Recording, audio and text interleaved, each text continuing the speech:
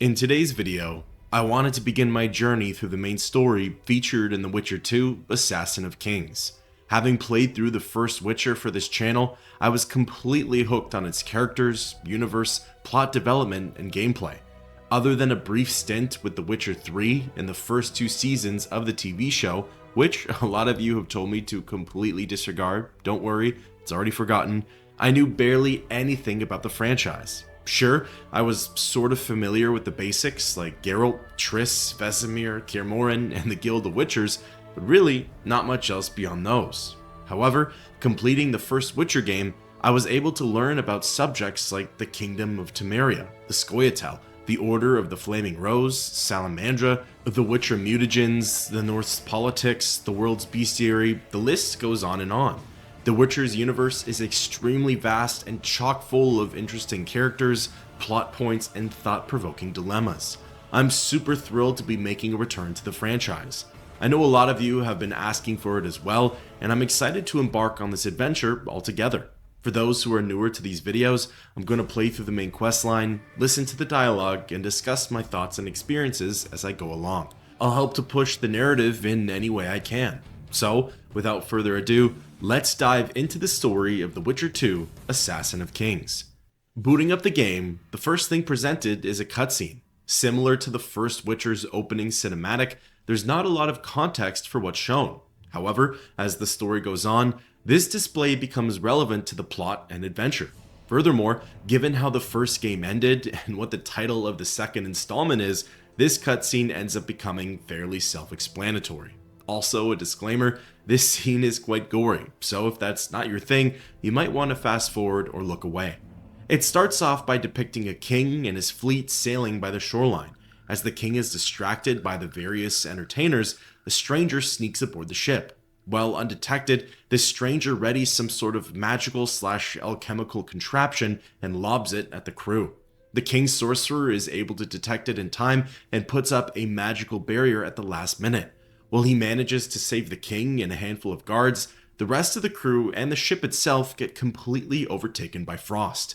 Everything and everyone is frozen solid, save the king, the sorcerer, a few soldiers, and the stranger. In a matter of moments, everything begins to shatter and fall apart. This is when the stranger, or really the assassin, decides to strike. An archer attempts to take him down, but fails and gets slaughtered. The other soldiers step up to defend their king, but they too get cut down. Next comes the sorcerer. He casts a flurry of spells, but they miss their mark, and ultimately, his throat ends up getting slit. All that remains now is the king. After a failed struggle, the assassin beheads the king and takes his detached skull as a trophy. This scene ends with the assassin escaping, the ship sinking, and the rest of the king's fleet helplessly watching on. Again, self-explanatory, especially given the name of the game, Assassin of Kings. But rest assured, there will be more in this scene a little later. As for right now, the real adventure begins. Well, almost. First things first, I decided to run through the tutorial of the game. Now, apparently the tutorial doesn't really have anything to do with the main story itself, so because of that, I'll just breeze through it. However, with that being said, there were clearly a lot of changes made to the second installment. The inventory system, the menu, the combat, meditation, the leveling system, a lot of aspects either got a fresh coat of paint or were completely reworked. Now, it's worth pointing out that I am playing the Enhanced Edition, so I'm not entirely sure what's original to the original, if that makes sense, and what's been altered with the re-release. I did end up doing some brief research after the fact though, and I learned that things like the graphics, gameplay enhancements, and even the opening cinematic were new add-ons. There are also other aspects that pop up in Act 1 and beyond that are novel to the enhanced version. Although I probably won't be pointing any more of these out as I go along with my adventure, since this is obviously my first impression of The Witcher 2, and I have nothing to compare them to. I'm sure the same can be said for many of you as well. In any case, the tutorial does have a small narrative to it. Geralt finds a wounded knight along the trail, creates a health potion for him, and in return, receives the knight's invitation to the arena. This then brings Geralt to the nearby town's gate. Thinking that Geralt might be some sort of monster, the guards make him wait outside until dawn. This whole segment teaches me how to interact with the environment, loot containers, collect herbs, create potions, and meditate. Some of these aforementioned big differences between The Witcher 1 and 2 include being able to meditate wherever you'd like, not needing to be near a campfire or bed, the switch from item size carrying capacity to a weighted capacity, as well as the use of the Witcher medallion to locate loot, quest items, and waypoints. Being able to rest on demand is a huge change for the player's quality of life, as it's become that much more convenient to pass the time or brew potions. You can now throw whatever you'd like in Geralt's inventory, regardless of literal size, but you do have to keep an eye on the overall weight that he's carrying around. As for the Witcher medallion, it now acts as a wayfinder of sorts. It can point Geralt in the right direction, highlight containers, reveal nearby herbs, and call attention to quest items. The rest of the tutorial involves Geralt fighting in the town's arena.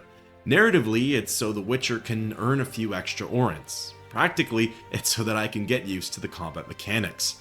Gone are the days of point and click. Now, I face in a direction, use the left mouse button for a fast swing and the right mouse button for a heavy swing. That's right, as of this moment, the concept of switching between fast, strong, and group style stances are gone. What's more, enemies react to both fast and strong swings, so instead of worrying about how best to tackle an opponent, more emphasis is put on just getting the job done. Also, Geralt can now actively parry and riposte opponents, or rather, I now have full control over those actions. Accompanying those are of course dodging, and then the 5 Witcher signs/casts obviously make a return as well. Geralt also has access to slottable items, aka quick throws, traps, and lures. These are used to gain an extra edge in combat and can easily turn the battle in my favor. While quite simple, I'd have to say my favorite slottable item is the dagger. It's nice to be able to use some form of ranged attack, especially when taking on a wall of archers/arbalists. The Talger winter traps are pretty satisfying to operate as well, as I actually really enjoy just leading an enemy straight through them. As for the level up menu, this is no longer brought on by meditating, but instead pressing the associated hotkey and navigating from there. Again, another quality of life update. While overhauled, the menu does appear to keep the same sort of organization as the first game. Basics, swordsmanship, alchemy, and magic. As for acquiring these upgrades, each one costs talent points, but unlike the first Witcher, all talent points are made equal, as there don't appear to be bronze, silver, or gold tiers anymore. Like I said before, a lot of little changes have been made to the game, and there have even been some significant ones as well. Personally, I'm for most of them, as they make the game feel more modern and add conveniences to the gameplay that otherwise served as nuisances in the first installment.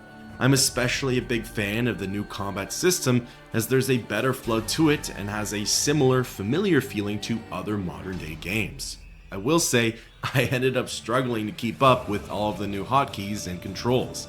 Even after hours of gameplay, I'd still get confused on which key does what, how long to hold certain buttons down for, and when I could actually perform a certain action. While I'll chalk 95% of it up to being a skill issue / not assigning my own hotkeys, I still think that some of the controls could have been a little more concise.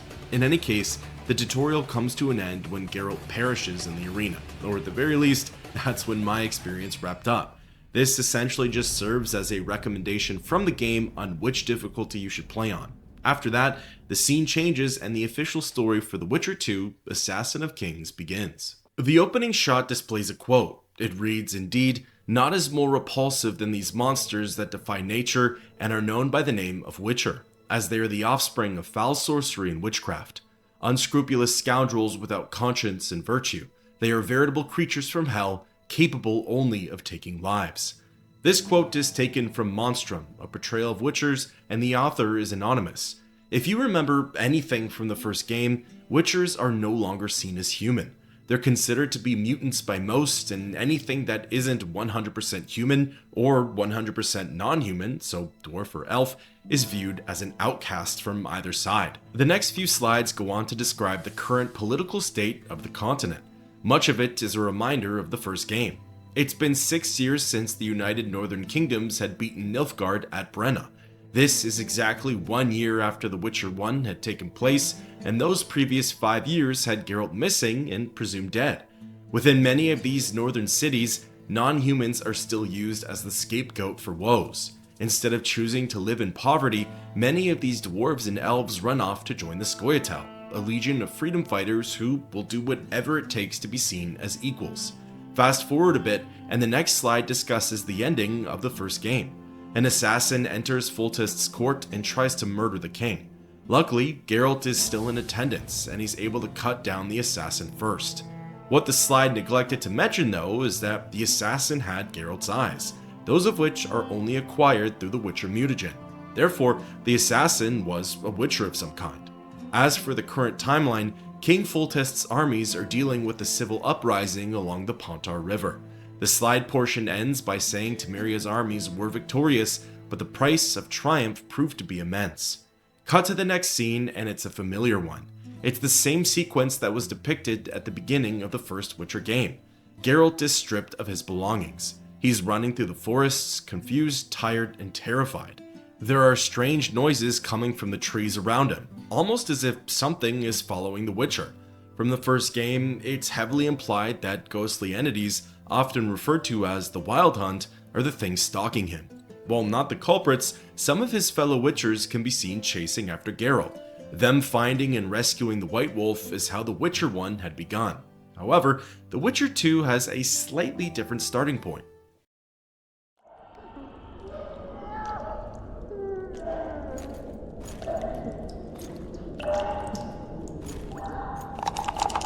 Come on, Sixes, Daddy needs you. Oh, shit!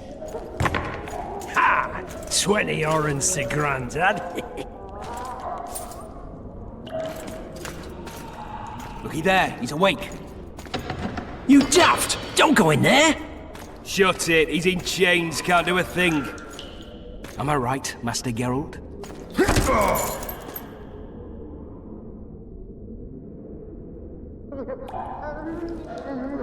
Roll again! Why? The dice didn't roll! Calling me a cheat? Take it back. Look, he's awake again. Monster Slayer, my ass. A regular horson. I heard witches all start out as roadside orphans taken in by mages. Mages who experiment on them. Folks say they plough witches come the equinox. That's how they get those spooky eyes. Enough! Take him down and put him in the interrogation room. I thought you died. I'm not so easy to kill.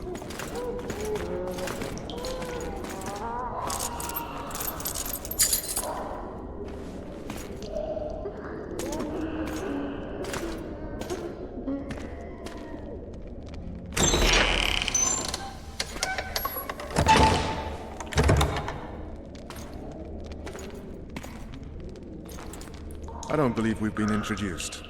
Vernon Roach. Walk around behind me if you want to shake. How foolish of me. Vess!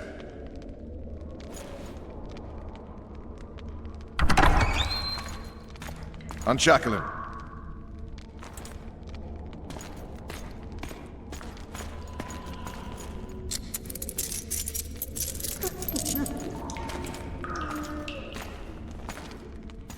Geralt of Rivia. Care to introduce us? No, thanks. Bring something to drink. We can't sit here cotton-mouthed.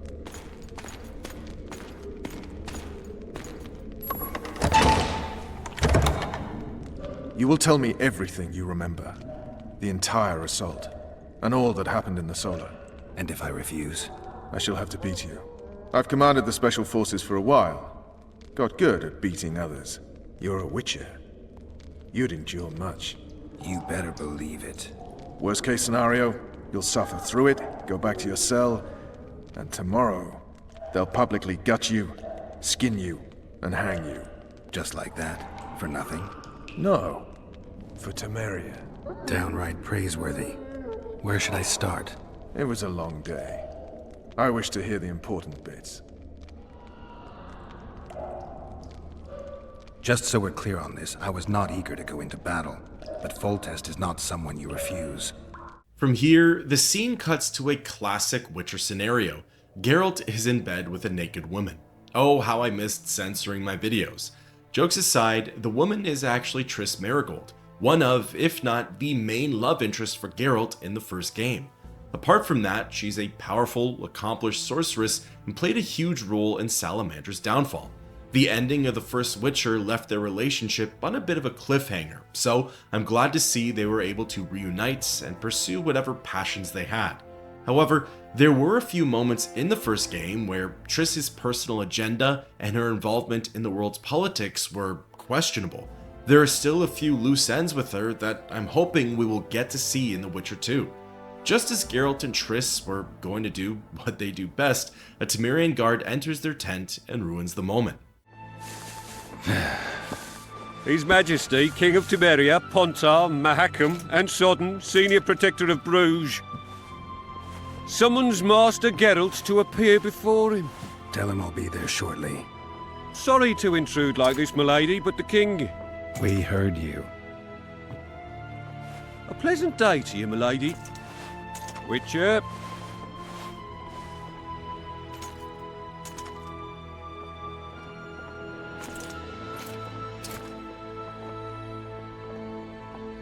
Stupid war. Could have been such a beautiful morning. A war can never be stupid when waged by your king.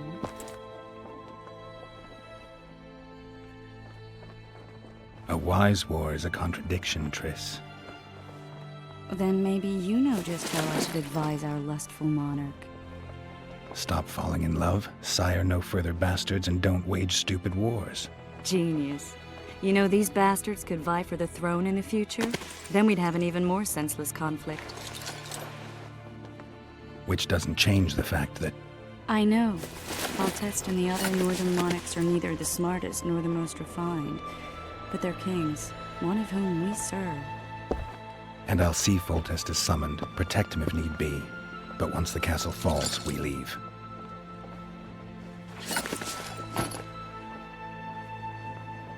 Did you dream of the Wild Hunt again? Mm-hmm.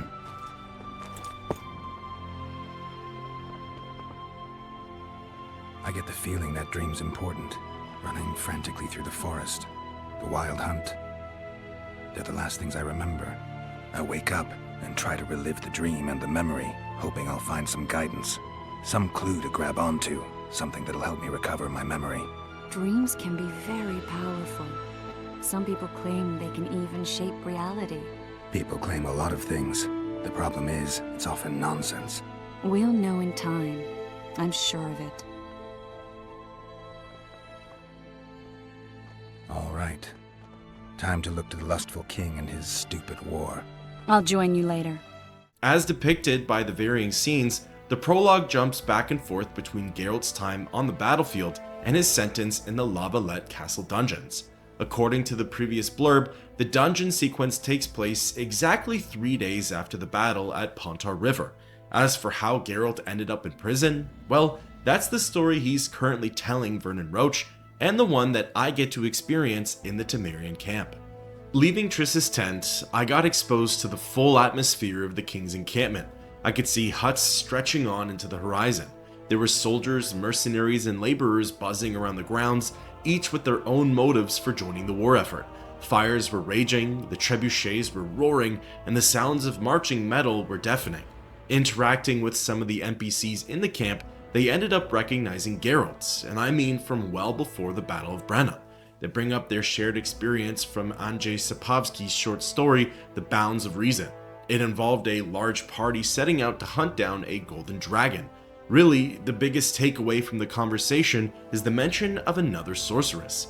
Geralt still can't remember much from the time, and the brutes are foggy on the details, but they describe Geralt's former companion as raven-haired and said that her name could have been Conifer. Again, even with my limited knowledge, I know exactly who they're talking about, and I'm sure a portion of you folks do as well. Since the raven-haired sorceress is a popular topic for this installment, I'll let the game's narrative steer that one.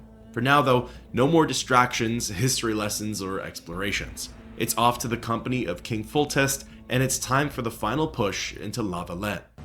Finally! Traitors of the realm boil tar on the walls while you dally with the royal advisor. How may I assist you, sire? We mount an assault today, and you'll be at my side. Follow me, gentlemen. Let's not keep the traitors waiting.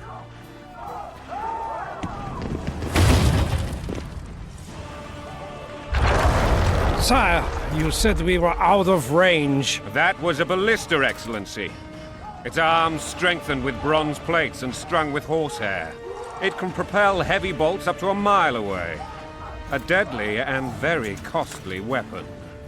An experienced crew can cock and release 2 bolts each minute. Yet it has one flaw. Your Grace, please take cover. The recoil of the arms is so strong upon firing that the weapon shifts.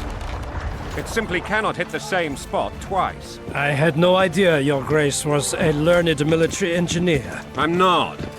I gave the Baroness those ballistae 2 years ago for her birthday. Sire. What say you, Excellency, of men who live in spite of such wounds? And what say you, Your Grace, of soldiers who inflict them? Those who did this live no more. Master Geralt, I wish to converse with you once the storm of battle has subsided. Forgive me, Excellency, but I plan to leave the royal court as soon as possible. Might I know why? Too often they take me for someone I'm not. What do they call you, soldier? Wait. You served with me at Brenneran during our foray into the Pontar Valley. Norman Sador. Still an arbalist? Yes, sir. Fight has not been kind to me. Ha! Norman Sador, for your years of faithful service to the crown, I appoint you Decurion of the Arbalists. Onwards, gentlemen. No reason to dawdle. Following the king and his court, I get to try my hand with one of these aforementioned ballista.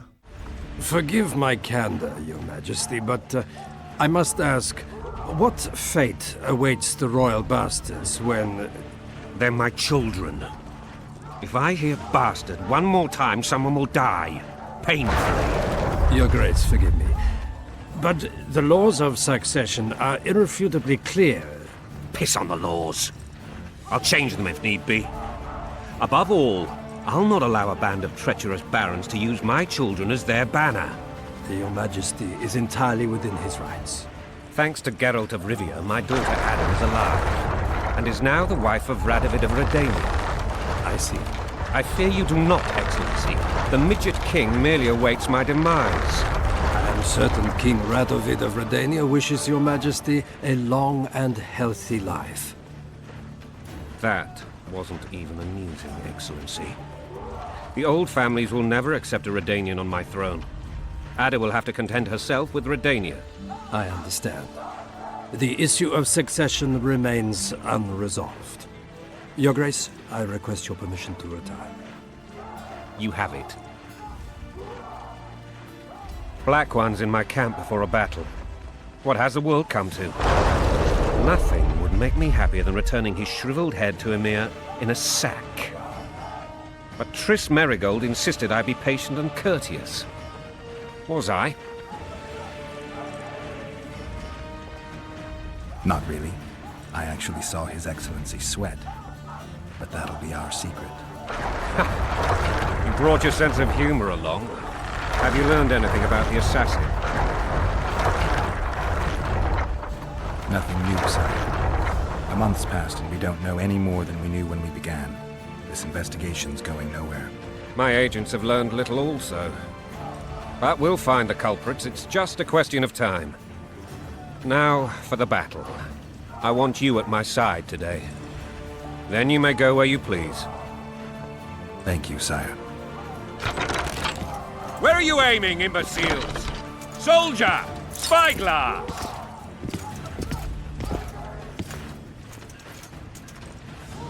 What is going on up there? The gods! Count Etcheverry! Catch, Witcher! Aim for the rogue with the red plume. Not 6 months ago, he swore eternal friendship to me. Quickly! How much higher?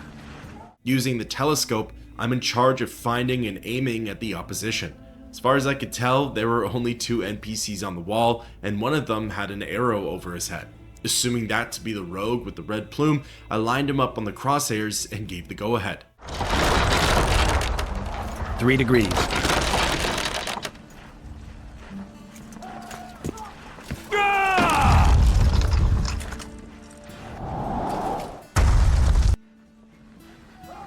Did we hit the bastard? He ducked. Damn it! We'll get him on the walls. Follow me, Witcher!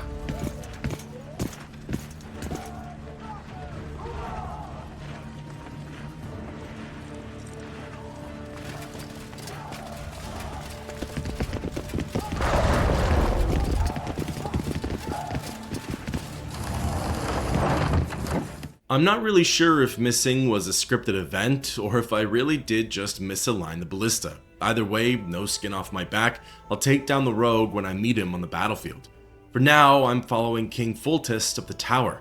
Through some old-fashioned elbow grease, the tower is currently en route to the town's walls. The idea is that once we arrive, our garrison will strike hard and strike fast, allowing the rest of Temeria's troops to enter La Valette and close out the fight. On the way up, the king rants to Geralt about Louisa, the mother of his aforementioned children. As Foltest puts it, Louisa made some demands that he couldn't quite fulfill. This caused an argument between the two of them, and things really started to escalate when the nobles intervened. They sided with Louisa, filled her head with assumptions, used her children to feed the fires of rebellion, and the rest is history. Not only is this battle about ending the La Valette insurrection, but it's also about custody of their shared children. As Foltest put it, a stronger claim to the Temerian throne may be needed for his successor, as he's not fond of Ada and Radovid as his replacements. That tower was ridiculous. It was designed to break the rebels' morale. A bunch of lords and lordlings took a ride to then pompously stride on top of the walls, while the real army fought and died below them in the shit and piss-filled streets. If years of service have taught me anything, it's that the Highborn don the best costumes and get the best vantage points, whether at a ball or in battle. But it's not the time for that kind of jousting, Witcher. Continue your story. Things went relatively smoothly after we came out of that tower. That is, until we ran into Aryan La Valette.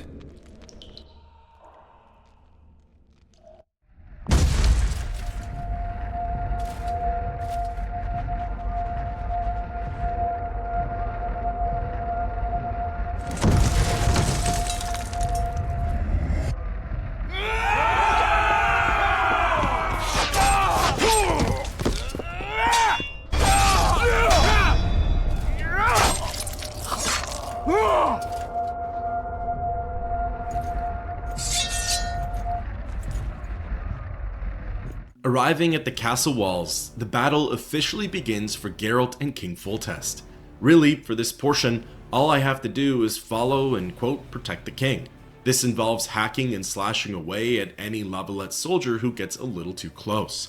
Most of them are already preoccupied with a Temerian soldier, so there's really not much difficulty here. Lord Suxon, you shall push for the center aisle and bring down that gate. It's a good day to kill, your majesty! Follow me, gentlemen! For Temeria! Lord Swan, you and your men shall follow me. We must capture or otherwise deal with Aryan La Valette in order to break the defenders' morale. Yes, Your Grace. Geralt, gentlemen, follow me! For the glory!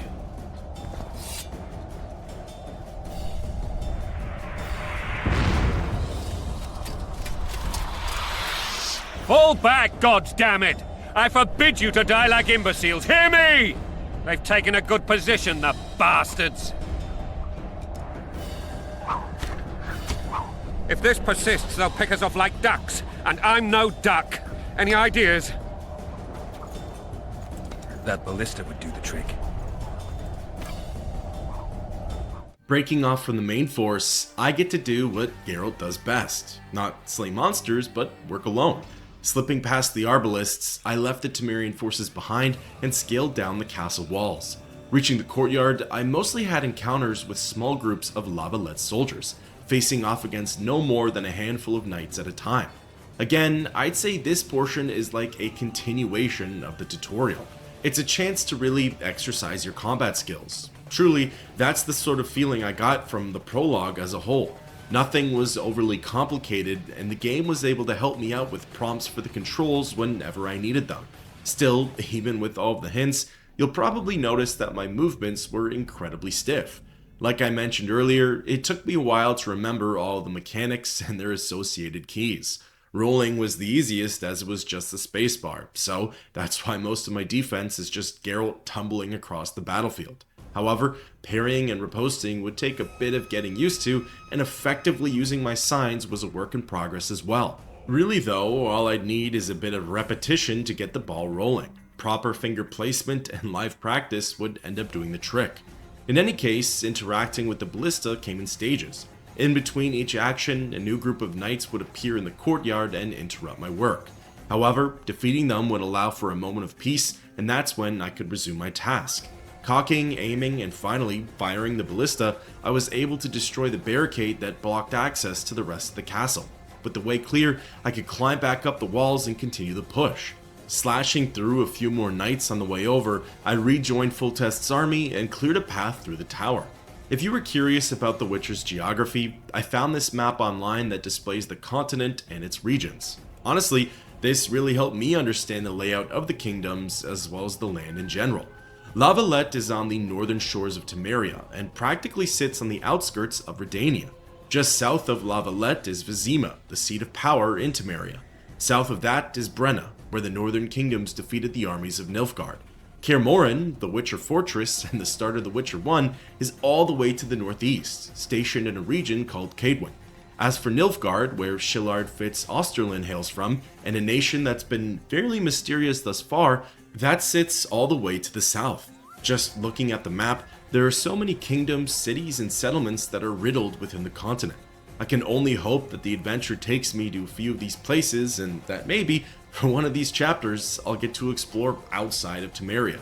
In any case, back to the prologue, after fighting tooth and nail, Foltest's army would eventually hit another roadblock.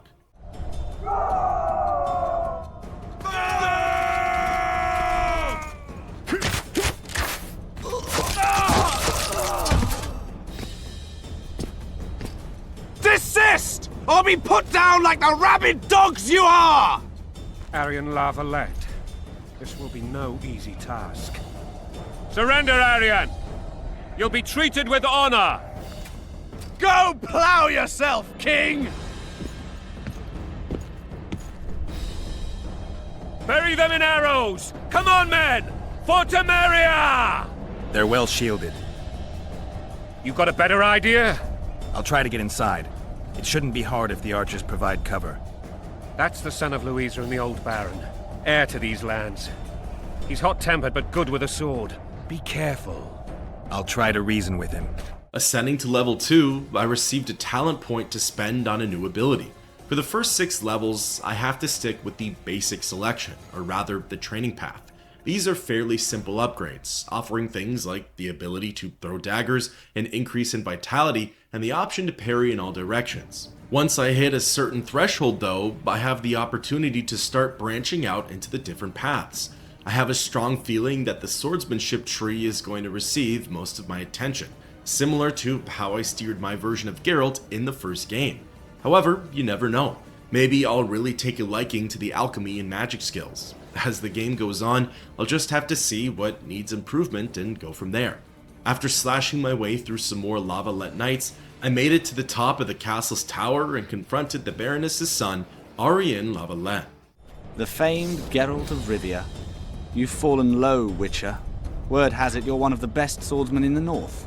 Time to test that rumor. Enough slaughter. Surrender and Foltest will treat you and your men with honor. And what guarantee is there that he'll not cut us down to the last? None. Foltest defiled my mother. Now he colludes with Nilfgaard. The king leads an army. You have but a few brave men and your honor. In a minute you may lose even those. Choose. Hear that, men? The king sends a Witcher and we are to surrender, forgetting the very nature of honor and pride. We must choose. Shame or a witcher's sword? Is that how you would live? Will you bow your heads before Foltest? Never! You heard them, Witcher.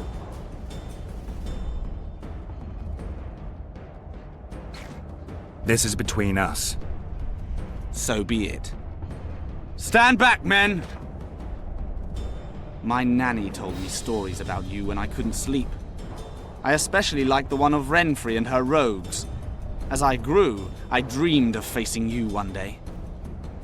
That dream will not have a happy ending for you. As the Lavalette Knights take a few steps back, Arion draws his sword and raises his shield. Unfortunately for the young noble, he's unable to handle my flurry of heavy attacks. He was mostly keeping up with the defense and never really got a chance to launch his offense. In a matter of moments, Arion's been bested and the message to the rest of the knights has been delivered.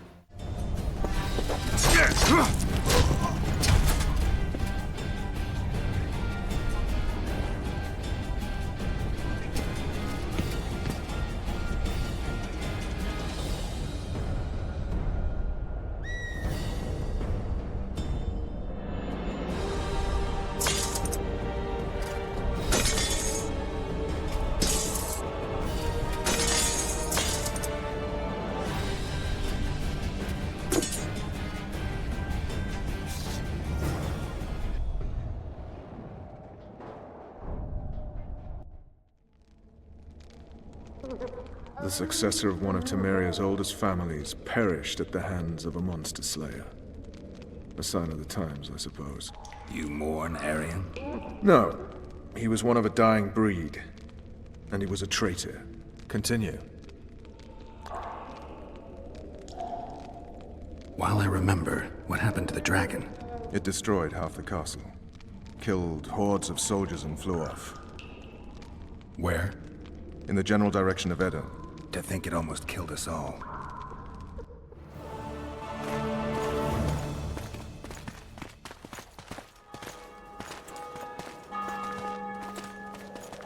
Arion Lavalette has surrendered the castle. Open the gate. Arion lives! Open now. Kneel before your king and I shall show you mercy. Looks like we're stuck. Indeed, and my magic's no good here. The main force down in those boats is going to beat us to town. Want to head back to the tent? The camp will be nice and empty now. I've had enough for today. Tempting. Look, the King's Special Forces.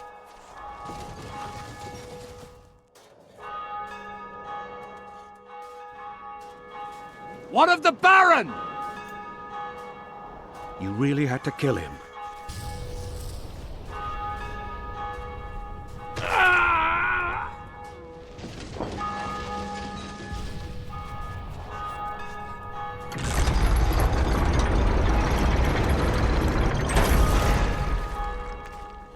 No other way sometimes.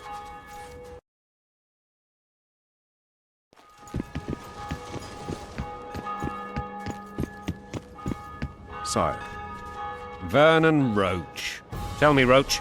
There's fighting in the town. A section of our forces crossed the river in fishing boats and swarmed the streets, burning, raping, pillaging. The Lavalettes are making a stand near the temple. What of the Baroness? Alive and safely tucked away. Unsoiled, I hope. As you ordered, sire. She's fine, and beautiful as ever.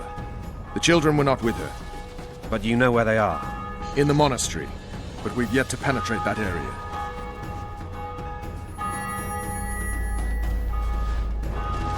Cross, quickly! Protect the king!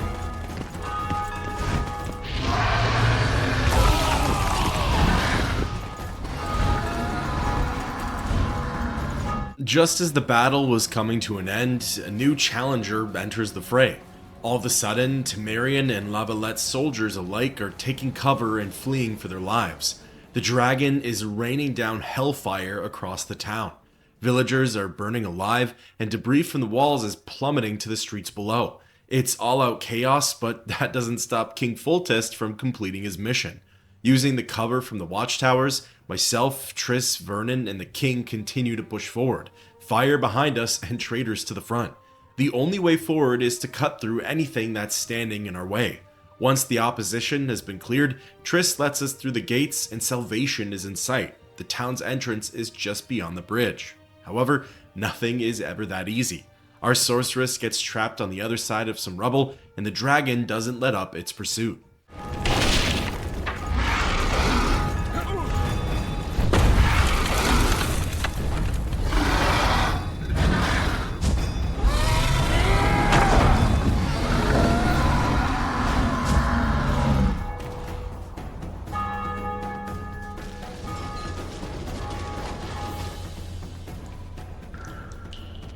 Plowing dragon nearly reversed the course of the battle. The fighting should have scared it off. Forget the dragon. I need to hear how this story ends. You were at my side almost all the time after the bridge collapsed. Almost. Tell me how you got into the monastery courtyard.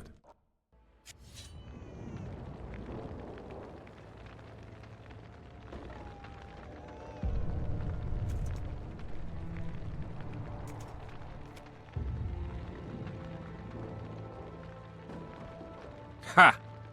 And they said we couldn't get near the walls. Half a day and the town is taken.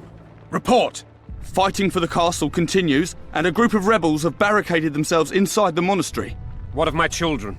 Likely in the church as well, sire. Fen took a priest to task, finally mumbled something about a passage neath the walls. It would take a week to get a battering ram in here. Axes, sire?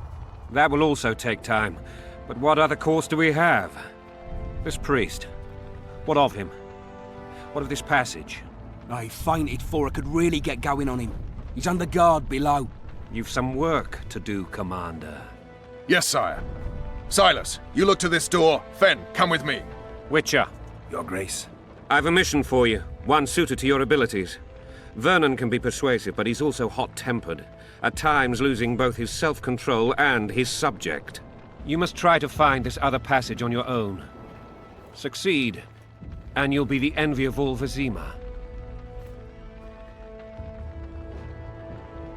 Soldiers loyal to the Lavalettes would never harm the Baroness's children.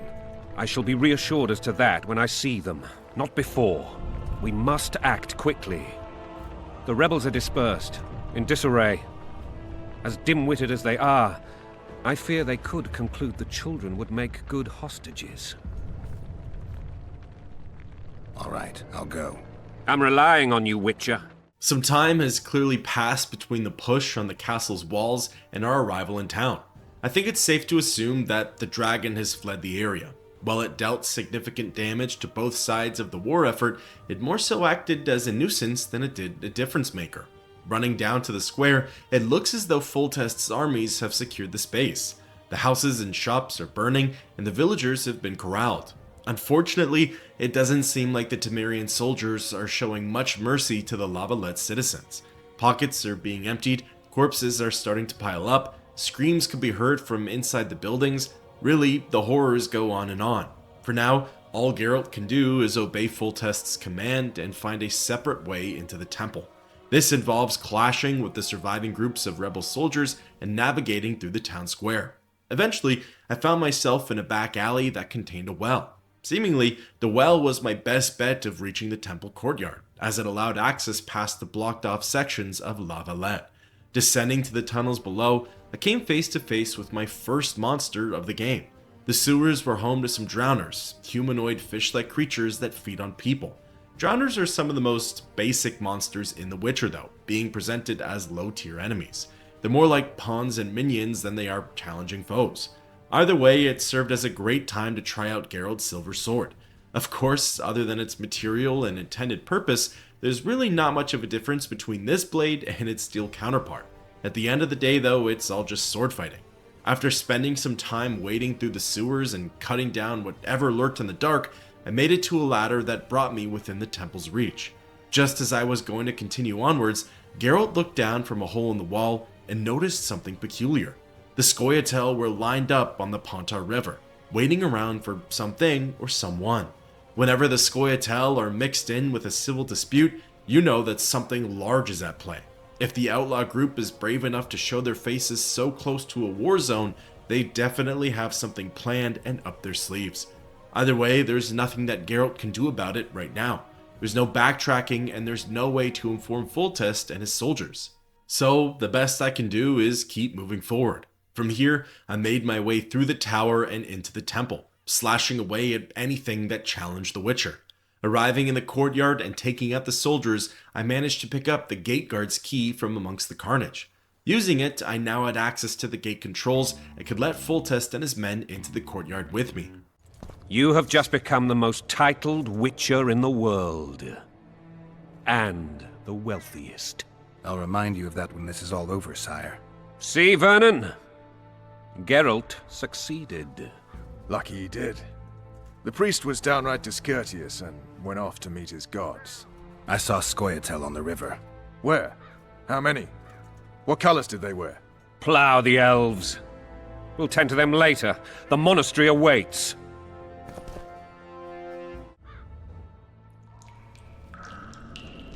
Scoia'tael. This puzzle is beginning to come together, Geralt. You're either telling the truth or weaving a very convincing lie. I want to hear the rest. Foltest bastards. The Solar. What happened? We might have arrived at the same time if not for tales. Be specific, Witcher. Well, the Archpriest told the truth. His Majesty King Foltest of Temeria. Arthur Tales, erstwhile Count of Nesvelt. I signed your sentence. Yes, yet the Baroness saw fit to pardon me. An awkward situation, to be sure. Anais and Boussy, where are they? The royal children. Don't test my patience, Tales, and I'll grant you a quick death. Confess, Foltest, before the gods and the people. Boussy and Anais are the fruit of your loins. Bow to the gods and admit the truth. You may not have noticed, Tales, but I just took this town. Aided by murderers, sorcerers, and a mutant for whom nothing is holy. This is hallowed ground. You will not raise your hand against a servant of the gods! Where have you taken the children? The Solar. They're in the Solar. What is this? Blasphemy! Sorcerer's tricks!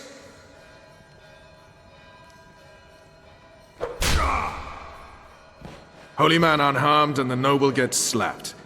A win-win situation, if ever I've seen one.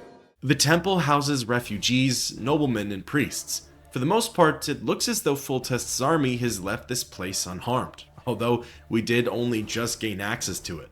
Following Vernon Roche and the king, again, just as things were starting to look up, obstacles continued to hurl themselves in our path. The dragon's back!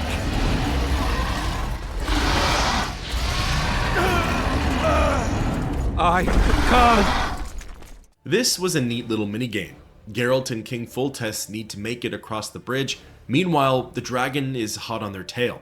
Really though, all I had to do for this portion was keep my finger on the S key.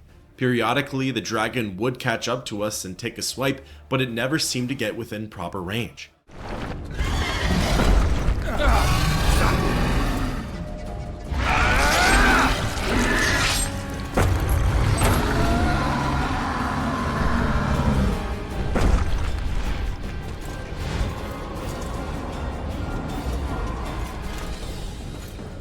In exchange for saving his life, the king pledges even more riches to the Witcher. As he puts it, whatever Geralt desires, within reason. Well, the Witcher's wishes are quite simple. All he wants is to leave the king's side and depart from the court. Geralt also asks that Triss be allowed to come with him, if that's what she wants as well.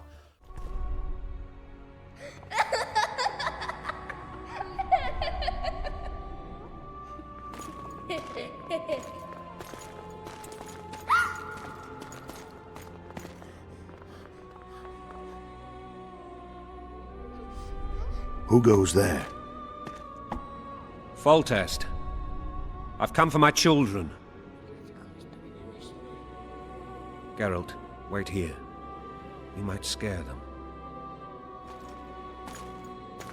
Ah, thanks be to the gods. My prayers are answered.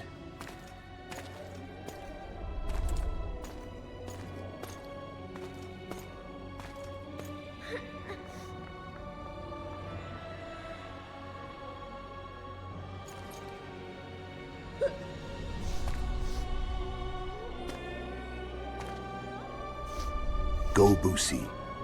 That's not my father. But it is your king, boy.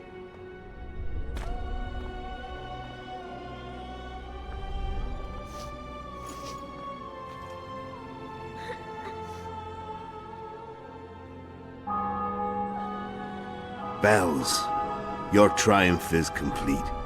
The city and fortress taken, sire. Time to thank the Forefather and the Mother Creatrix for this great victory. A moment, blind man. I've not seen my children in 6 months. The gods can spare another minute. Listen to me. Your mother and I quarreled, but that is over. She was deceived. Evil men turned her against me. These men have been punished, and all will be well from now. No tears, Boosie. One day you'll be king, and kings do not weep.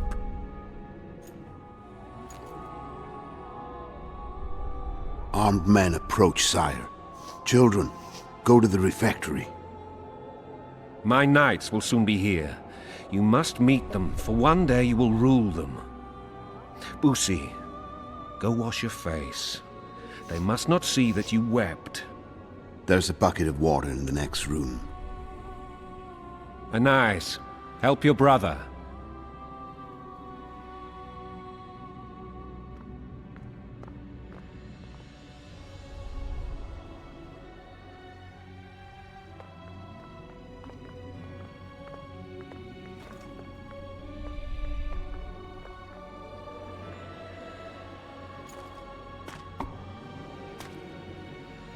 Sire, let us pray. They must look like the royal children they are.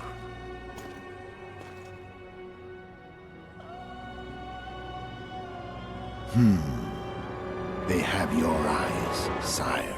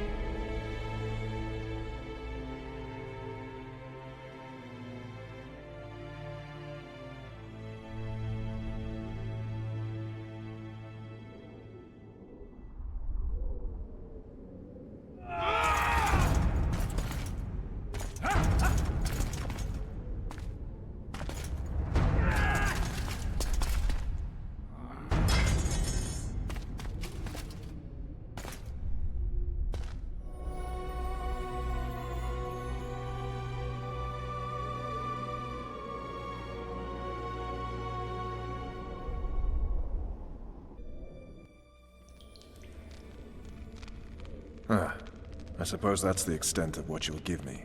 Does this mean I'm free? Foltest, King of Temeria, has been murdered. Unfortunately for you, you're the only suspect. The murderer outsmarted you, so I'm to rot in this dungeon. Oh, no danger of you rotting. You'll hang. Convince them otherwise. I have no influence over the court.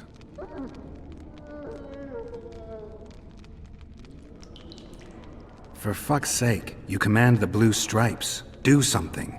The real murderer is free, and he's further and further away with every hour you spend prancing around in here. I find the Killer Monk story unconvincing. I don't claim he was a monk. He was wearing a frock, though. He sailed off in a boat with some Scoia'tael. Would you recognize him? No problem. A mountain of meat. Never seen anyone bigger.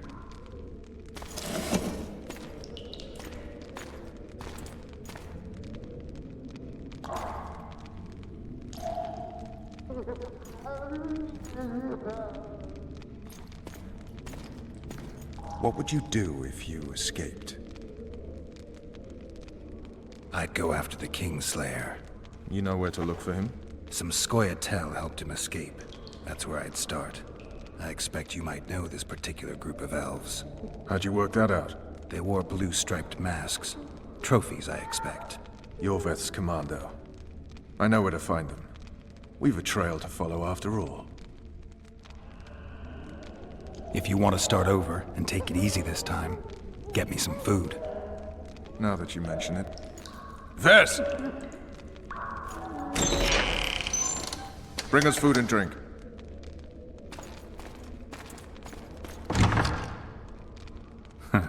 Shame you didn't think of that earlier. It's your own fault, Geralt. Your fate is in your hands.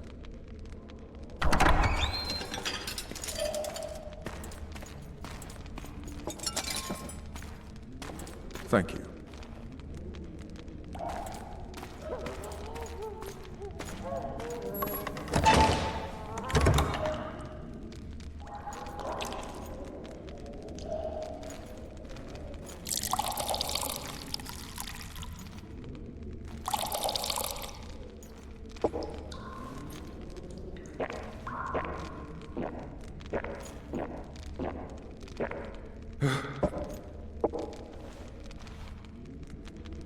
Never heard of women serving in the Special Forces. Ves is one of my best people. How'd she wind up in the Blue Stripes? I pulled her from the paws of the Scoia'tael. Just 16 when they torched her village and slaughtered everyone. The unit commander took a liking and spared her. One last thing. This file is about one Geralt of Rivia. And Foltest's death? Actually, Geralt's death. The report details events from 5 years ago.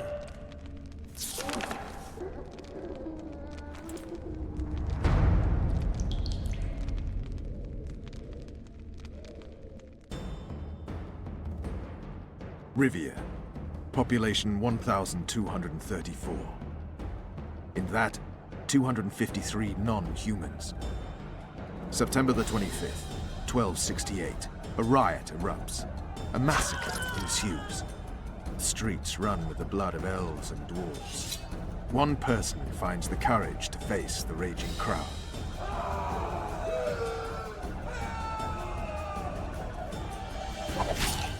During the rioting, 76 non-humans perished, including the witcher Geralt of Rivia. Stabbed in the chest with a pitchfork by a man of whom we know only that his name was Rob, and he owed 3 crowns at the local tavern. Yennefer of Vengerberg dies trying to heal the witcher. The bodies of Geralt and the sorceress are taken away by a mysterious young girl with ashen hair. Their place of interment remains unknown. I remember. Rivia. Yennefer. What just happened?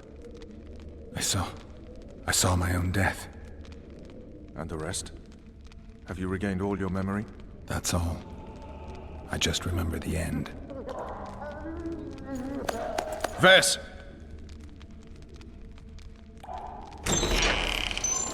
Interrogation's done. Restrain the prisoner.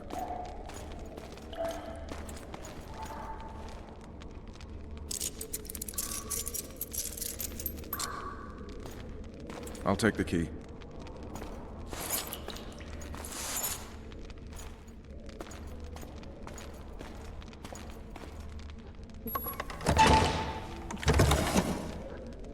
I sail upriver at dawn. Guards will collect you in 5 minutes. Eat. You'll need your strength.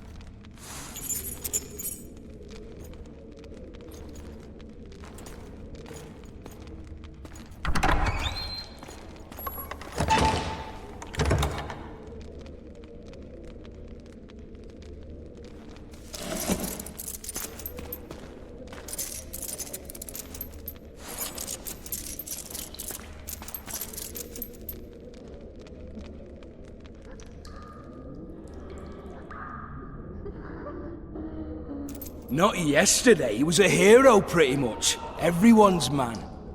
Personally saw him cut down 20 men in the blink of an eye, so it's no surprise. See him dashing along those walls. Can't rightly say I ever saw his sword the blade move so fast. I thought that beast would tear him to bits when it came out the clouds. Delayed don't mean denied. Hangman'll do that tomorrow. And just when Geralt was promised the world, titles, riches, glory, and most importantly, freedom, it gets ripped from his hands.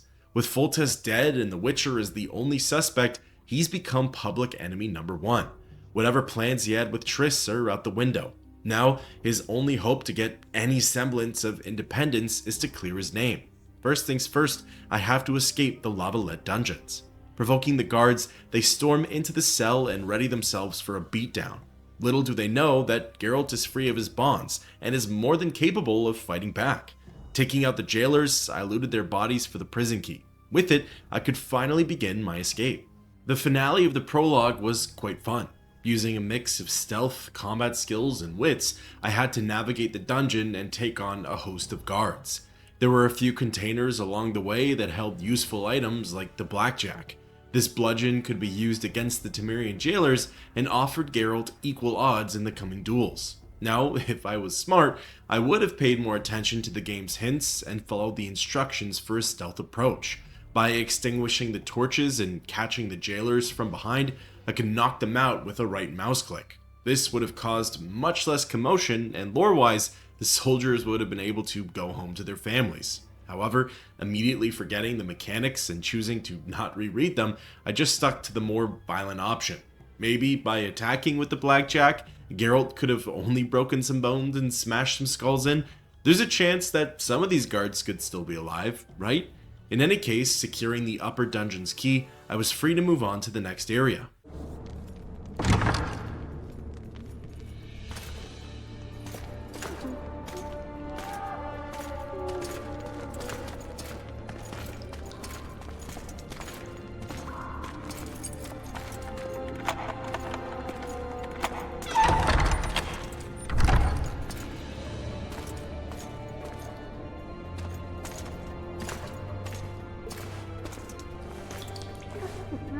I am Shilad Fitz-Estellen, emissary of the Empire of Nilfgaard and its most divine Emperor, Emir Var Emrys. What do you want of me, Nilfgaardian? Simply to speak, my lady. Ah, really? Something you would not dare were my son still alive. I very much regret the death of the Baron Lavalette. Please accept my deepest condolences. Yet it is precisely his loss that renders our conversation mutually desirable.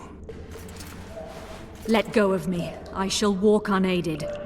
I shall return, rogue! And I shall repay you. Let us go, my lady. Your cries can do us no good.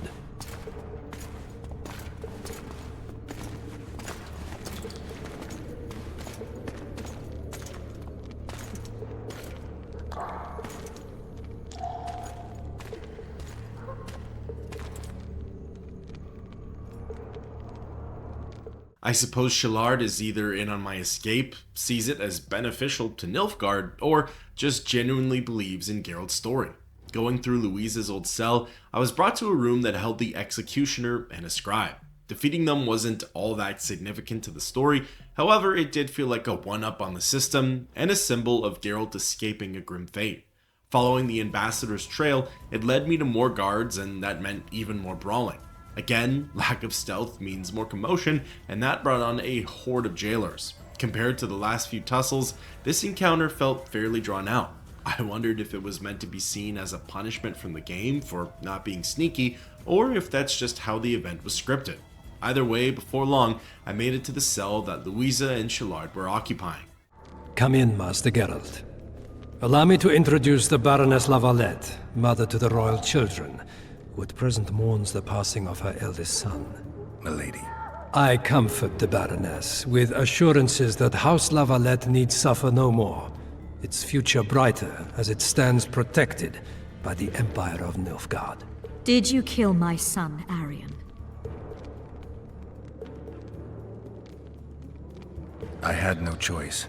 He knew what can happen once swords are drawn and begin to swing. He chose death over shame. Stubborn like his father and grandfather before him. Honor above all. How did he die? Did he suffer? No.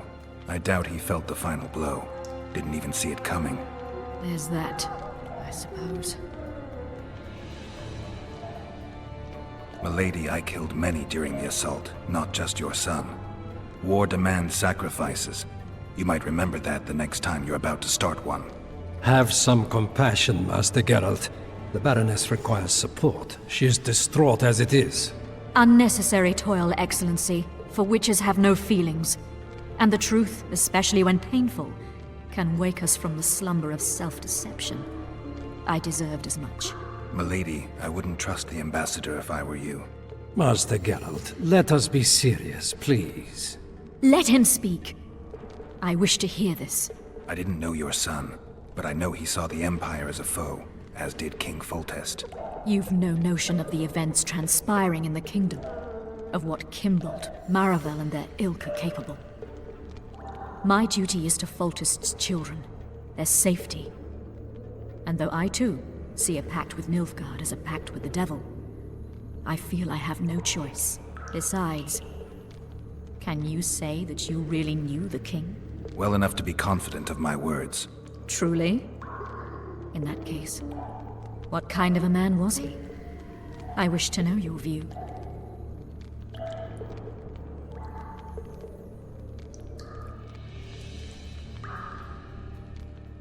He laughed at pleasantries, envied those better than him, feared those stronger, despised the weaker and killed those he hated.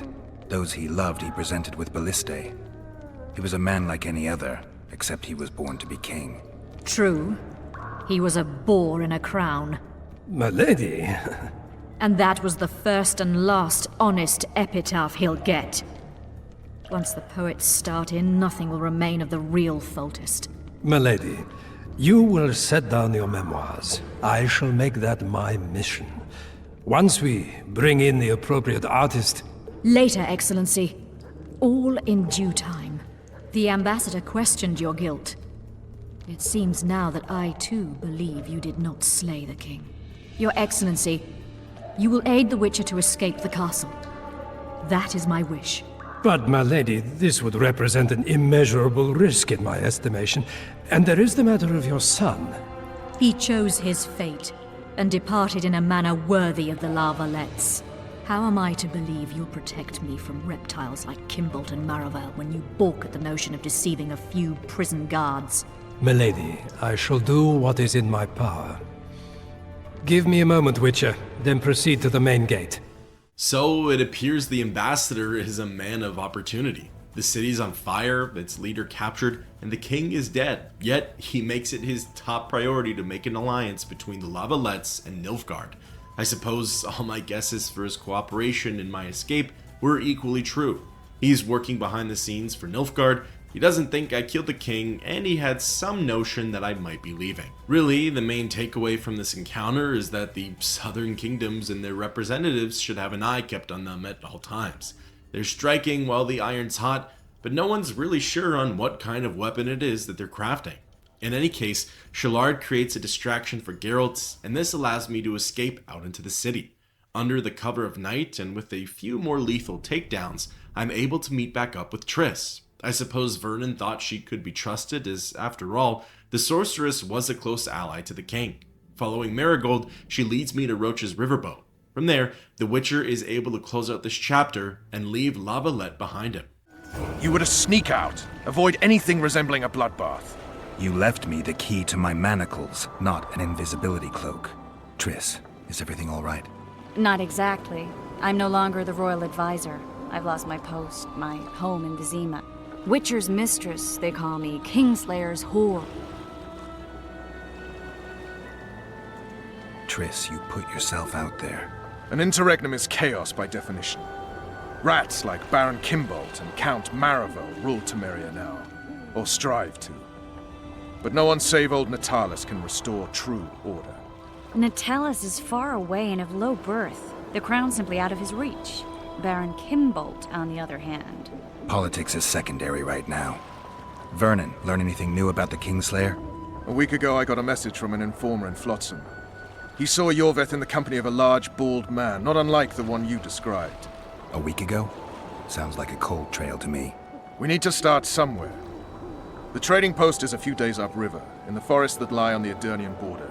Yorveth's territory. Flotsam it is, then. Triss. Yes? I'm a bit beat up. Will you look at my wounds? Mm-hmm. Let's go below deck. And I need you to tell me about Yennefer in detail. I want to hear it all, even the things you don't want to tell me, even the things that might hurt. Prepare to cast off! Clear the lines and all aboard! Lines clear, Captain!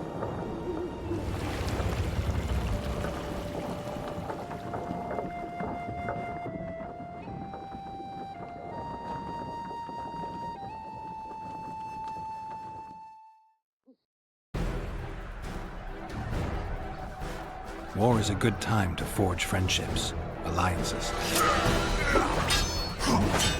Harry and Lavalette, busy building walls and forging swords, forgot that.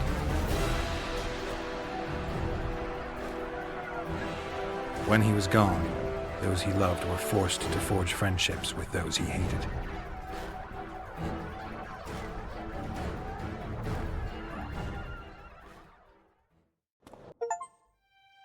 Life can't be easy for anyone who's unlucky enough to be labeled a regicide. That goes triple for someone like Geralt. Could his luck get any worse?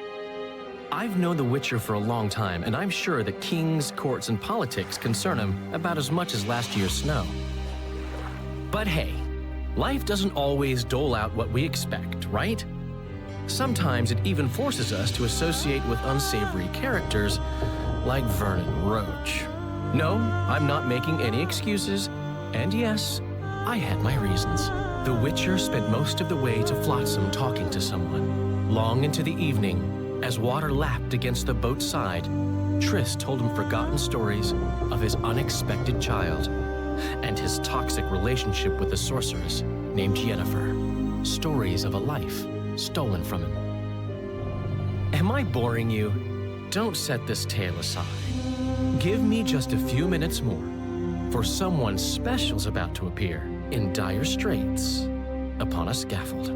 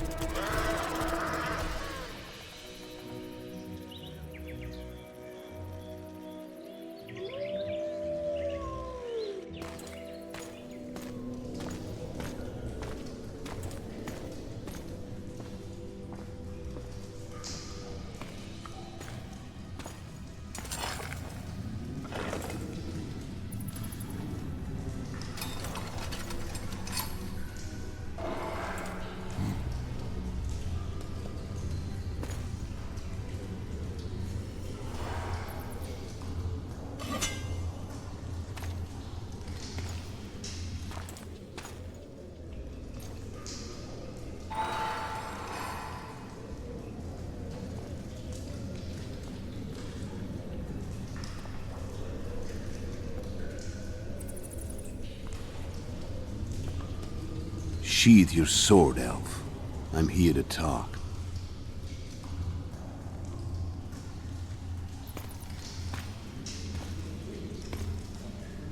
Bow low. You stand before a head crowned.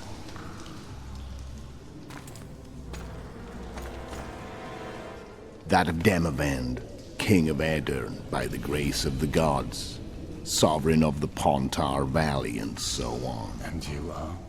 A friend to non-humans. I have an offer. Speak quickly and to the point. The Arrakis will soon return, and I'd rather know all before then. I can add several more heads to this one. Each crowned. Go on. Foltest to start with. I barely escaped in Aedirn. I'll need help. Access to your hideouts and maps of your secret trails. And the support of the Scoia'tael. I want no gold and have no interest in a killer's fame. Then why do you wish them dead? It's a long story. Your beast nabbed his knacker. Time to go. Do we have a deal, elf?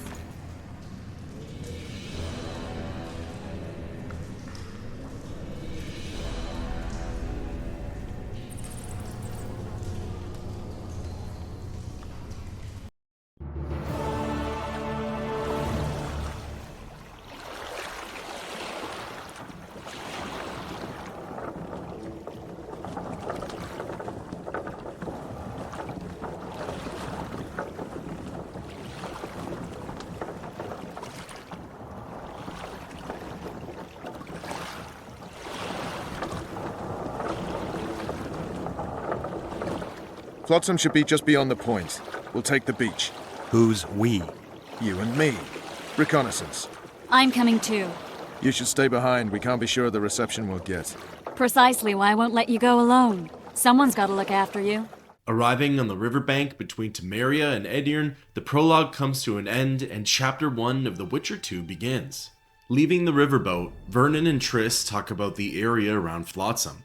Triss asks Roach about what he's heard from his, quote, secret informant.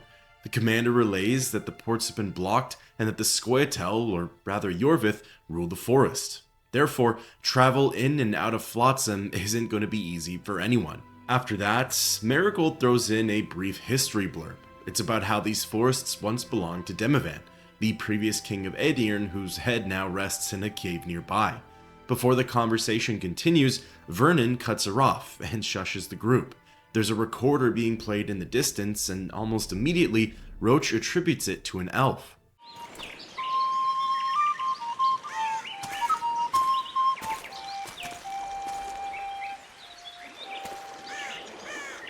That's Vernon Roach, Special Forces Commander for the last 4 years, servant of the Temerian King, responsible for the pacification of the Mahakaman foothills, hunter of elves, murderer of women and children, twice decorated for valor on the field of battle. Yorvith, a regular son of a whore! I've long awaited our meeting, laid plans, set traps, and now you appear in my forest of your own volition. You aided the man who slew my king. King or beggar, what's the difference? One Dwan less. Since when did the Scoia'tael hire professional killers to do their dirty work? A Dwan, even. You've fallen low. A hired killer, true. But in all certainty, he is no Dwan. Don't make a big deal of the race thing. Yet race is the very reason we fight. We have pointed ears, yours are rounded. We are few, yet long-lived. Your kind multiplies like vermin, though thankfully expires quickly. Humans and elves alike, trying to prove one shape is better than the other. 400 years of killing over the mold of the Oracle. The Kingslayer's among you. We've come for him. Then our interests collide. The Kingslayer is under my protection, and I'll not hand over a guest. You're just another old elf in a young elf's skin, using clever words to mask an obvious truth. Obvious, you say? This is not about race or freedom, or even vengeance. You're here because someone powerful told you to be. Someone who's using you. They may wear a crown, carry a magic wand, or even lead a guild. But be sure of this. It's not about your freedom, your rights, or your ears. Nilfgaard plowed you once. Now someone new does. Am I wrong? Those times are gone. No one will ever use the Scoia'tael again. Who are you addressing? Me? Yourself? Or the archers in those shrubs? Enough of this, Tish! Starley!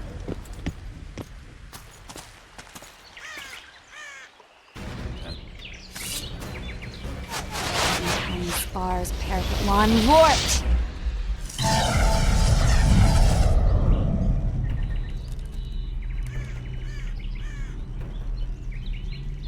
That ought to discourage them. Triss, are you all right? Lovely.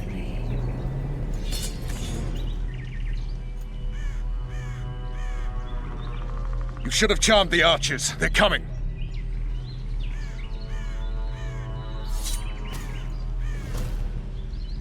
Even with Triss coming in and out of consciousness, her protective spell is still up. Using it, the trio can evade incoming artillery and make their escape. Geralt suggests heading back to the riverboat, but Vernon says that the Scoia'tael have already cut off that path. Therefore, the only way out is forward and to Flotsam.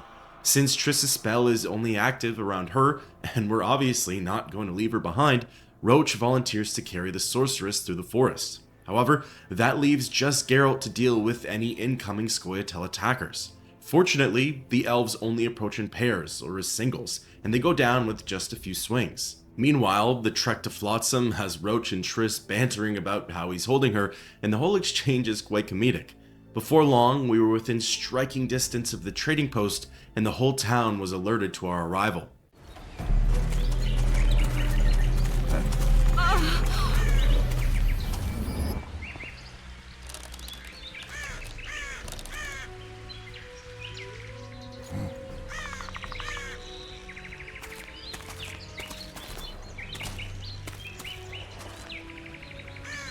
You know each other?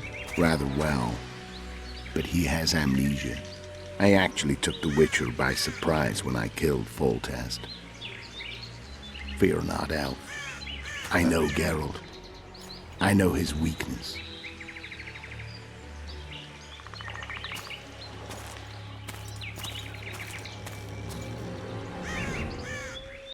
Too many spells at once. You can die from that. See that? Yeah, the Kingslayer and Yorvith. You all in one piece? Who are you? I'm a Witcher. Emir var Emrys, spice merchant. A trader? In spices. Uh-huh. And the woman? My good man, we barely escaped death. Be so kind as to tell us where we might get some rest. We'll explain everything later. Very well. Head for the market square. You might be in time for the execution. Some ne'er-do-wells are going to hang. A dwarf and some bard. There's also an inn and a brothel. Oh yeah, the brothel sounds especially interesting. Take care now. Reaching the limits of Flotsam, we were officially under the town's protection. For the time being, Yorvith couldn't touch us. However, Flotsam itself presented Geralt with all sorts of new dilemmas, mysteries, and adventures. Unfortunately, there's no word on Vess and the rest of Roach's guards back at the river. The Scoia'tael were quite aggressive, and honestly, I don't think the outlook's very good for the rest of the crew. For now, there's nothing I can do about it though. Either way, back to the town, this settlement reminded me of some spots from the first Witcher game, namely Old Vizima and Lakeside. There clearly wasn't much to Flotsam, and the people here certainly weren't wealthy either.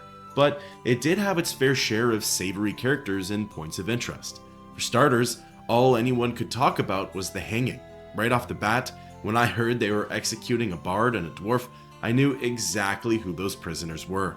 Of course, their destinies are equally as intertwined with Geralt's as say Triss's. Rushing to the town square, I managed to get there just in the nick of time.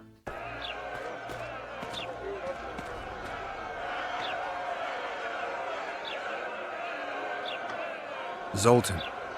Dandelion, my informer. Just great. What's the plan? We improvise. No killing. We'll take care of this, Triss. Geralt! Geralt! Over here! Help! Getting in close, Geralt tried his hand at halting the execution and having his old friends released. Step back, White One. What are they going to hang for? They don't look dangerous. The charge is collusion with the Scoia'tael. Dandelion, an elven spy? The bard's hanging for debauchery. What? The sentence was he's to hang for debauchery. And a sentence is nothing to scoff at! Are you serious? Listen here, people. Is profligacy now a punishable offense in the free kingdom of Temeria? Or are we in Nilfgaard? Piss off, freak! Or you'll have me to deal with. Think of the common folk, you're spoiling their fun. Well, freak he may be, but he speaks true. Debauchery's one of my favourite pastimes, but I don't want a noose placed around my neck for pursuing it. The soldier boys paid us a visit or two, though we didn't have much fun. Away with you, Margot! Go back to your brothel! Time to go? Fine. But hear this, people. He sure liked to parade about, but his Willie wouldn't come to attention. Ha! Stop the execution. Shut your trap! The singer's to hang, and he will hang. This is a decent town. Whores and witches notwithstanding. Watch your words, guardsman! I don't know witches, but Margot's a decent woman! Shut it, all of you! Or I'll not vouch for what I'll do. Thinks he's tough, showing off his balls. But don't fret, people. I've seen the rot on them.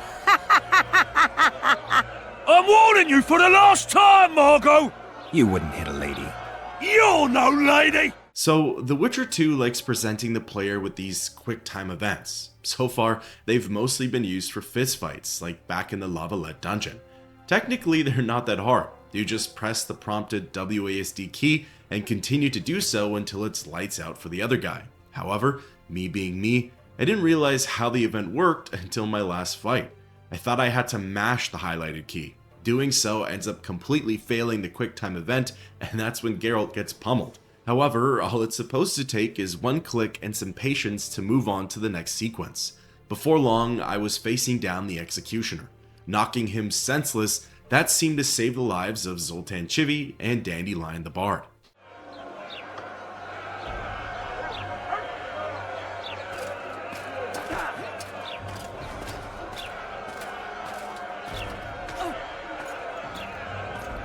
What the hell is going on here?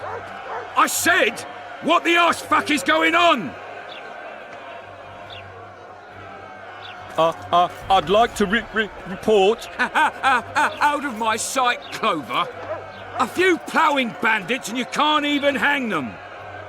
And you, stay calm, hands off your sword. Our scaffold embraces speeches and hangings. Which will it be?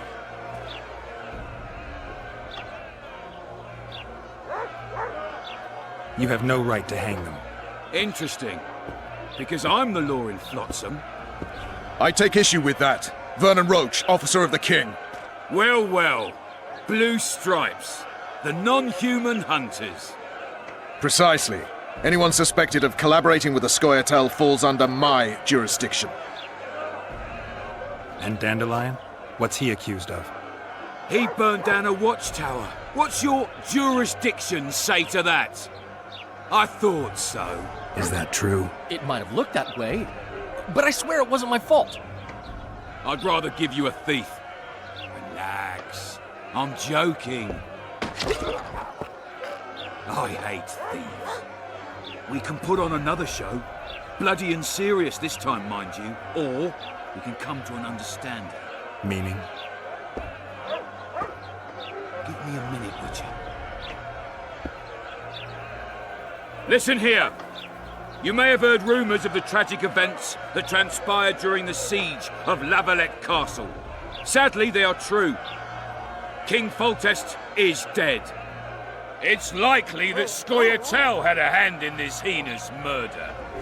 So you see, none of you can feel safe.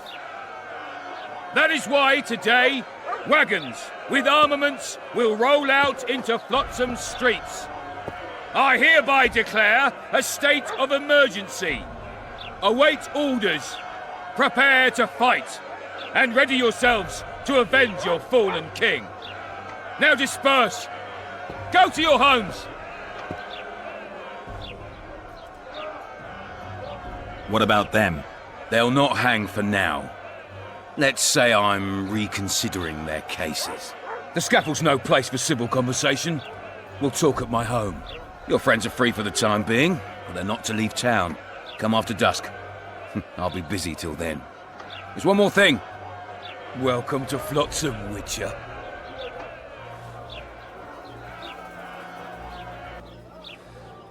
They were really going to hang us. I don't know. I didn't mean to torch that watchtower. Everything's all right, Dandelion. Let's get out of here. Oh, we owe you, Geralt. Thank you. Time to hit the tavern. Come on, Dandelion, you need a stiff drink. And while we're at it, I'll tell you an edifying tale of local hypocrisy that conceals lechery neath a veneer of courtesy. Except nothing can hide the stench. Well, while chaotic, I managed to save Geralt's friends from certain death. What's more, it's nice to have both Zoltan and Dandelion in town, as that gives the Witcher access to more trusted allies. For the time being, my primary objective is to meet with Laredo after dark, the man who's allegedly in charge of Flotsam. Before doing that though, I can indulge in all the town has to offer, aka vendors and the tavern.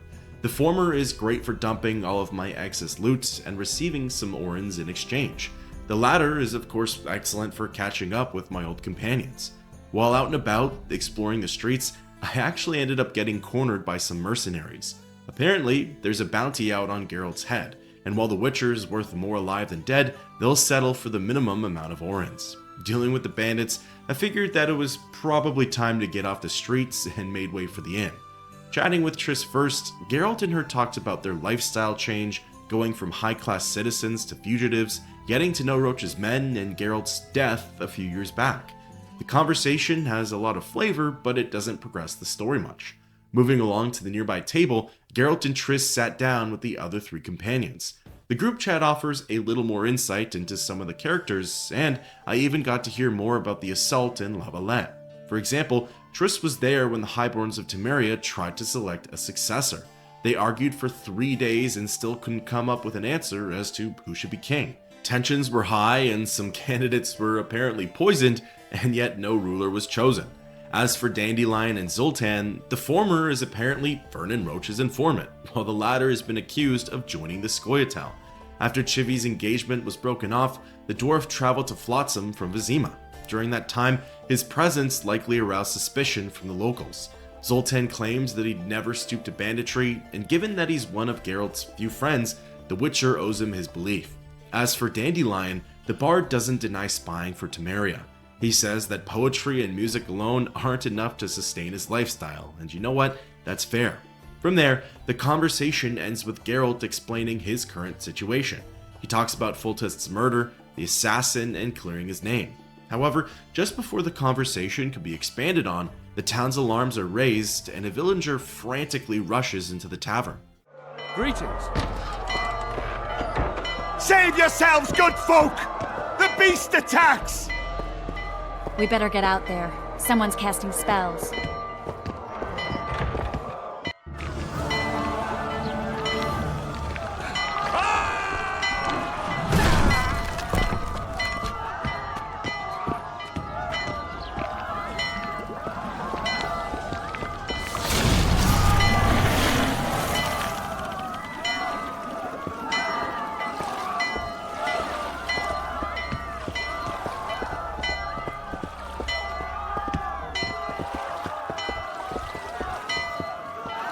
What sort of sorceress are you?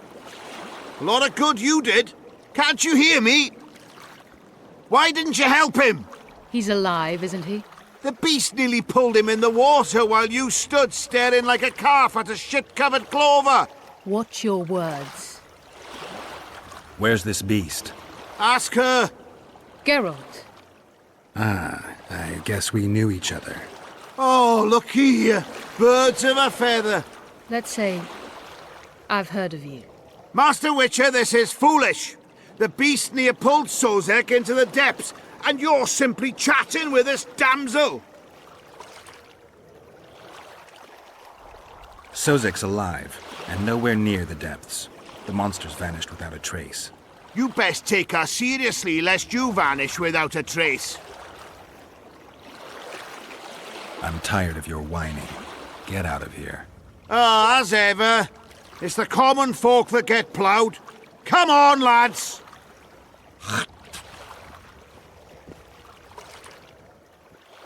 I apologize for interrupting, but I am Louis Merce, and I am chief person in charge of all matters related to monster hunting in Flotsam. It is in this capacity that I must inquire if you're willing to attempt to resolve the problem of our so-called Karen, the beast that now blocks all trade traffic on the river. So, Witcher, are we willing? I usually work alone. I was here first, and I'll not relinquish this contract. My way or the highway, as the locals put it. Fine. Your way it is. You must contact the merchants on the waterfront as regards any rewards. Madame de Tanseville has, I believe, already conducted some preliminary negotiations. That I have. In that case, don't let me keep you.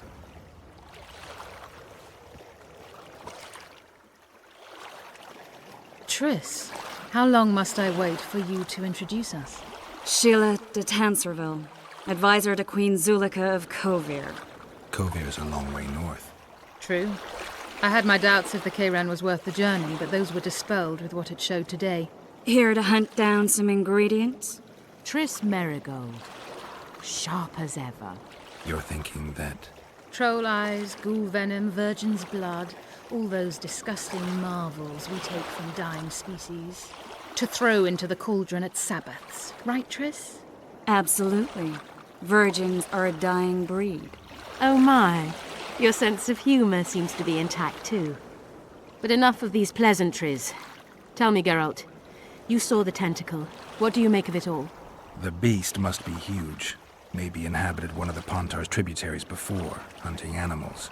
Then it grew for some reason, and hunger drove it to seek fresh pastures. And on the Pontar it found trade barges burgeoning with obese, slow-moving merchants. You're partly correct. Cedric claims the Kayran emerged from the northern swamps approximately 1 month past. Cedric? An elf. Formerly a Scoia'tael. Strange bird. But he knows quite a bit about the area and its living wonders. I need to look around, find out a few things. An investigation. Witchers' rituals, extracting secrets and such. More or less. I'll talk to the merchants about the reward, pay Cedric a visit and get back to you. You'll find me at the inn. I've rented lodgings there, on the upper floor. You know the inn's also a whorehouse. Thanks for the warning. And thus brings on one of my favorite aspects about The Witcher. The main story starts to branch off. There are multiple plot points going on at the same time, but in the end, they all meet back up with one another. Geralt has to embark on different investigations, each with their own unique characters, places, and items. When one trail runs cold, the other usually picks up, and that's what keeps the narrative's wheels turning. It also adds depth and mystery to what would otherwise be a small and simple trading village. Flotsam is about to become way more interesting than it's likely ever been. For now, I decided to work off a first-come, first-served basis. Laredo had asked to see me well before the Kayran had attacked the harbor. Something tells me though that these two quests are intertwined anyway, but I'll only know for sure once I hear out the Commandant. Resting Geralt until midnight, I approached Laredo's residence and spoke with the guards. What? The Commandant wanted to see me. Leave your weapon here. Guard it with care. It's very valuable. Wait, Wolf. I need to talk to the Commandant too. You going inside or not? Listen, friend. I'm an officer and you're a runt. And when I say jump, you will not only... Come on, Roach. A ballista. The bastard's got a ballista. You know the power of this weapon. Its arms strengthened with bronze plates and strung with horsehair. It can propel heavy bolts up to a mile away. Yeah, an experienced crew can release 2 bolts each minute, but it can't hit the same spot twice because it recoils and shifts. I've heard that somewhere before. Where did you learn about ballistae? I knew someone who knew a bit about them. Unimportant. We need to damage it if we don't want to be at Laredo's mercy. They're all drunk here now. I'll provoke the guard. Relax, Roach. I don't want to fight this rabble again. As long as that weapon's operational, no one will sail this section of the Pontar without Laredo's express permission. I'll handle this. Go have a drink. Certainly an interesting observation by Roach. That ballista could absolutely tear through any riverboat that's sailing to and from the harbor. Is it really a top priority to try and jam the weapon though? For me, not really. However, if it makes Vernon feel more comfortable, and if it adds drama to the game, I could certainly try. Laredo's busy with that witch Sheila. Come back later. Geralt, let's wait downstairs in the yard. How did you plan to get rid of the guard by the ballista? I have my ways. But you wanted to do it alone, so go talk to the buffoon. Do we wait until the Honorable Lady is done with the Venerable Hick? Waste of time. Looks like a good number of Flotsam's town watchmen are here. We should look around. Did you see that arbalist behind the house? I'll get his attention. Give him something to think about. Why don't you find out what they're guarding so closely? My apologies, gentlemen. I could not help overhearing your conversation. What do you want? In point of fact, it's a matter for the Witcher. I have an offer. An offer? Interesting. I suspect you did not come to Flotsam for pleasure alone. You suspect right. Do you know about the monster in the river? Might have heard something. I expect someone will hire you to deal with it sooner or later. Thus, I presume that... Stop presuming, expecting, and concluding. Just tell me what you want. Our honored host is in possession of part of a trap, built especially for the beast in question. Go on. Around back, there's a storage area where Laredo keeps the treasures he confiscates from merchants and travelers. There are heaps of things out there. Let me guess. You know exactly where I need to look. Precisely. I saw Laredo's men carrying the contraption across the garden in a crate. They placed it on a platform by the wall, beyond which lies the craftsman's district. Why are you telling me? Why? We need to be rid of the beast as soon as possible. Good luck. All right. I'll distract the guard. You sneak behind the house. Brilliant as ever. So, to be honest with you all, I didn't do so hot in this segment. I had a string of Witcher L's that I took here. As Vernon did his part and distracted the first guard, I was able to sneak past the second. However, like a troll in the garden, I just sort of bounced up to the third. He caught me red-handed, and that put an end to the whole Kayrin trap arc. Furthermore, as you'll see soon enough, the failures did not end there. In Flotsam, we cut the hands off thieves. I was looking for the privy. You're lucky the Commandant wants to see you. Come on! Commandant, sir. We caught the Witcher sneaking around the garden. Bring him in and leave. Yes, sir. We were just discussing a certain matter. You here on business too? The Commandant wanted to see me. In that case, I shall leave you to it. Finally! They didn't want to let me in while the sorceress was here. Did you see her? Made up like a whore on parade day. They think they can do anything, those sorceresses. I heard what happened in Temeria. You know your name's on a warrant. It's unfortunate, though nothing that should impede our dealings. See, I'm the law round here, and the law needs to know what the legendary White Wolf's doing in this cesspit. I'm looking for the man responsible for Foltest's death. Here? I know the Scoia'tael had a hand in it too. It's their trail I followed to Flotsam. Lucky you found Bernard Laredo then. If you're telling the truth, your vet's got raw blood on his hands. I can help you find him. What about Vernon Roach? Why didn't you let him in? Roach? Know the aura that surrounds him? Men like him act first and think later. And when they act, almost inevitably innocent blood flows. I trust you're on our side. Whose side is that? That of the people of Flotsam, of course. Terrorized by the elven bandits for years now.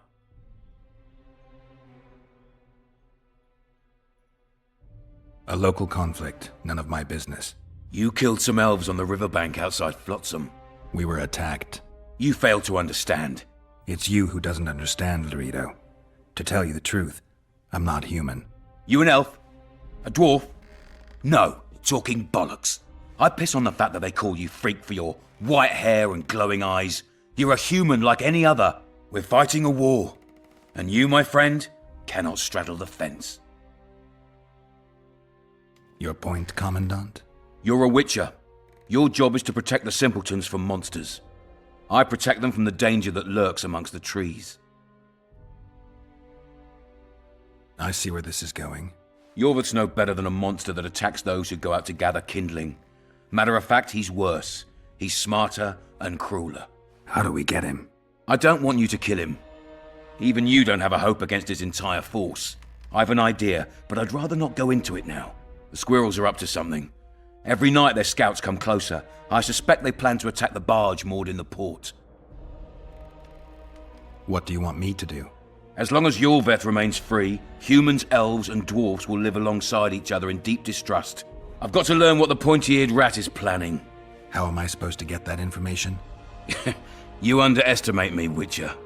True, I have my prejudices, but I'm not blinded by them. Take your friend Zoltan, for instance. He contacted Yorveth. How can Zoltan help if he can't go outside the walls? Step by step, Geralt. That's how you build trust. You could start by tending to a problem we have. A beast. The Kairan has blocked all boat traffic. I'm losing tolls. That is, the trading post is losing revenue. Kill the Kairan and I'll declare your friends acquitted of their crimes. Then Zoltan can take you to see Yorveth. I'll see what I can find out. You stir up storms wherever you go. I actually believe you'll bring peace to Flotsam. Don't disappoint this town, Geralt. Farewell. While cagey and clearly hiding something, the Commandant doesn't seem to be that unreasonable. He treated Geralt like a person, so there's that. He cares for Flotsam, and it seems like Bernard might have the people's interests at heart. Obviously, I don't know much about him, so the jury's still out for his character judgment. Of course, his comments about losing tolls with the ports was quite strange. Company that with the ballista and all those confiscated goods out back, and I have a sneaking suspicion he's shaking down traveling merchants. For now though, that's just a loose accusation, so I'll have to see if anything more comes of it. Unrelated, but Laredo keeps doubling down on Zoltan's connection to the Scoia'tael. It's enough to where I'm now double guessing his honesty too, but again, I have to give him the benefit of the doubt. He's Geralt's friend, and I think he's owed that much. In any case, leaving the Commandant's residence, Roach was waiting for me outside. He never received an audience with Laredo. It seems like at this point, neither man trusts one another, hence the whole suspicion with the ballista. Speaking of which, my second Witcher L comes from actually leaving Bernard's place. I had completely forgotten about the ballista, and exiting his residence, I ended up failing that portion of the quest. I can no longer try and disable the weapon. That means that Laredo can still use it for whatever purpose he desires, and I'm just hoping that won't come back to bite me in the butt. In any case, my previous suspicions were right. While there was a lot more to the conversation with the Commandant, his first task for the Witcher was to kill the Kairan. Where might you be going? What kind of question is that? Anyway, know where I can find an elf named Cedric? Don't get involved in this. You did turn pale when we met Sheila. You must have imagined that. I know you too well. Sheila's one of the most powerful sorceresses. That's no reason to fear her. She can't be trusted, in my experience. I know her to be devious and manipulative. Any proof? She's well aware you lost your memory, yet pretended she didn't know. And why would she do that? I don't know. Her true intentions have always been hard to fathom. I'll see if I can't learn what they are. How? I'll go hunting with her, right after I find Cedric. Well, then let's go see him. He should be at the top of his observation tower. Geralt isn't wrong. Triss did seem uncomfortable around Sheila. I don't know if that could be chalked up to old-fashioned sorceress rivalry, or if Triss knows more than she's letting on. I brought it up not long ago, but it wouldn't be the first time she's withheld information from Geralt. In any case, walking on ahead, I was able to find Cedric in the nearby watchtower. In Belk. It'll be nearly a year now. Moril would delight in a day like this, Saharan. Enjoy the memory of her. Don't wallow in the longing. I try. I do. But I cannot believe all the bad blood this disappearance has bred. Don't let other Shay poison your memory of her. Hatred is but an outlet for helplessness. Thank you, Cedric. Vafael. Vafael. Approaching the elf, I made his acquaintance and asked my questions about the monster. Are you Cedric? Who asks? Geralt of Rivia. Ah, the Witcher. And? Triss Marigold. Lovely scent, Triss. Cedric, look at me. What do you want, Geralt of Rivia?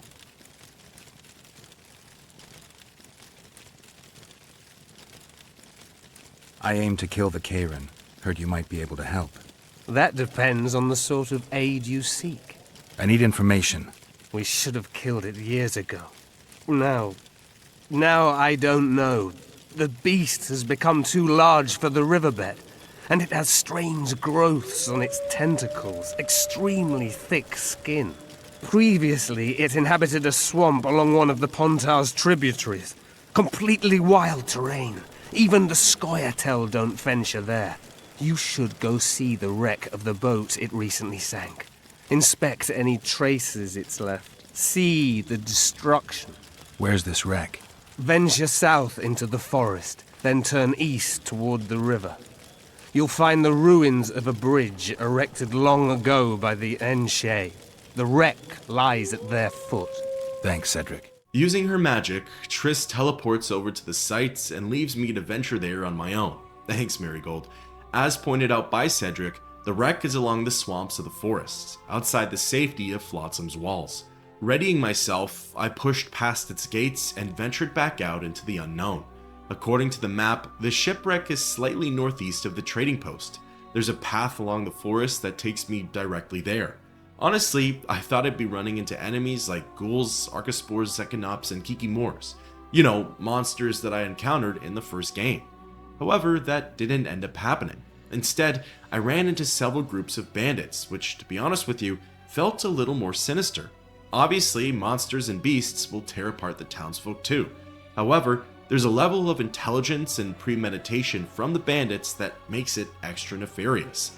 They probably know that the Karens blocked all river access, and that Yorith controls the surrounding forests. What do they do with that information? Set themselves up on the only other path that leads out of town, murdering, stealing, and doing Melitelli knows what to anyone who crosses through. It's a dark, thought-out plan that really only humans could come up with. In any case, joining back up with Triss, we arrived at the scene of the wreck. Making our way to the swamps below, Geralt immediately notices something peculiar in the mud. See those footprints? Yeah, strange place for an evening walk. Unless you're looking for adventure. Someone else has been here recently, but besides those footprints, there's no other signs of life here. Well, intelligent life, that is. Crossing through the swamps, myself and Marigold are immediately set upon by drowners. I talked small game of them earlier, calling them low-tier enemies and pawns. However, I will give them this. In groups, they can be quite the challenge. In fact, without a designated group-style combat stance, I actually find it pretty tricky to engage with more than one opponent at a time. While I'm swinging at one of them, another will approach from a different angle and catch me off guard. While unfortunate, it's not too big of a deal, and I'm sure that as time goes on, I'll learn how to handle a variety of encounters. When the drowners were taken care of, myself and Triss approached the Karen's lair. It was covered in a thick layer of mucus which concealed most of the contents. However, Marigold was able to run a diagnostic on the bodily fluids, and that ended up telling us a lot. This monster's sick, Geralt. It's dying. How much time does it have left? A few years? Perhaps a decade and change? Too long. What's wrong with it? Any information could be useful. The diagnostic spell showed that some of the cells in its body have mutated. What else? The Karen's highly venomous. Any ideas for an antidote? Your Witcher's metabolism should neutralize small doses of the toxin. But if I were you, I wouldn't rely on my mutations alone. An Ostmark potion should do the trick. I know the herb, but haven't the faintest where I might find it around here. I need to figure out how I want to fight the Karen. Maybe I won't need the potion. Do what you will, but don't say I didn't warn you. Sheila might be eager to get this done, but before you go see her, ask some of the locals about Ostmark. You could try Cedric. Here's the formula for the potion. I need to take care of some things. Manage without me for a while? See you. According to the quest update, I should have enough information to take on the Karen. I was told of the monster trap in the courtyard. I know that Osmark will help fight its venom, and when ready, Sheila will accompany me in the upcoming battle.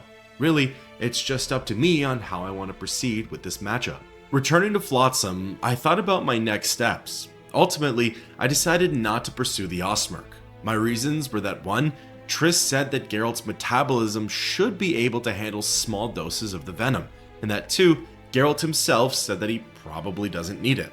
I understand the Osmark would give me an extra edge in battle, but if the game presents it as optional, I think I'll pass. Trust me, I know it's not the smart decision, but it's the one I went with.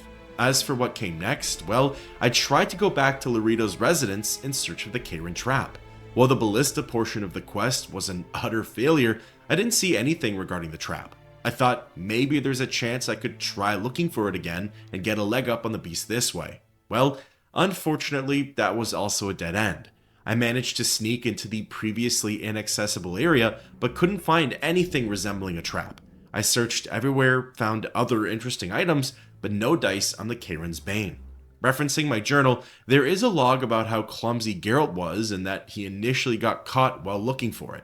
I guess maybe that's the soft cue that the moment's passed. Looking it up after the fact, I learned that the trap was a metal frame and that Cedric the Elf apparently sells them too. It makes me feel a little better knowing that this wasn't a one-off, totally unique tool, but still I should have done better. In any case, abandoning my search, my next order of business took me to the merchants on the waterfront. A witcher doesn't slay monsters out of the kindness of his heart, and Geralt needs to make sure that he's getting paid. What do you want? Heard you have a problem. Ah, if only we had just one. Highways washed out, forests full of bandits, a river beast blocks the port, and tolls at a rise. Can't help with the tolls, but the monster's a possibility. A sorceress said the same, but we've yet to see any results. She's asked me to work with her. And who's to pay your wage? That's what I'm here to discuss. The sorceress was to manage alone. You can split that reward if you wish. Well, we're managing it together now, so as I see it, you should double the reward. You jest! You'll double what you offered Lady de Tanzerville, because that's what the contract's worth. So be it. I assume you to be professionals and worth every last copper paid to you. It's a deal. Now tell me what you know about the beast. You're the Witcher, damn it! I've no knowledge of these things. Who could tell me more? That ploughing elf, Cedric, most probably. He's supposed to know all about monsters. Now leave me be. So, technically, a matter of price was supposed to lead Geralt to Cedric, and I'd assume that's when the elf directs the Witcher to the wreck. Everything's pretty much come full circle. Of course, I could have still approached Cedric and asked about the Osmark. Plus, there's also the metal frame that I could have purchased, but really, I was just too eager to take on the Karen. Call it bravery and skill or overconfidence and arrogance, but I was ready to get the show on the road here. My second last stop for this hunt involved heading to Sheila's room at the tavern. It was time to give the sorceress the go-ahead. Witcher, I've been awaiting you. We need to kill a monster that sinks boats. Afraid? No, but I suspect we'll need to draw it onto the shore. Leave that to me. I can't wait. I bet it's something spectacular. Believe it. You'll do the honors. The honors? Once on the riverbank, you'll kill him, her, whatever it is. What's that? It looks impressive. A megascope. What does it do? Many complicated magical operations. It allows me to communicate with other sorceresses, for instance. I never expected to see you at Laurito's. Whereas I was sure you would show up there. The Commandant is terribly jealous about his small trading post. Anyone of import is summoned to hear him out sooner rather than later. What did he want from you? That is my concern, certainly none of yours. We're not a tandem, Geralt. We'll kill the Kayran together, but that is all. I've got everything I need. Let's go. Excellent. Ready? Are you wearing makeup? We all have our rituals. From what I know, Kayrans are colorblind. Enough, Geralt. Time to draw the beast out of the water. Got an ace up your sleeve? I always do. Don't get eaten, and we'll soon both be heroes. I hope you're right. Arriving at the battle site, we're back at the Kayran's lair. Sheila goes over the plan again with Geralt. She's going to use magic to draw it out of the water. As soon as the monster makes landfall, it's my time to shine. Presumably, Sheila will continue to use some of her magic while I'm face to face with a literal kraken. I guess we'll find out once the fight begins. Popping some potions and applying runes to my sword, I began my descent into the swamps. Reaching the lower shelf, the sorceress started to lure in the beast.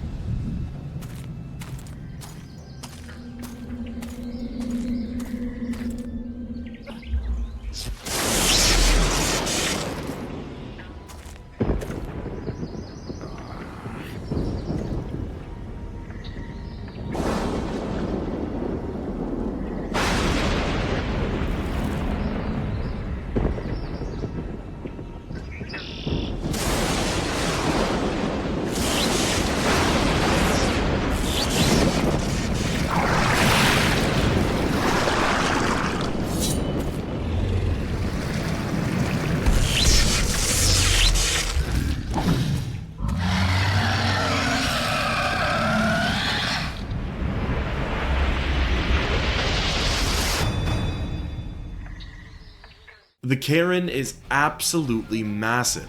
This thing was so much bigger than I thought it'd be. Cedric was right. The folks in Flotsam should have killed this monster a long time ago. I would say, who knows if the combined might of a Witcher and Sorceress can even do it, but that's exactly why this is an event in the story. Honestly, the battle with the Kayran humbled me. I died quite a few times here. The fight itself wasn't even that tricky. It was phase-based, meaning I couldn't just outright attack it. I needed to perform a few other actions first.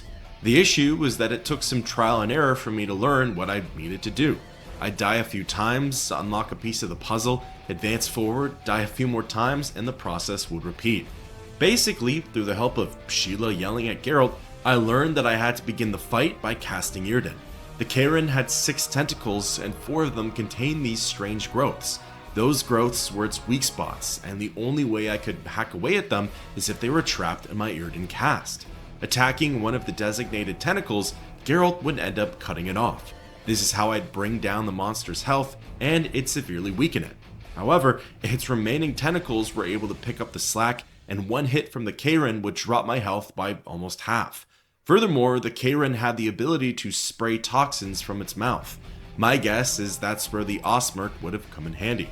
Although, the swallow that I popped right before the fight was able to counteract the poison, so that ended up working out well for me. The final phase of the matchup was Geralt hanging onto one of its tentacles while the Kayran tries to throw him across the swamp. The commotion causes the rest of the bridge to fall on top of the monster and ends up trapping it. My first time reaching this part, I had no clue what to do and ended up dying from electricity that I think was brought on by Sheila, so thanks for that one. However, my second time reaching this stage, I took a different approach. I scaled the downed bridge, charged the Kayran from the higher ground, and then launched my final assault.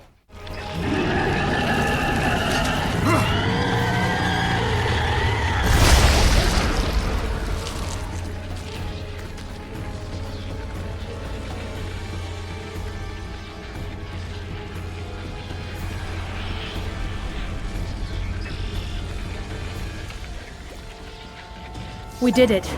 Not a bad fight, wouldn't you say, Geralt? Are you all right? I'm fine. I've used up much of my energy, so if you needed help... I've learned to help myself. A sorceress worried about me. Should I be scared? Playing it tough, like every Witcher. I had no idea it'd be so big. Triss was right. It's mutated. Magically induced. I must get to work, collect the most valuable ingredients. What a shame so much will go to waste. Forgive me. Time is of the essence. Farewell, then. Don't forget to collect the reward. Oh, I won't. and that ends up solving Flotsam's Karen problem. Looting the beasts, I received a whole care package of interesting ingredients, samples, and even a trophy. With the river monster dead, the ports can reopen and trade can resume in the small village. Furthermore, with my end of the bargain complete, I can collect Geralt's reward, use Laredo to get to Yorvith, and confront Foltest's assassin through the Scoia'tael. While it all sounds straightforward, something tells me that like most quests in this game, I should expect at least some roadblocks, detours, and even betrayals. We'll just have to see what surprises The Witcher 2 throws my way. With the Karen dead, I'm free to leave the swamps and can make my return to Flotsam. It was certainly a tricky battle, but there are going to be much tougher fights on the horizon. Similar to The Witcher 1, I need to stay on top of my talents and upgrades if I wanted to maintain proper pacing. So far, so good, but really, the game's just begun. Reaching the village, the first thing I did was cash in on my reward from the merchants. It was a simple interaction and the job was worth every penny. After that was done, Triss ended up finding me in the streets. Well, well. How's the Commandant as a host? It's people like him who might help us. Or put us in shackles and throw us into the river. He told me they're keeping Scoia'tael prisoners on a barge in the port. Did he mention if Kieran ep Esnalen, Yorvith's right-hand elf, is among them? No. He may know something about the Kingslayer. Let's pay him a visit. For now, further developments with Laredo will have to wait. A lead on Yorvith is a lead on the Kingslayer, and I don't know about you, but that's currently what I'm most interested in. Following Triss, we confronted the ship's guards and asked for passage. What do you want? To speak with the wounded prisoner. No one's allowed. I'm here on Commandant Laredo's orders. I already cut a deal with you, but... So get out of my way. He won't tell you much. He's dying. Boarding the ship, Triss and I went below deck and entered the barge. We'd end up spotting our target on the far end of the room. However, the guards were right. Kieran had seen better days. You'll fall asleep forever any day now. They beat him bad. He's got at least a dozen fractures. I'll need your help. What do I do? The spell I'm going to use is painful. It could kill him if he thrashes around. I'll use the Axii sign to calm him. Perfect. After misusing my magic and almost becoming a fugitive again for different reasons, I found the proper Axii prompt and attempted to hold down Kieran while Triss worked her magic. It's no use. You wish, Horson. I'm no traitor. He's raving. Vadgun? Where am I? In Flotsam, on the prison barge. The convict's barge? I'm done for.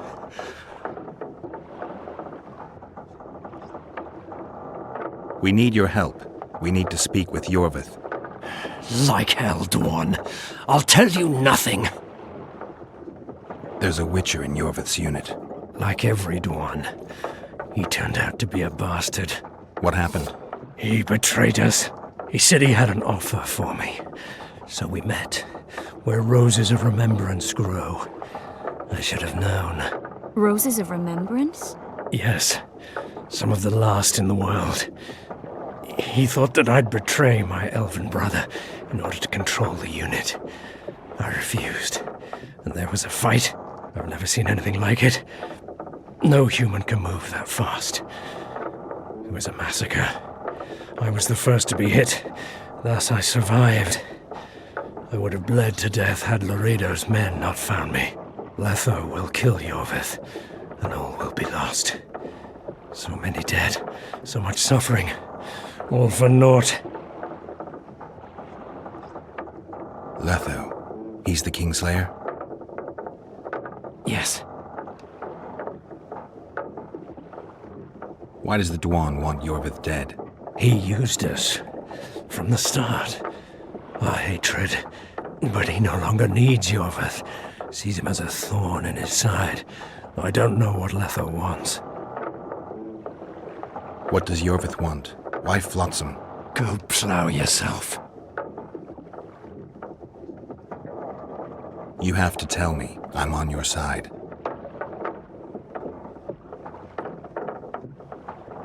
Dwan magic tricks will never make me turn traitor. In that case, I'll ask Yorvith himself. I'd like to see that. We got what we came for. What now? Yorvith. What if Yorvith already knows? I've got an old saying all ready for him. My enemy's enemy is my friend. Warn him, Gwynblade. Yorvith fights, for that is what he does best. He's Enshe, a real one, a free one. Among the last.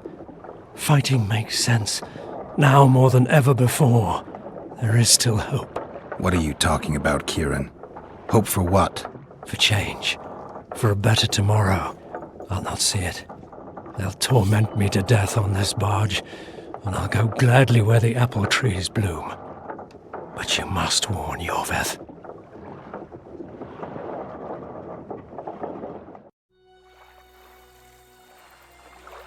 Yennefer told me that Ciri has departed for good. She inhabits another world and is happy there. Before she left this one, she gave us the Isle of Epilogue, our island. We stopped counting time.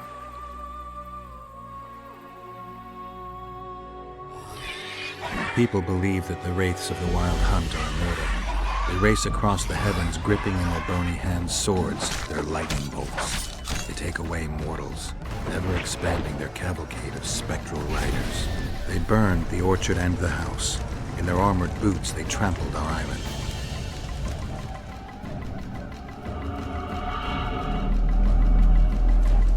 And they made off with Yennefer. I had to get her back. Return to reality. Return to the Witcher's path.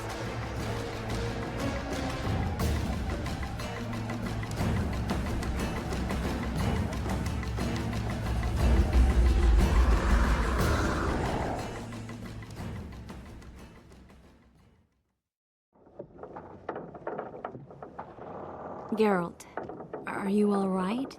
I've been to the Isle of Avallac'h, among the apple trees and the mists.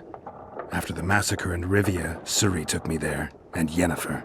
The Wraith Riders kidnapped Yen, and I pursued them. But... Triss, this is important. I feel like everything's coming together. When the Witchers found me barely alive a half-year ago near Kaer Morhen, I was fleeing the Wraiths of the Hunt. They continued to pursue me, in the outskirts, then in Vizima when I killed the Grand Master. Now I know it was no coincidence. Kieran mentioned roses of remembrance growing somewhere near here. Cedric claims likewise. If that's true...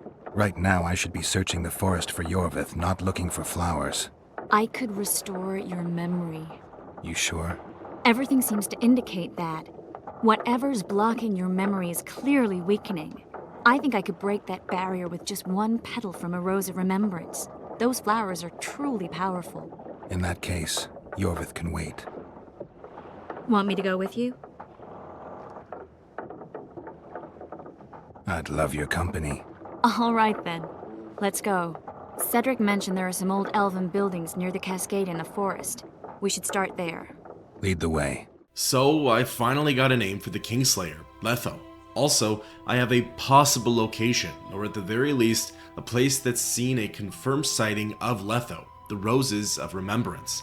It just so happens that this is the very same garden myself and Triss are headed to now, so who knows?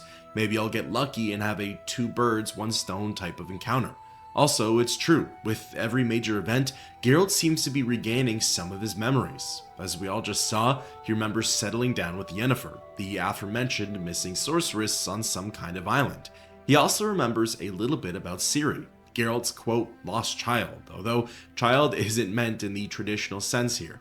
In any case, the Wild Hunt attacked the island, it seemingly kidnapped Yennefer, and evidently it's been pursuing Geralt ever since. While there's still a lot of missing information, Geralt is starting to piece together his past, and that could help greatly when it comes to Letho as well as his destiny. On the way to the garden, myself and Triss came across a variety of new monsters. These were more or less the creatures I had expected to face on the way over to the swamps. These new foes included giant insects called Endriga and humanoid monsters named Neckers. The Neckers are essentially land drowners, as they burrow themselves in the ground, feast on the living, and attack in groups. Again, both types of monsters weren't that tricky to deal with, but they would end up being a sign of the game's slow escalation. I think we've arrived. The cascade, the menhir. We need to take the path leading upwards. Gardens in the middle of forests. Those elves really like to complicate things. Stop whining. It's not far now. Taking the lead, I began my ascent to the garden. The rest of the path was void of resistance, and it didn't take Geralt and Triss all that long to reach the roses. Along the way, Triss spoke of Cedric and his account of the Rose Garden, while she described the grounds as a beautiful place of elven legend and the elf as an oracle with potential.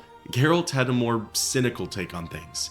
He said legends often leave much to be desired, and that Cedric drinks to relieve himself of said visions.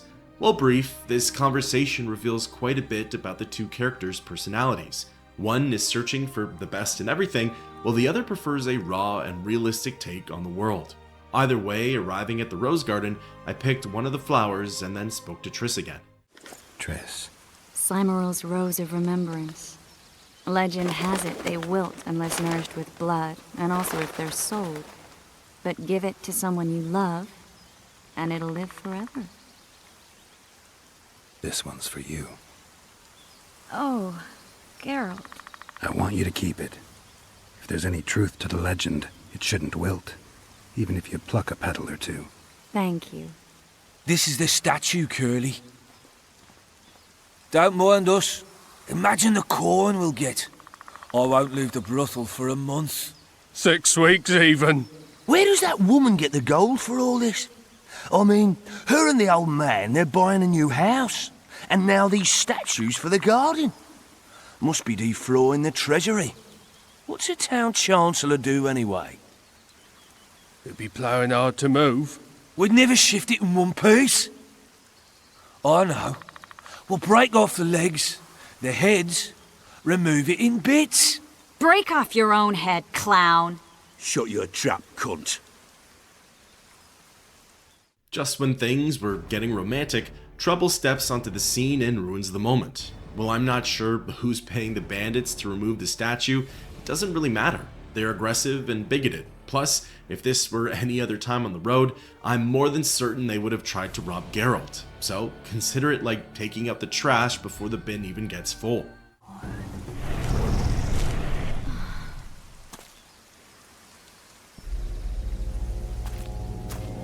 Watch out!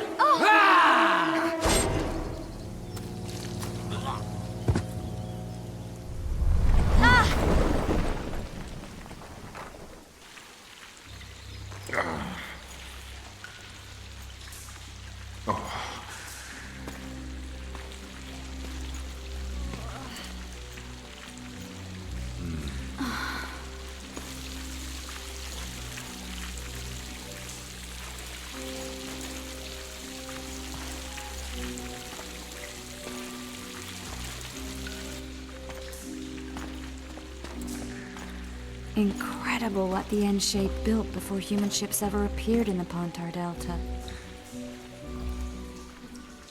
Elves possess a sensitivity humans can't ever hope to acquire. From here, Geralt and Triss go on to discuss the fact that they're trapped. Wandering around the bathhouse, there are no exits, entry points, or cracks and breaks in the walls. For the time being, the two can't leave. There's not much for them to do in here, and given that my next instructions were to simply talk to Triss, I knew exactly where this scene was heading. Looks like we're stuck. Well, there must be another way out of here. Why are you looking at me that way? Do I have something on my face? What's going on in that head of yours, Witcher? Oh, you know. Stuff. You could use a bath. So could you. I know I complained about the censorship before, and this one's entirely on me. This scene was quite long too, so I just decided for editing's sake that I'd cut out most of the raunchy scenes. At some point during their bath, the camera pans back out to the top of the garden. Some Scoia'tael warriors have arrived, and they've come across the bodies of the bandits. Due to the markings of a Witcher's blade, they believe this to be the work of Letho, the Kingslayer. The non-humans don't stay here for too long. However, one of the elves recounts the story of Eldan and Cymoril. It's about the fate and destiny of two lovers. The joke for this scene is that sometimes visitors of the garden can still hear the passion from Eldan and Cymoril. As the party leaves, the dwarf overhears Geralt and Triss. This throws him for a loop, and from the look on his face, he might start to believe in more of the elven legends. However, if you were to look deeper into this, the scene could be symbolic of the bond between the Witcher and the sorceress. We should take walks more often. For a while there I forgot all about Flotsam, the Scoia'tael, the Kingslayer, the whole world, really. Nice to know I still have that power. I need time to devise the spell. It could take as much as a few days. What do you plan to do while you wait? I'm going to meet Yorvith. Well, don't get yourself killed. That'd be pretty stupid now. What are you getting at? You're about to recover your memory, which will give you a whole new perspective on things. We'll learn what happened to Yennefer. Uh-huh. And you expect me to drop everything and tell Roach, hey, it's been great, but I've got places to go and people to find? You know, you could. I mean, you don't really owe him anything. I'm just afraid you'll get caught up in something and you won't be able to back out. Yorvith's a sly old elf. He's been fighting humans for a full century at least. This Letho is no common bandit either, and I shudder to think who put him on the warpath. It's a mire, Geralt, deep and hungry, and it could swallow you whole before you know it. It possibly already has. I want you to know that I'm prepared to travel to the end of the world with you to save Yennefer. I owe you that. I owe her that. I'm prepared to drop everything. The trappings of court life, politics, the regicides. I could even live at Kaer Morhen. It's up to you. Triss. Let me finish. I can only say this once. If you want to go alone, I'll understand. And I won't try to persuade you otherwise. Honestly, I wasn't sure if this was some sort of trap question or a way to force Geralt's hand into something else. However, I do think that him and Triss make a good team, and I wanted her help in the upcoming events. I can't know what the future holds. I don't know what else is hidden in my mind. But whatever it is, whatever happens, I don't want to lose you. I'd have to be an utter fool and complete ingrate to let you go. That's kind. Thank you. Does that mean we're leaving the regicides to Roach and tending to our own matters? Again, another possible game-altering decision. However, like I said before, as of this moment, I'm more interested in Letho than I am in finding out about Geralt's past. Plus, they're likely intertwined anyway.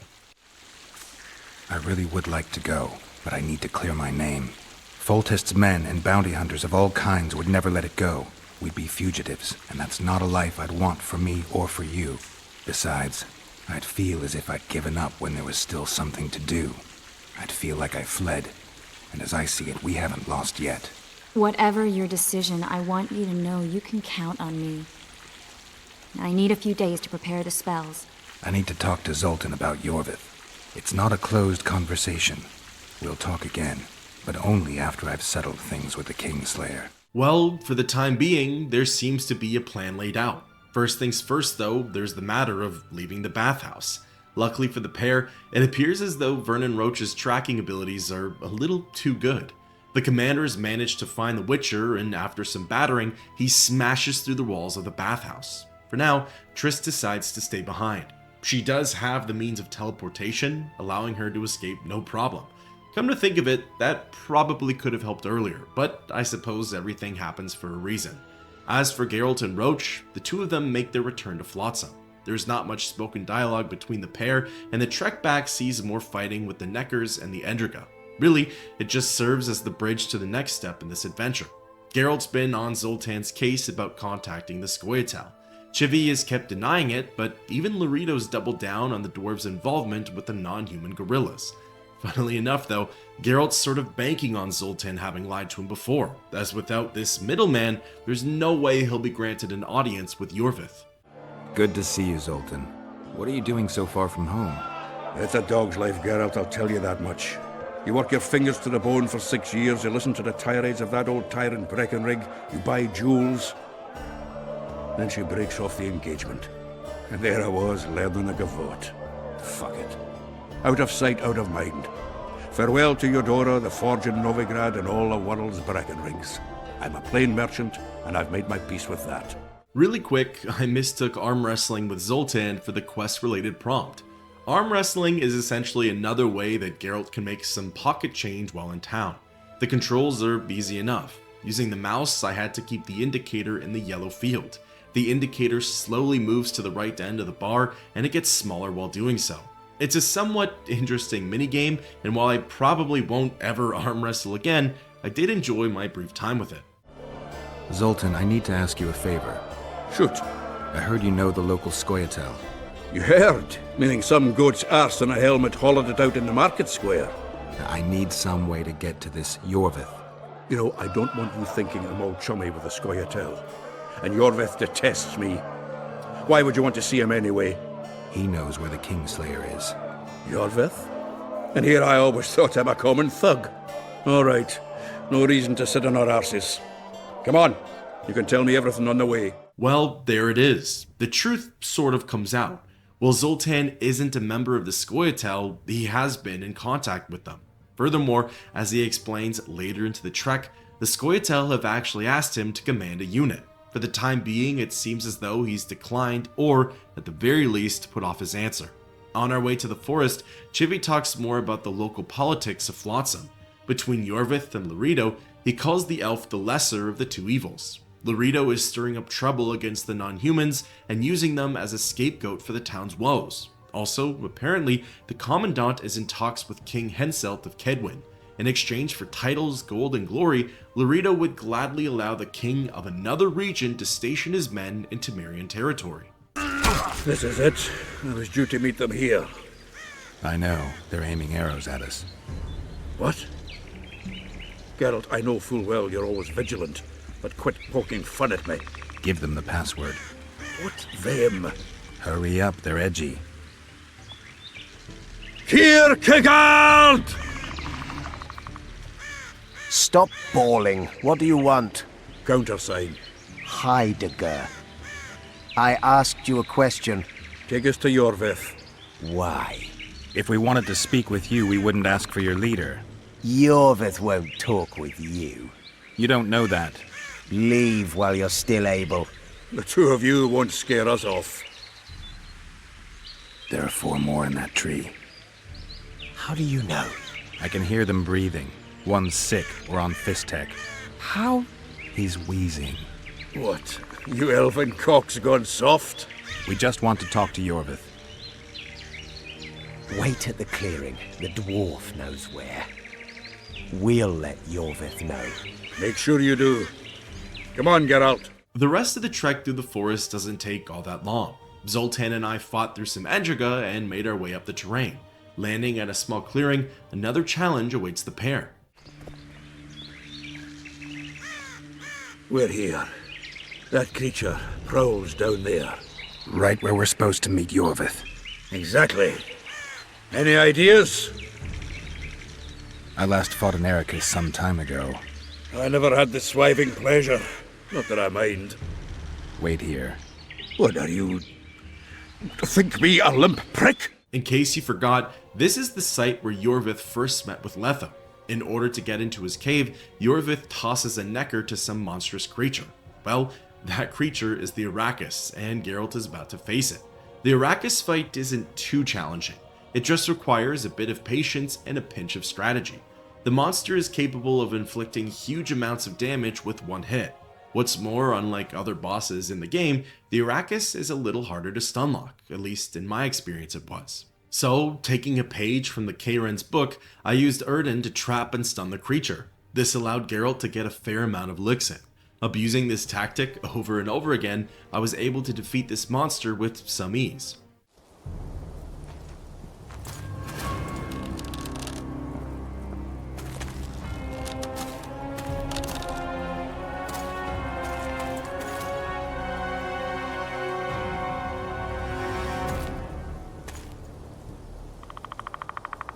A lovely show, Gwynblade.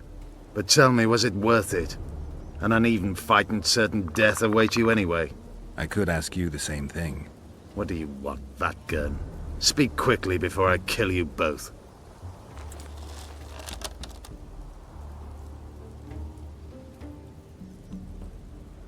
Letho betrayed you. He wanted to make a deal with your comrade, Kieran. Kieran Ep Esnillan is dead. 2 weeks ago, his warriors were ambushed and killed. You should invent better lies, Gwynblade. He's on the barge, wounded but alive. He turned Letho down, and his unit paid the ultimate price. If you speak the truth, Letho will die. But words alone are not enough.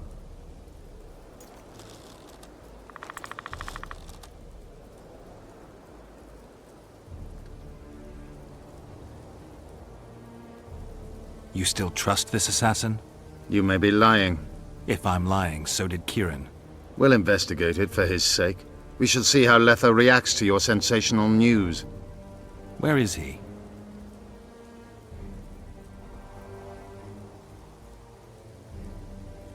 The ruins of Kelmerwed. For some reason, he likes the place. My unit will cover us. Ready? Why did you want Foltest dead? He might have appeared charming, but in reality he allowed the elder races in Temeria to be oppressed. He was like Old Dwan, but his death has more significance.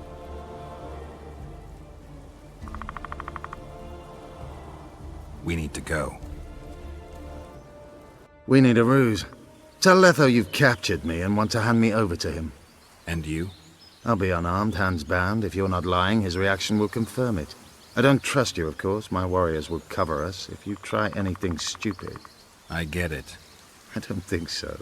Do anything stupid and they'll tie you down on an anthill, face-coated with honey. You'll scream so loud even the storm riders will hear you.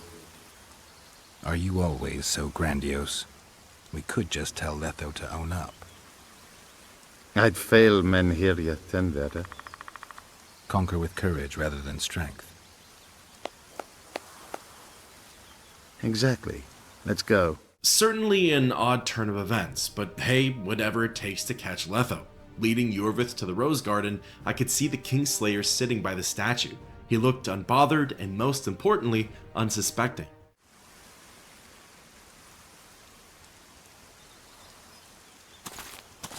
Geralt of Rivia, what's the meaning of this? I'm here to negotiate. Yorveth, the woodland fox, caught at last. I underestimated you.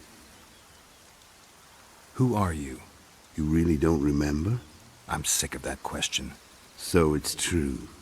And here I feared that you would ruin it all. I am Letho of Gullet. I'm a Kingslayer. Joke's over. Unbind me. Tell me who you're working for, and the elf is yours. We work for ourselves. We? The Kingslayers. Demavend, Foltest? Who else? Who the hell are you? We've met, Geralt. Do you remember? No. I'll never forget it. You saved my life. White Wolf. We fought side by side. Now we'll cross blades. This wouldn't be necessary if I'd killed Yorveth first. Surret and orcs will drown in their own blood. Oh, I don't think so. My men will finish their task long before the Scoia'tael in the Pontar Valley realize you're dead. Surret and Ox. Who are they? Kingslayers the Scoia'tael are assisting in the Pontar Valley, in Upper Edirn. I wondered what a human was doing among the Scoia'tael. My enemy's enemy is my friend. Know the same? The Scoia'tael are my brothers in vengeance. I don't see any other way to do this. Draw your sword. Enough of this farce! Vedrai, Enlay!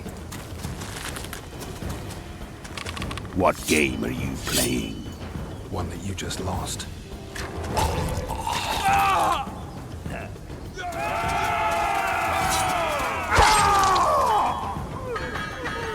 Give me my sword.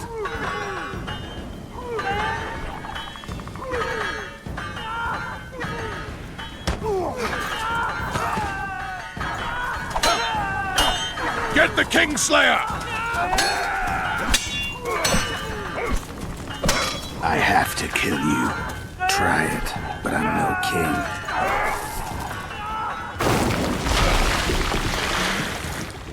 Such a pity we're on opposite sides.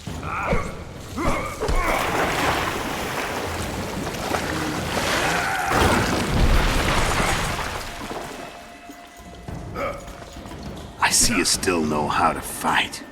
I'm not sure if Vernon Roach ruined everything or saved the day, but I'm leaning towards the former. In any case, the talk with Letho revealed a little more information. He's working with two others, Aukis and Seret.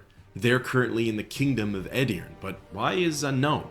The king there is already dead.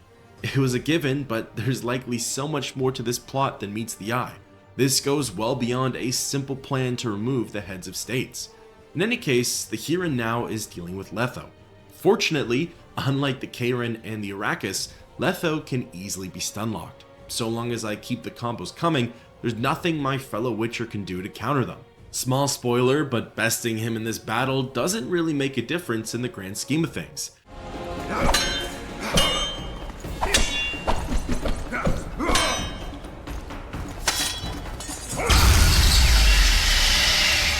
A Witcher and a few elves are enough to kill a king? You've no idea how many people were eager to help us. You really think they will all keep quiet? Yorveth's time is running out. The others will be judged and condemned for sowing chaos. So, why? You were one of us, Geralt. You saved us. Now we're even. Your witch is good with magic. Think she'll be able to teleport me to Edirn. If she behaves, I won't harm her. I'll find you. See you in Edirn, then.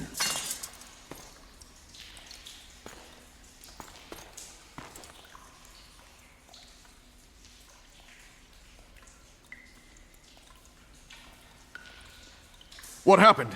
Where is he? Where's the Kingslayer? Fled. Yorveth? Captured. My men have taken him to Flotsam. The Kingslayer may attempt to spring him from prison.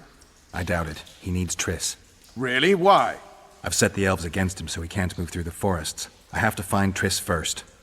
Follow me then. The story advances after that nail-biting matchup. Yorveth has been captured by the Blue Stripes. This is great for Flotsam as it knocks the Scoia'tael down a notch.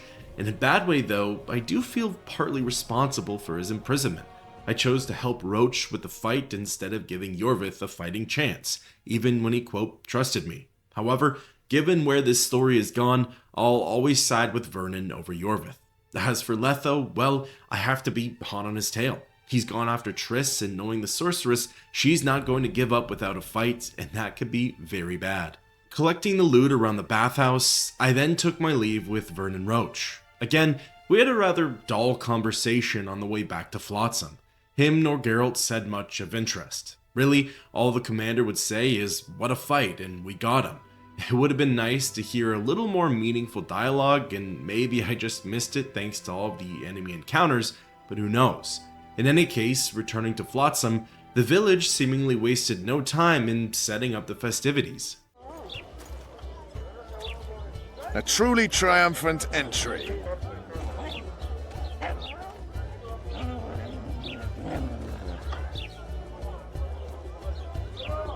Long live Witcher Geralt! Long live Vernon Roach! Here's to you, noble lords! Long live Temeria! It seems we've given the Commandant occasion to throw a feast. Open barrels of the best wine! I want to see whole hogs on spits! I hereby declare a holiday! Celebrate, my lords. Today's my treat. No innkeeper or wench will take a penny from you. Here's to our heroes! Have a drink, Witcher.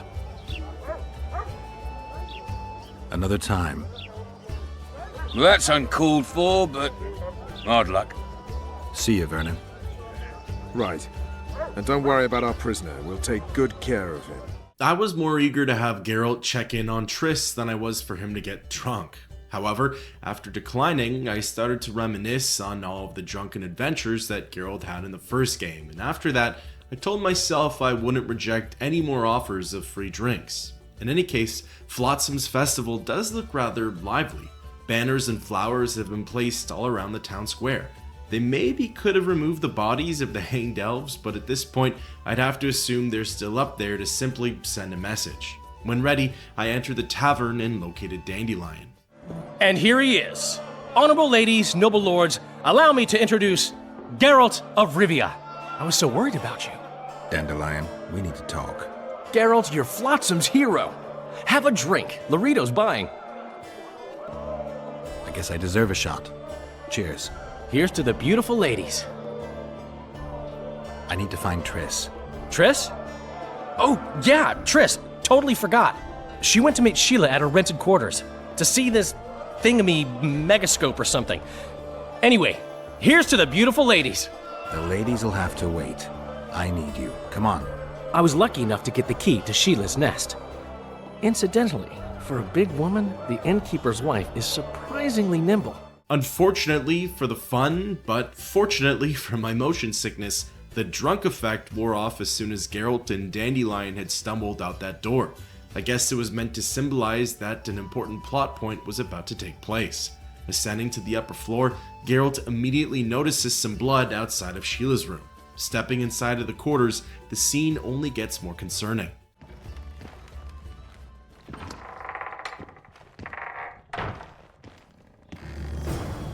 Not good. Don't just stand there. We need to look for clues. Sheila's room was thrashed, chaotic, and disorganized. All of her magical equipment was thrown about, and there was even a corpse in the room with Geralt and Dandelion. The body was the sorceress's bodyguard, but given that his neck was snapped and there were no other wounds, the blood belonged to someone else. Looking around the room some more, I stumbled onto a lead that could possibly give us some more clues. Dandelion, look. What is it? A peephole. Someone might have been spying. The brothel's behind that wall. Maybe the madam saw what happened. Let's go. Exiting Sheila's room, myself and Dandelion rushed into the quarters next door. The brothel seemed rather ordinary. The chaos hadn't leaked over to this side of the tavern. However, interrogating the worker, Geralt was able to learn more about the scene on the other side of the wall. Welcome, Dandelion. You're in luck, freebies today, but you still have to pay for a tag team. Durai, this is Witcher Geralt. We just want to talk. Tell us who used this room most recently. Margot and me. Margot? The madam. What is it you want? Triss Marigold. Red-headed sorceress. She was in the next room. Do you know what happened to her? We weren't spying. I know nothing. There's no need to be scared. Just tell us what you saw. I know you looked through the peephole. Margot was nervous about the holiday. She told the girls to give freebies today. Then she took me to my room and we made love. Just as I was, well, we heard voices and Margot started spying. It was the sorceress and Cedric. Are you sure? Yes. We started fighting for the peephole, but finally Margot let me take a peek. Triss said she was going to see who the Ice Queen had spoken to recently. She approached the mirror and whispered something. There was a flash and a terrible-looking man popped out of the mirror. What did he look like? Like a worm. A hungry old worm. Huh. I wonder... Triss was aghast, and the worm said, "Why so pale, Marigold? Have you seen a ghost?" Then he smiled maliciously, and...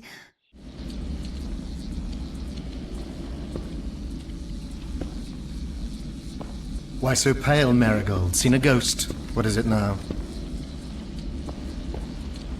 Greetings, Death Mold. I wondered who Sheila had been talking to recently. Spying on each other, eh? That's new. What's your business? What's Henselt up to? Are you out of your mind, Marigold? Be glad I'm even talking to you. I need to know what's going on. Help me, Death Mold, and I'll return the favor. You know nothing useful to me, and I don't want your graces. You don't tickle my fancy. You've heard that Philippa has left Redania? Yes. Do you know where she is? I do. But first you'll answer my question. Fine. A single question in exchange for information on Philippa. Do you know anything about the regicides? No lying. Ah, mistake, Marigold. I really know nothing. All I can tell you is that it's not of Henselt's doing. I'll let you know if I discover anything. Your turn. Philippa's in Vergen, a small town near the Cadweni-Adurnian border. I know its location very well. The remnants of Eden's army have assembled there, led by a lass said to have killed a dragon. Who's the girl? She commands a rabble of peasants, poor noblemen, and non-humans. Even Prince Stennis Demaven's son can't disregard her. But that's of no consequence. Henselt will trample those vermin and chase them off with whips. What's Philippa doing there? Telling you won't pay off, Deathmold. You know too little. Farewell. That's all. I didn't hear or see anything else. What happened to Triss and Cedric? I've no idea. Margot pushed me away to get a peek herself, but I heard a smash, shouting, and a fight. Margot covered the peephole with a picture. She was pale and told me to keep my mouth shut. We sat for a while and left only when all was quiet.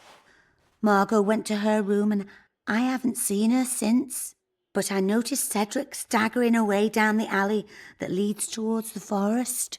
Dandelion, wait here. I'm going to find Cedric. What about Margot? Right. We should look for her first. Letho was likely the stranger at the end who wounded Cedric and took Triss hostage. As for the whole interaction with this death mold, well, I'm not really sure what to make of that.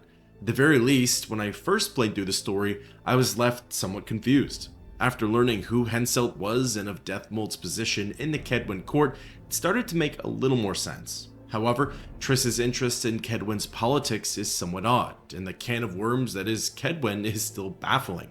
The story will reveal more on those topics, but for now, it's off to find Margot. Unfortunately, the Madam's fate appears to be way more grim than Durai's. Damn, we're too late. Why did she? Doubt we'll ever know. I'm getting Cedric. With Margot dead, that's one less witness to the scuffle in Sheila's room. At this point, the rest of the clues rest in Cedric's hands, and from the looks of things, he probably doesn't have much time left. I will say though, I already know that Letho wanted to go to Edirn as that's where the other two Kingslayers are. He's using Triss for her teleportation abilities, so it's likely that wherever Letho goes, the sorceress will be brought with him. However, there might be more to the trash room than a simple brawl for sorcery. Using a cat potion, Geralt gains thermal-like vision and can easily track Cedric's blood trail. The trail leads the Witcher outside of Flotsam and into the nearby forest. The catch to this part though is that the blood ends up steering Geralt into a few different directions. Some of the pools are from humans who have met an untimely fate with the Scoia'tael. Others belong to victims of the forest's top predators. Along the way, I needed to tackle whatever threats presented themselves, and of course, those came in all sorts of shapes and sizes. Finally, at the end of a long trail near the riverbank, I came across a mortally wounded Cedric. Kedmil, Gwynblade.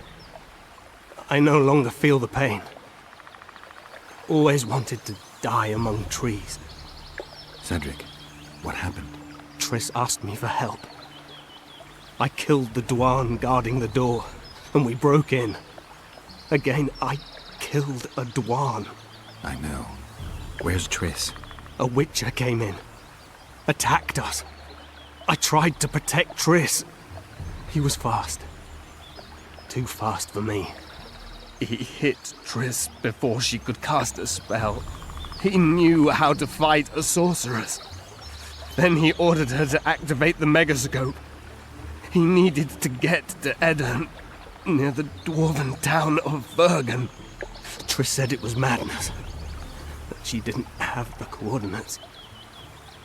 He gave her a strange look, threatening. Better give it your best. You're going first, with me right behind you. Then I passed out. When I woke, they were gone. I knew I was dying. The forest called me. Why, Cedric? Why did you get involved? Why did you? Sometimes we must. Have I told you about my visions? That's why I drink. It helps. I'm safe in a mist of vodka. See nothing, feel nothing. Cedric, calm down. But now I see clearly. You need to regain your memory. Only then will you understand who's killing Crowned Dwarn. And why.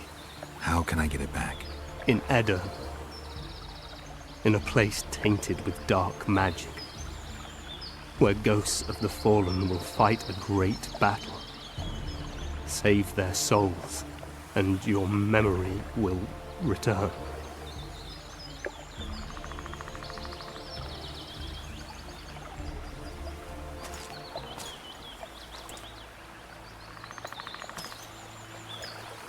what's happening.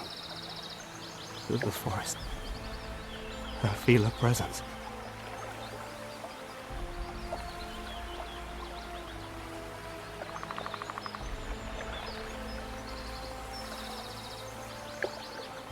They come to bid you farewell. My forest. Raphael, Gwynblade. Farewell.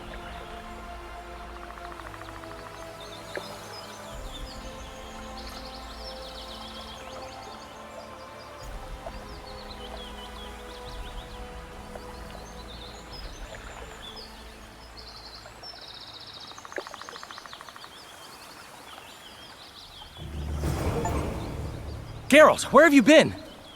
The Kingslayer, damn it. I almost had him. He fled. Teleported to Edirn. What? How? He forced Triss to cast the spell. Shit. Roach sent me to find you. We're setting off.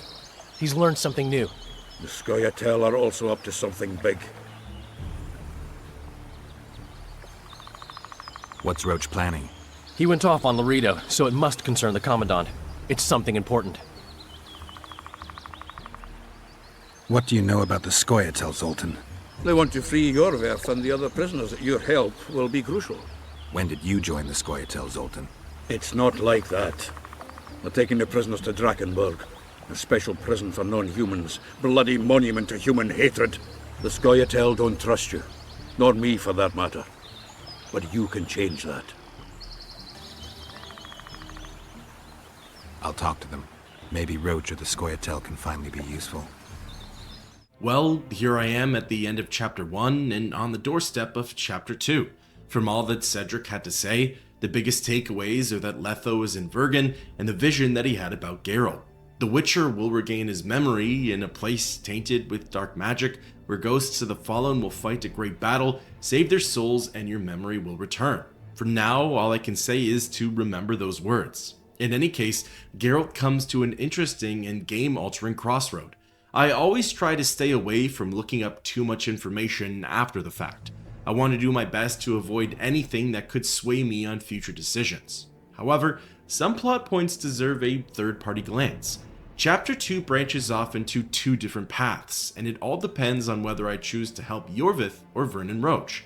Honestly, Roach has given me far more reasons to trust and cooperate with him than Yorveth has given me. Vernon freed me from prison, he and Geralt have much more history together, and frankly, I'm much more interested in seeing the Laredo arc than I am the Prison Break arc. So, disregarding Zoltan at the ruins, I instead made way for Roach at his office in Flotsam. How did it go? Did you get him? The Kingslayer fled to Vergen in Edirn. He forced Triss to teleport them both. Damn, he's made a mockery of us. If that's how he wants to play, I'll make him regret it. I heard you have news for me. Laredo has a deal with Kedwin. That merchant living in his house is Henselt's agent. For a pouch of gold, the good Commandant promised to support Kedwini troops in the event of a conflict. So what now? I want that spy, to squeeze him for information. And I've sentenced Commandant Laredo to death. Roach, we have to sail. We need to get to Edirn. I'm not leaving until I deal with Laredo. The spy may know something about the Kingslayers. I wouldn't be surprised if Henselt of Kedwin was behind all this. All right, let's deal with this spy. Listen very carefully. I'm not repeating this. We have two targets. The first is a Kedwini spy, Arnold Malaga. I want him alive. The other is Bernard Laredo, the trading post commander and a traitor to Temeria. We don't let his kind live. Arnold almost never leaves the residence, so we need to strike there. To get inside, we'll use Vess's unusual talents and Bernard's habits. Stop calling him by his first name. It really rubs me the wrong way. Whatever you wish. Laredo's house. The first floor contains guest quarters. Geralt had the opportunity to take a look. Regular patrols. Second floor, Laredo's bodyguards' quarters. They think they're the toughest warriors this side of the Yaruga, but really they're lame drowners dressed in colorful gambesons. Third floor, the Lion's Den. Here Laredo stores plundered valuables. It's where he sleeps, shits, and wanks off while staring at the statuette of a she-elf. Only the following are allowed to enter. Arnold Malaga, Laredo's mother, his cousin, and whores. I'm not sure I still have that frog. After making his round of the trading post, Laredo always orders 2 ladies. Vess will act as one of them. The house is a bloody fortress, but Laredo had it enlarged. The Witcher will enter through the extension. Vess will open a window for you. Once in, you'll have to improvise, Geralt, but you'll have the element of surprise. Vess can hold her own, too. Zenon and Rickard will cover you from vantage points. If things get hot, lure those horsens near the windows. I'll be in the courtyard with the rest, ready to enter in the extreme. I repeat, in the extreme. That's all. Any questions? No? Let's get to work. It's certainly a complex plan and there are a lot of moving pieces, but it also sounds like a lot of fun. Infiltrate Laredo's residence, sneak into the manor, capture the spy alive, and kill the Commandant. Probably easier said than done, but worst case, I should be able to improvise. Waiting until the cover of night, I slipped into the courtyard via a back passageway. Right away, I could see a man chasing a woman around the grounds. To him, it was almost like a game. The woman, aka Helen, the second lady that Laredo had asked for, was clearly terrified. The merchant, on the other hand, was taunting her and enjoyed every moment of the chase. This merchant just so happens to be Arnold Maliger, King Henselt's spy. My options for dealing with him are either avoidance or non-lethal violence. Choosing the latter, I snuck up behind Arnold and gave him a good punch to the head. That was it for his portion of the quest. Next on the to-do list was to find Helen. Helen had tucked herself away on the opposite end of the courtyard. In order to get to her, I had to get past a whole host of guards. While I wanted to approach this via stealth, I found that I'm not really good at being sneaky in The Witcher. Maybe I'm more used to liberal sneak mechanics, and the ones in this game are a little too tight for my skill level. Either way, after being caught, I fought against upwards of half a dozen guards, and what's more, I stumbled into a den of about half a dozen more. I ended up guessing wrong on Helen's hiding spot, and because of that, I paid the battle tax. Finally, once the courtyard was all clear, I was able to move through the space and could search freely for Helen. Locating her in the back storage area, she appeared to already be filled in on the plan. You're this new girl's friend? Where is she? The commander took her to the tower. Hurry! How did you know? She's obviously not one of us. A hooker always knows a hooker. So I guess something was going to happen. Before they took her, she whispered, "Window in the extension." When that bastard went to take a pee, I noticed you climbing over the wall. How do I get to Laredo? When he's having it off, he lets no one in. But his mother has keys. You must really love her taking such risks. Right. Where's the mother? In the basement, distilling fistek. Thanks. Now go. Climb over the wall and run. If a tall man dressed in blue stops you, tell him everything. Tell him his plan was ingeniously simple. Thank you. If you manage to enter the tower, kill the bastard Witcher. He should die slowly and painfully for all he did to us. So Vess is seemingly good on her end of the plan, although for everyone's sake, it's best we pull her out of there as soon as possible. As for the next steps, it's off to the residence basement. As mentioned by Helen, this is where I can find Laredo's mother, Marietta.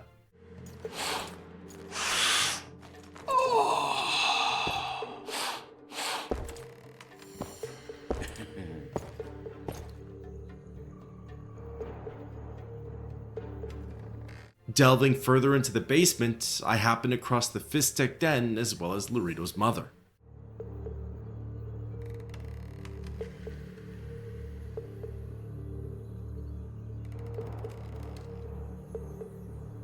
Oh.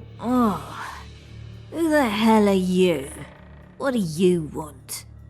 The key to the upper quarters. I know you have it. You want to free the elven girl? Your efforts are in vain. Like in Ithleen's prophecy, the seed has been planted and will soon... Shut up and give me the key. The key. The key. Where did I put it?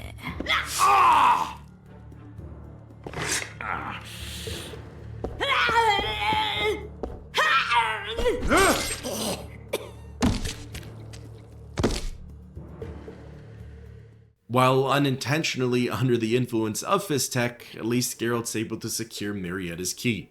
Taking it from her corpse, I can begin the next phase of the plan, infiltrating the first floor.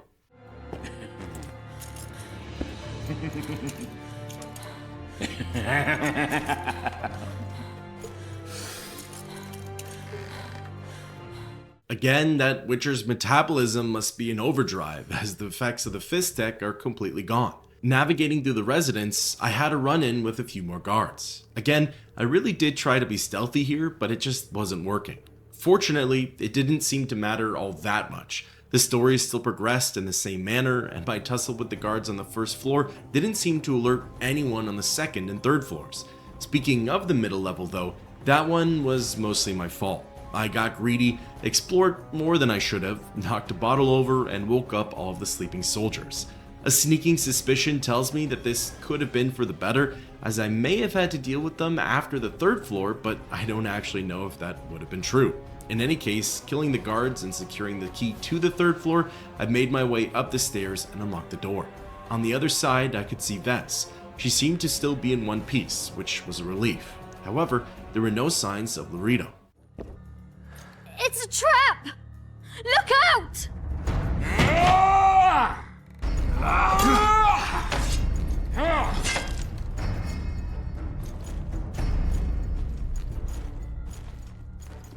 There aren't any words spoken between Bernard Laredo and the Witcher.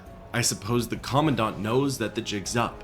Whatever happens here today, he'll be deemed a traitor to Temeria, so might as well save all of his energy for the fight with Geralt.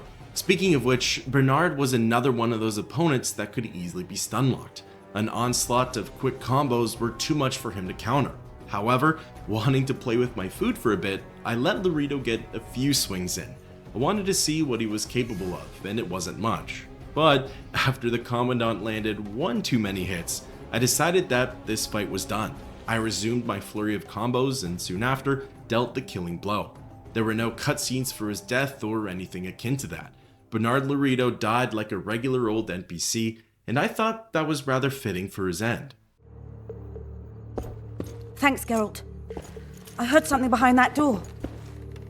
The room behind Vess is where Laredo popped out of. Maybe there's another foe on the other side of the door. Rushing through, there didn't appear to be any aggressive or hostile NPCs. There was just a lone elf in here, and looking at her, Marietta Laredo's last words were starting to make more sense. Don't leave me here. Please. You don't look like a whore, elf. My name is Morrill. What month is it? This is no time to chat. Can you walk? I'll not stay here any longer. Even if I must crawl out. You won't make it through the garden, Geralt. We must leave by the front. Lead the way. We'll be right behind you. Vess picks up Morrill and starts to slowly take her outside. Meanwhile, I'm in the front, making sure that no one else can reach the pair.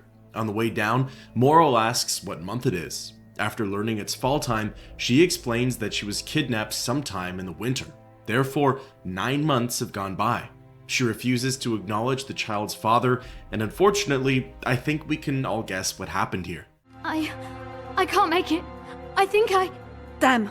Her water broke. Geralt, change of plans. But... Back to the tower.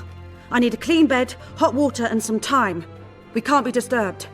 Go get help! In comes the rest of the guards. Flotsam soldiers begin to pile up in the estate, and it's up to Geralt to hold them back. My tactic here was to just stand at the top of the stairs and swing for the fences. I had to occasionally give up some ground, but for the most part, I was able to keep any invading guards at bay. As a quick side note, Morrill is the long-lost partner of Saharim, the elf that Cedric was talking to when Geralt approached him about the Kayren. They never ended up discovering what had happened to her, but now the cat's out of the bag. It was all Laredo.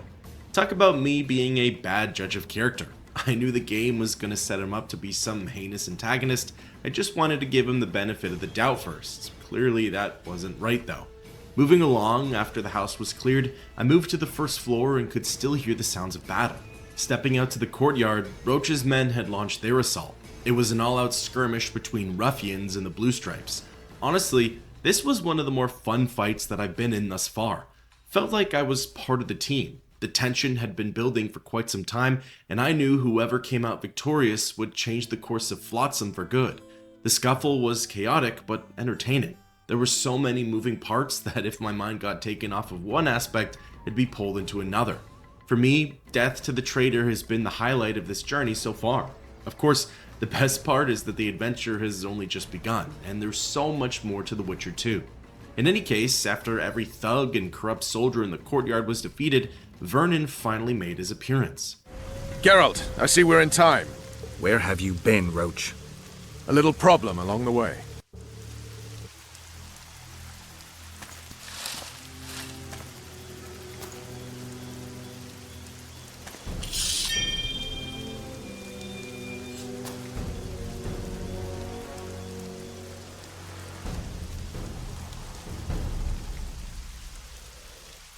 Honestly, this section caught me off guard. I didn't think I'd take control of Vernon, I didn't think I'd be fighting Yorvith, and Roach's moveset is much more limited compared to Geralt's. By the time I had actually caught my footing, Yorvith ended up besting Vernon.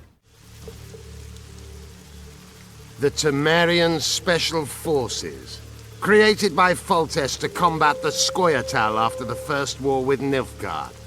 Veterans, professionals, the best of the best.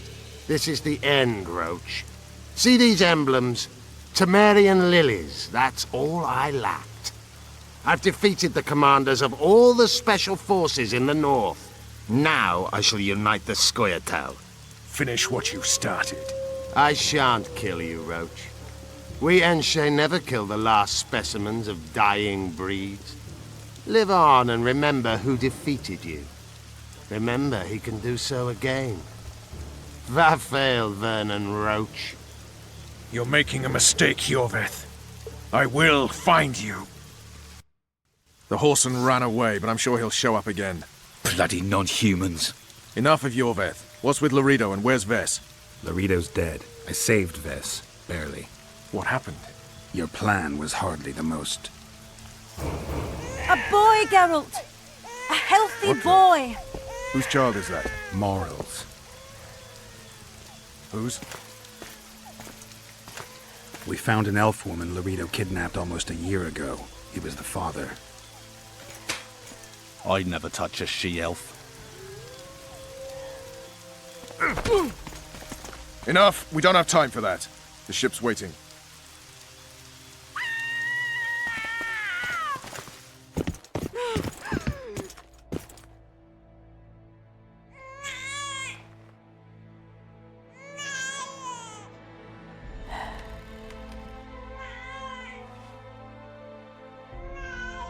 Why did you do it? Why?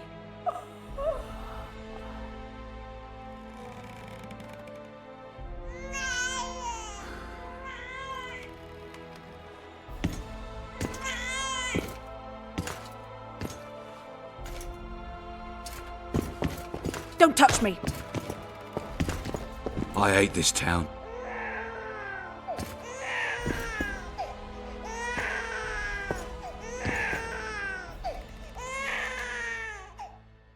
Prepare the boat. We sail immediately. What about the kid? It's not coming with us. And who in this hellhole will take in a half-breed? Saharim. Take it to Saharim in Lobendon. And make sure to tell him it's Moral's child.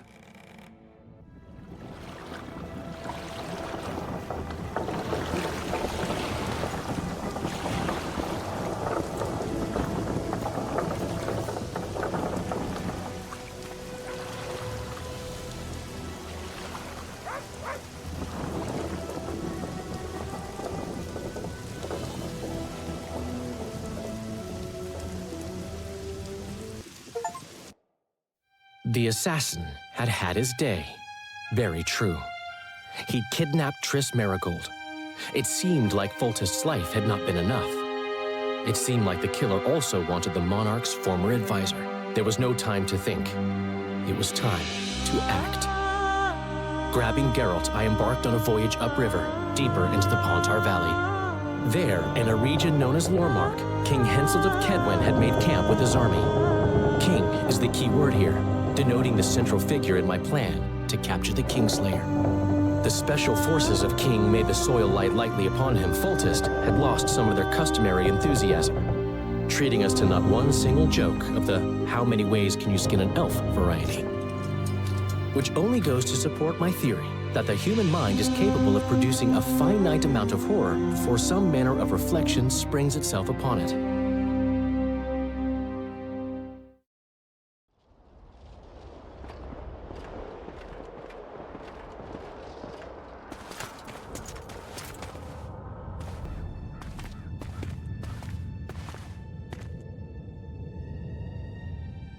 After a small amount of information overload, Chapter 1 comes to an end and Chapter 2 begins. Geralt, Dandelion, and the Blue Stripes have set sail for Upper Edirn in search of Triss, Letho, and a fresh king. For the moment, I'm in control of King Henselt of Kedwen. I've heard his name a bunch of times now, but I finally get to see the man for myself. What's more, I have Sheila de Tanserville and Deathmold in my court, the former obviously coming from Flotsam, and the latter being the last person that Triss had contacted. Whatever happens, it's clear that this chapter involves a lot of key players to the story. In any case, the king and his court are on their way to negotiate with Edirnian nobility. Kedwen is attempting to seize more land. It's essentially the same sort of offer that Henselt gave Loreto, gold and titles in exchange for Kedweni passage. For whatever reason, Henselt is hungry to expand his kingdom's borders. Along the way, Sheila and Deathmold talk about blooming curses, powerful magic, Saskia's rebellion, fiery death, and a sorceress named Sabrina Glevisig. For the time being, there's not much context to it. However, as the chapter goes on, these all slowly become prominent plot points. We most humbly greet His Majesty Henselt, King of Kedwen, heir to the dynasty of the Unicorn, Lord of Ard-Carreg, Archduke of Banard, and Vanquisher of Nilfgaard. Welcome to Edirn. How much do you want? Your Majesty surely jests. I couldn't be more serious. How much for your signatures? 100,000 Novigrad crowns, we thought. To each of us.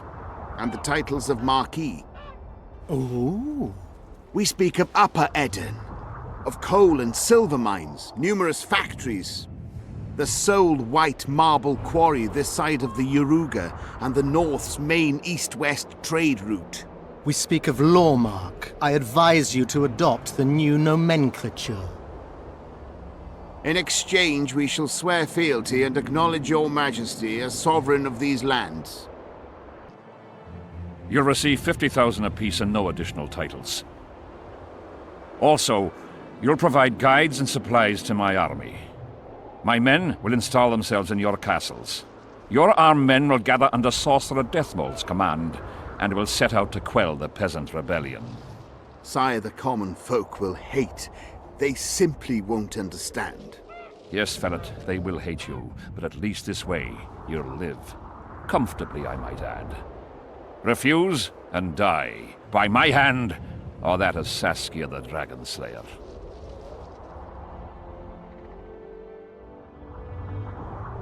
Sire, we accept your conditions. Deathmold, the scroll. Sire, there is yet the matter of Prince Stennis and his rights to these lands. So long as he lives, so long as the prince lives, he'll force his claims.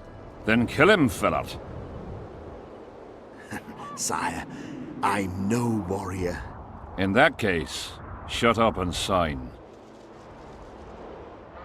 Sire, the Dragon Slayer approaches, white flag in hand.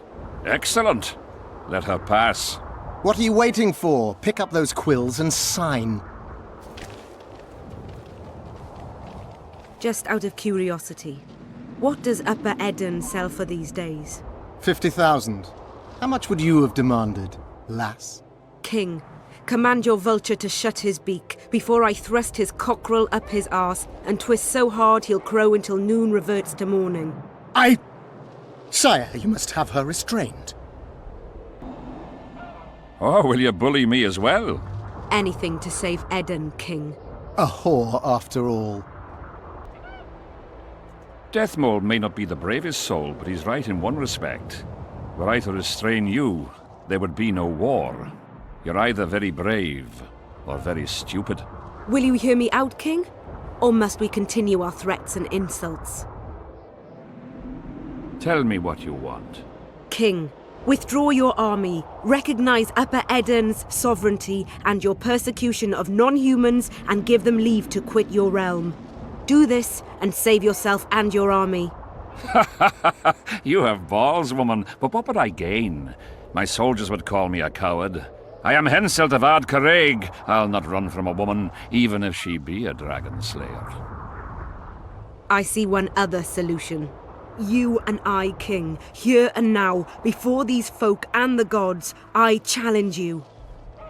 As in the old days, when the Honourable ruled this world, Upper Eden to the victor!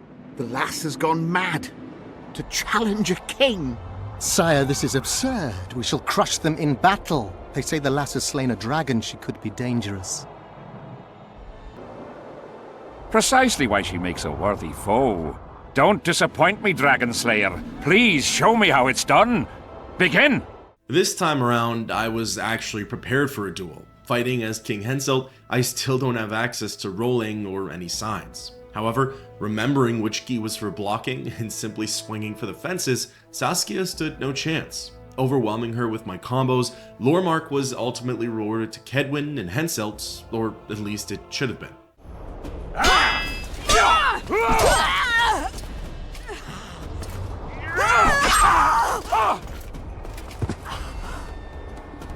Stop! Stop in the name of Kriv, Freyr and Melitele!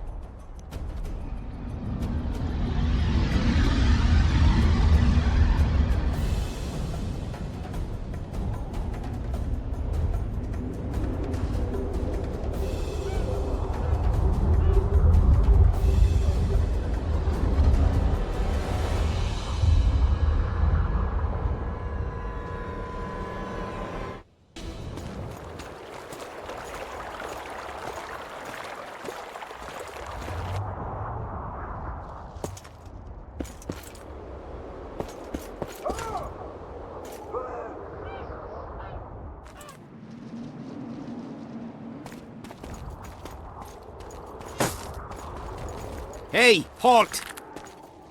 What's with you, Zivik? Booze Major Batty? Don't you recognize me? I'll be ploughed and damned. Why the hell did you bring him here, Roach? He's a witcher. I know who the whoreson is. Ploughing Kingslayer at the gate of a king's camp? Why, he's not even bound. Easy, lads. The witcher's no murderer, I'll vouch for that. As for kings, well, I desperately need to see yours. You're in for a wait then, Mr. Special Mission Knight. Don't move, mutant! One of you go get the sergeant, and while you're at it, fetch a solid piece of rope to bind the freak. Come on, Zivik, no need for that. Where'd you say the king was? Out in the field somewhere, negotiating. Hey, Kingslayer, drop your weapons, or do I need to pack a bolt up your arse? Don't move! Don't even twitch, mutant!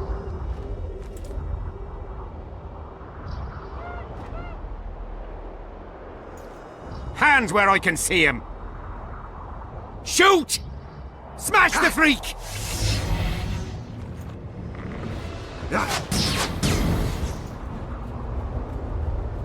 What the fuck?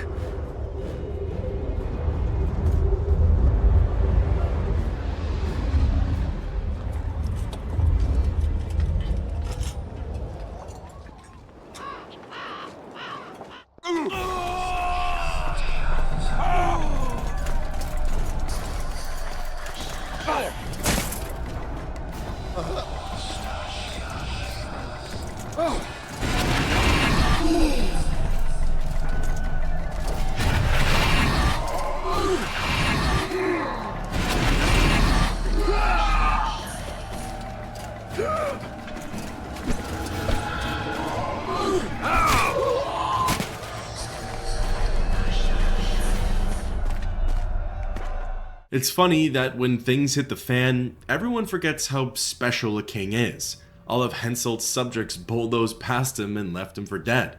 That just goes to show that when survival instincts kick in, no one cares about titles, deeds, or riches. They only care about saving their own skin. In any case, it's Geralt, Roach, King Henselt, Sheila, and Deathmold against an army of specters. The king called this Sabrina's curse, and noted that there are ghostly warriors from both the Kedweni and Edirnian armies.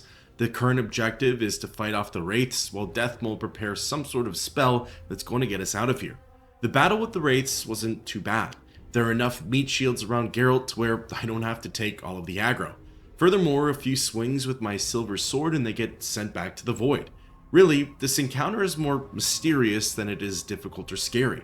What are these things? Why did the king kill that man? And what is Sabrina's curse? As the battle wound down, the final few enemies that we faced off against were called Draugr. These were beefed up, heavy-hitting undead entities. If left unchecked, they could certainly wreak havoc on the party. However, one Axii cast later, and the Draugr were tearing themselves apart.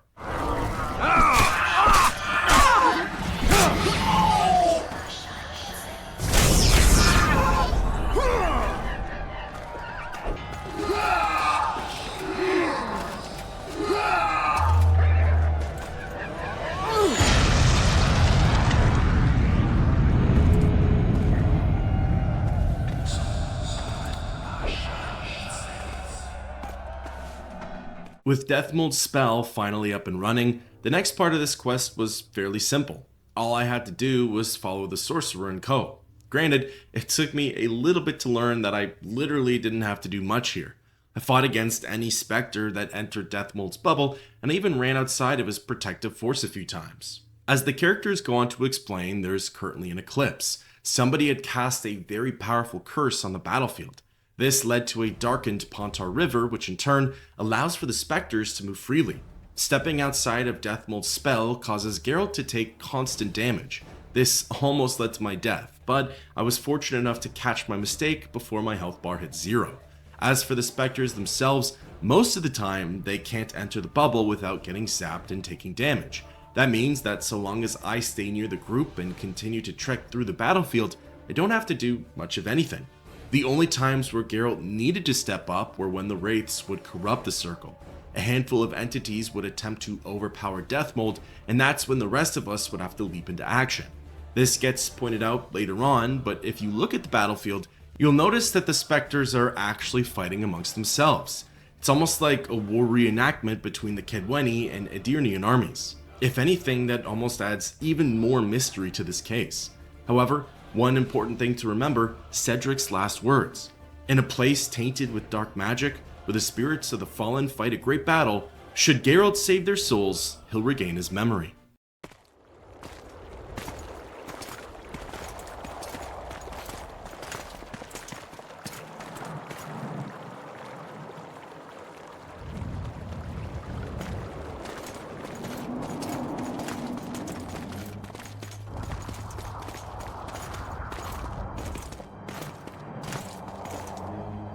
Deathmold, Sheeler, meet me in my tent.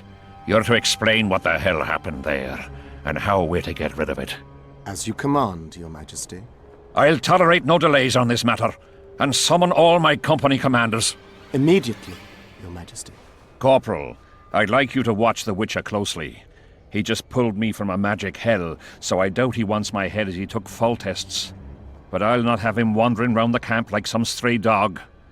Occupy him for a time, then bring him to my tent. Sire, I must request an audience. Later. I'll see my mages first, then the Witcher. Ah, just lovely. And here I'd hoped for a calm little war. Know where I might wet my throat around here? Roach, willing to vouch for this overgrown urchin? He did not kill Foltest or Demavend, if that's what you're asking. You've got my assurance on that. Good enough for me. Let's go then. And with our escape from the battlefield, Geralt and Roach have now been brought into King Henselt's war camp. The aesthetic isn't far off from Foltest's camp in the prologue. It's mucky, wet, kinda miserable, and there are soldiers from all different walks of life. For this portion, Zivik is giving Geralt and Roach a tour of the camp. He points out the different tents and vendors along the way. It's not a bad information session, but it is delaying the inevitable. Fortunately, the game gives me an option to fast track this segment. I can try my hand at convincing Zivik to send me straight to the king. Yes? Take me to the king. I've seen enough military camps in my day. That I cannot, Witcher. I'm to keep an eye on you, the king's orders. Really want to babysit me? You're right. Let's go. Even though my hex failed, Zivik is still alright with prematurely pawning me off to Hensel. I guess he doesn't even want to continue this tour either. As the guard leads me up to the camp, I end up passing an imprisoned Scoia'tael warrior. The sight of him brings on a new quest phase for the Assassins of King's storyline. I'll be getting into that one shortly. In the meantime, Zivik opens the upper gates and bids me farewell. Should I need him again, which I will, he says he'll be over by the main gate. The royal camp is home to Kaedwen's court and big players. It's where the king, his stewards, sorcerers, and knights are all set up. Among those NPCs, there are other familiar faces too, like ones I haven't seen since the prologue. Nearly everyone hunts you, yet you live in spite of that. Impressive. In no small part thanks to you, Excellency. I've helped you, yes. I trust I shan't regret it. As do I. I wouldn't want to seem ungrateful. Are you seeking employment? I was unaware you fellows hired yourselves out for battle. My aim here is different. Really? Perhaps I can be of assistance. What's the Emperor's envoy doing here? Satisfy my curiosity. The last unfortunate conflict left the northern kingdoms in pitiful economic condition. His Imperial Majesty desires stability. We wish to offer financial assistance, so I'm visiting those lands hardest hit by the war. Henselt is coping admirably as far as I can see. The details of my visit here are reserved for the Emperor and the Kaedweni King. You sure they're that big a secret? I mean, they could be important to me. I can reveal one thing. The Emperor was very moved to hear the White Wolf had returned. He asked me to investigate the matter personally and submit a report. Why do I interest him? He didn't say. His Imperial Majesty keeps his motivations to himself. Foltest was a good king. Shame he ended that way. I've already conveyed the Emperor's condolences to Constable Natalis. Since we're talking about Temeria and Foltest, apparently the fallen king's advisor, the sorceress Triss Merigold, has disappeared in mysterious circumstances. Rumors abound. Do you know anything about her? Why do you ask, Excellency? I heard the two of you are close. Witchers and sorceresses don't generally share that kind of information. I understand it's a delicate matter. All right then. Allow me to ask about something else. I mentioned Triss because, I must admit, I am perturbed. Mages are known for their mutual envy and rivalry. I wonder if there's any matter that could unite them. Perhaps you could be a bit clearer, Excellency. Then I shall ask directly. Do you know anything about Merigold's involvement with an organization of sorceresses? Assuming, of course, that you are, theoretically, or have been, close. I'm a witcher. I rarely theorize. Killing monsters is purely practical. I don't doubt it. Though sometimes a single understatement can speak more than 1,000 words. So I thank you for your silence, Witcher. Do you have other questions? Why are you so interested in this organization of sorceresses? I wonder about some strange coincidences. I'm told several of them were seen in the vicinity when the assassination attempts occurred. What's so suspicious about that? Mages have always thronged around monarchs, the source of power and coin. I'm not accusing anyone. I merely said it makes me wonder. I wonder if that has anything to do with the sorceress that Triss spoke with in the beginning of Chapter 3 from the first game. Also, why would the Emperor of Nilfgaard be interested in Geralt's return to the living? These are questions for later. For now, it's off to the council with the king. Come in, Witcher. I wish you to feel at ease, as this is an unofficial audience. You helped me in the mist, thus I surmise you do not seek my death. Which leads me to ask what you do seek here, Geralt of Rivia.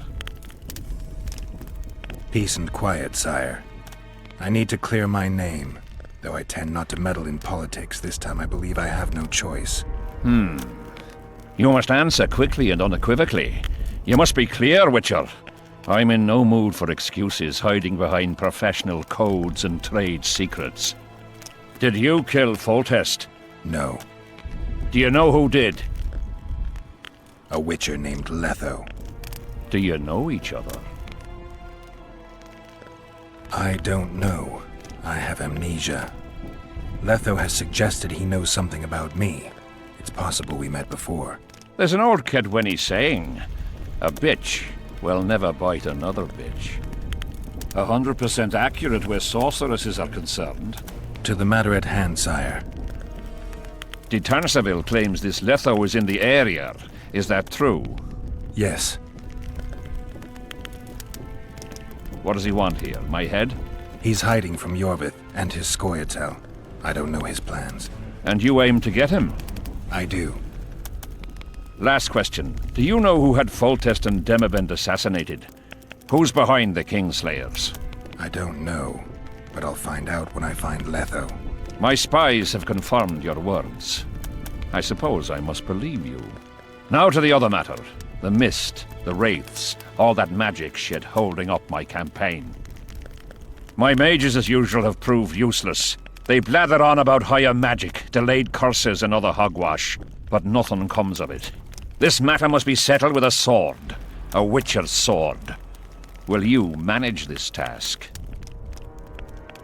Yeah, I'll manage. Excellent. Lift the curse, and you'll learn the meaning of royal generosity. And even should you fail to catch this Letho, I shall help you clear your name. Consider Deathmold at your disposal. He'll give you all the necessary information.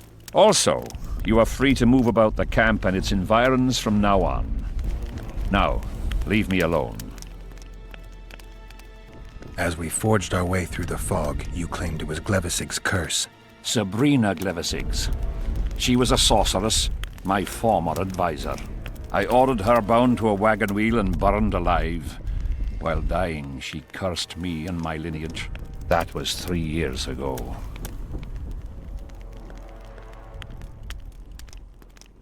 What did you condemn Sabrina for, sire? Is that important? Sire, we're not talking about a fortune told in a tent on market day, nor about some curse cast by a novice mage. This curse caused a solar eclipse and summoned hordes of specters. We're dealing with a complex spell that operates at several levels. Uncommon knowledge and skill were required to cast it. Lifting it will be even more difficult. If I'm going to deal with it, I need you to cooperate. Ah, the plague. So be it.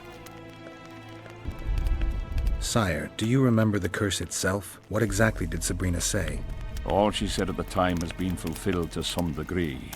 A star adorned with a bloody braid will cut across the heavens. Square coins from maritime depths will beguile the hearts of fools. Coins? Deathmold found a few such coins among soldiers accused of treason. What did you condemn Sabrina for, sire? 1 year after the Peace of Sintra, I fought Demerven for Lormark. General Vandegrift commanded a part of my force. He forded the Pontar and joined battle on this field. It raged until evening, when Sabrina Glevisig decided to take matters into her own hands. Fireballs rained down onto the battlefield. 3,000 men turned to bloody, charred meat scraps.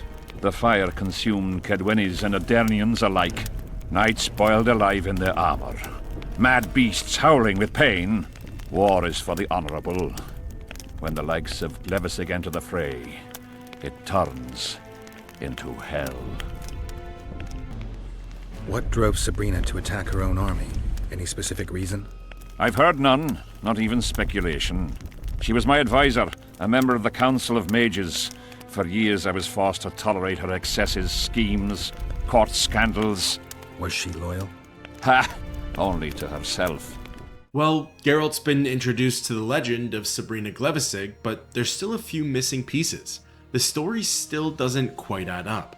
How is she able to uphold this curse years after her death, and with so much power behind it as well? Furthermore, given the presence of all these third-party players like Nilfgaard, King Henselt likely has a few secrets of his own hidden away, so I'll have to be on the lookout for those. For now, the next person I need to speak with is Sorcerer Deathmold. Truth be told, as a compliment to the writing team and the voice actor, I really don't like him.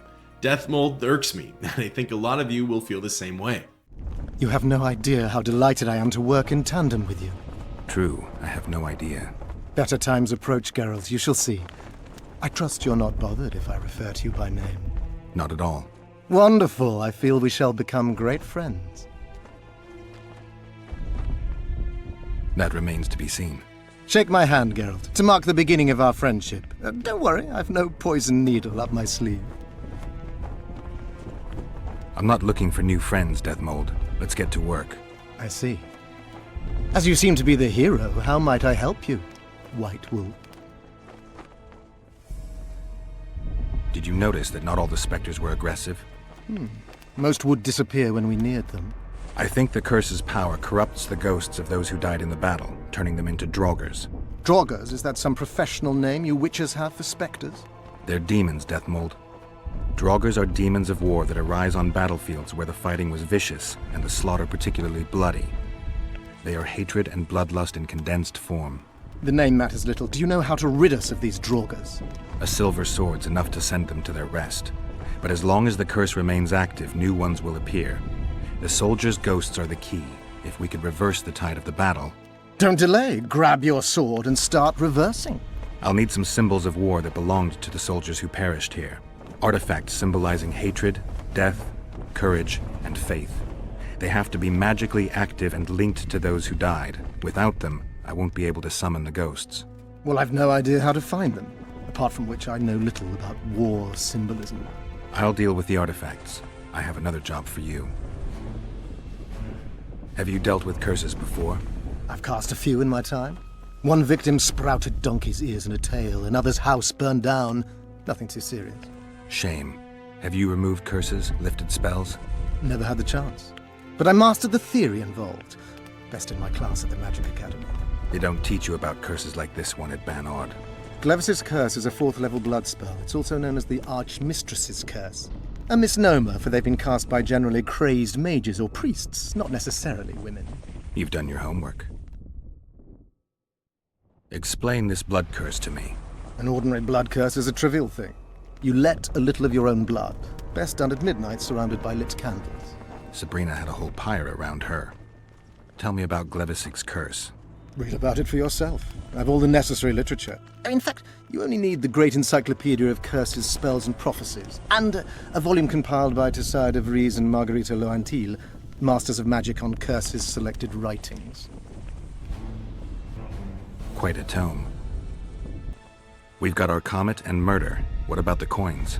We have those as well. Not enough for you? No. Why do I get the feeling I've stumbled on some shameful secret? A state secret. If you don't tell me, your head of state may soon lose his head.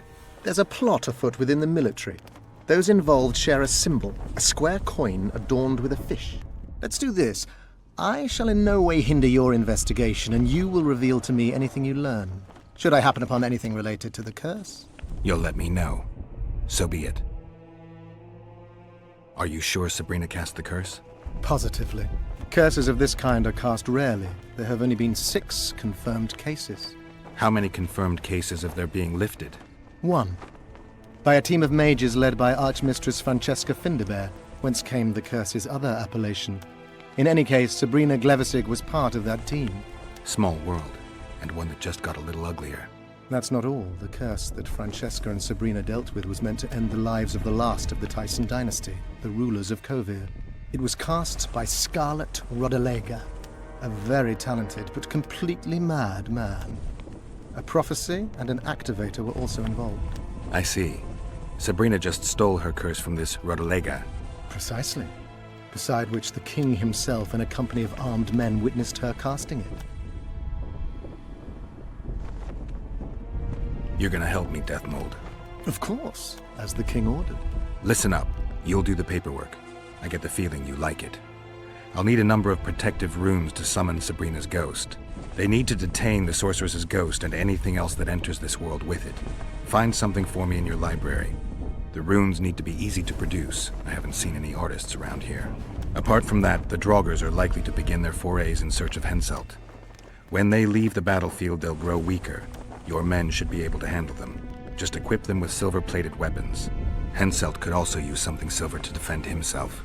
Over the entrance to his tent, hang a wreath of cinquefoil and fool's parsley. Inside, a fire fueled by juniper branches must burn at all times. Where will I get so much silver?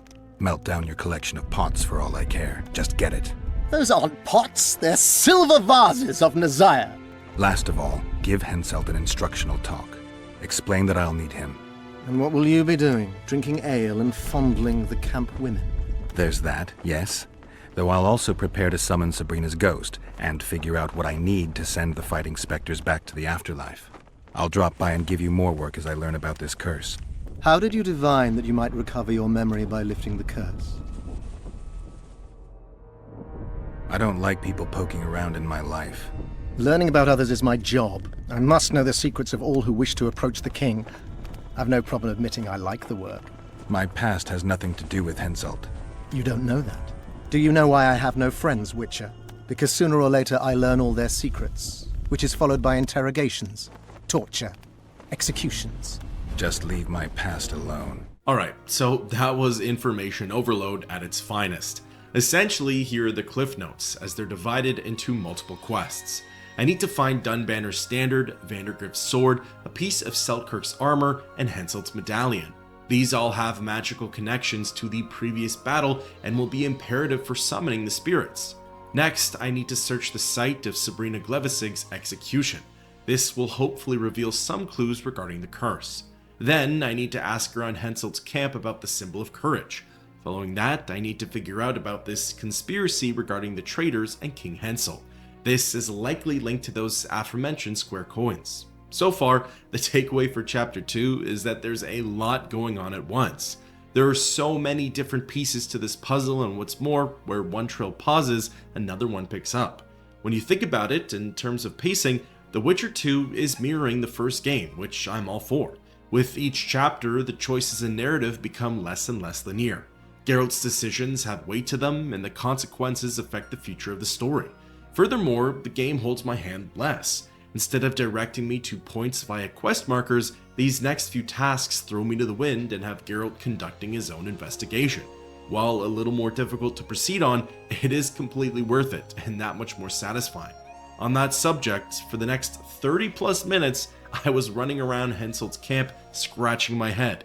I really was not sure what to do here. Anything that I thought would give Geralt a clue would end up leading to a dead end.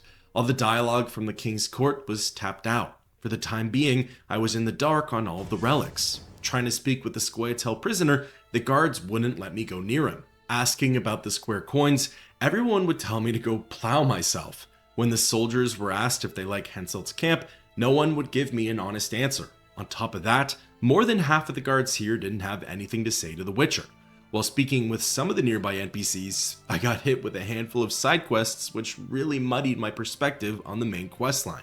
One guard wanted me to fight in a tournament. Another had an argument with his son. The boy was chosen to fight some trained killer, and instead of backing out like the father had wanted, he's decided to commit to the duel. A handful of drunk soldiers were out and about, screaming for their friend Odrin.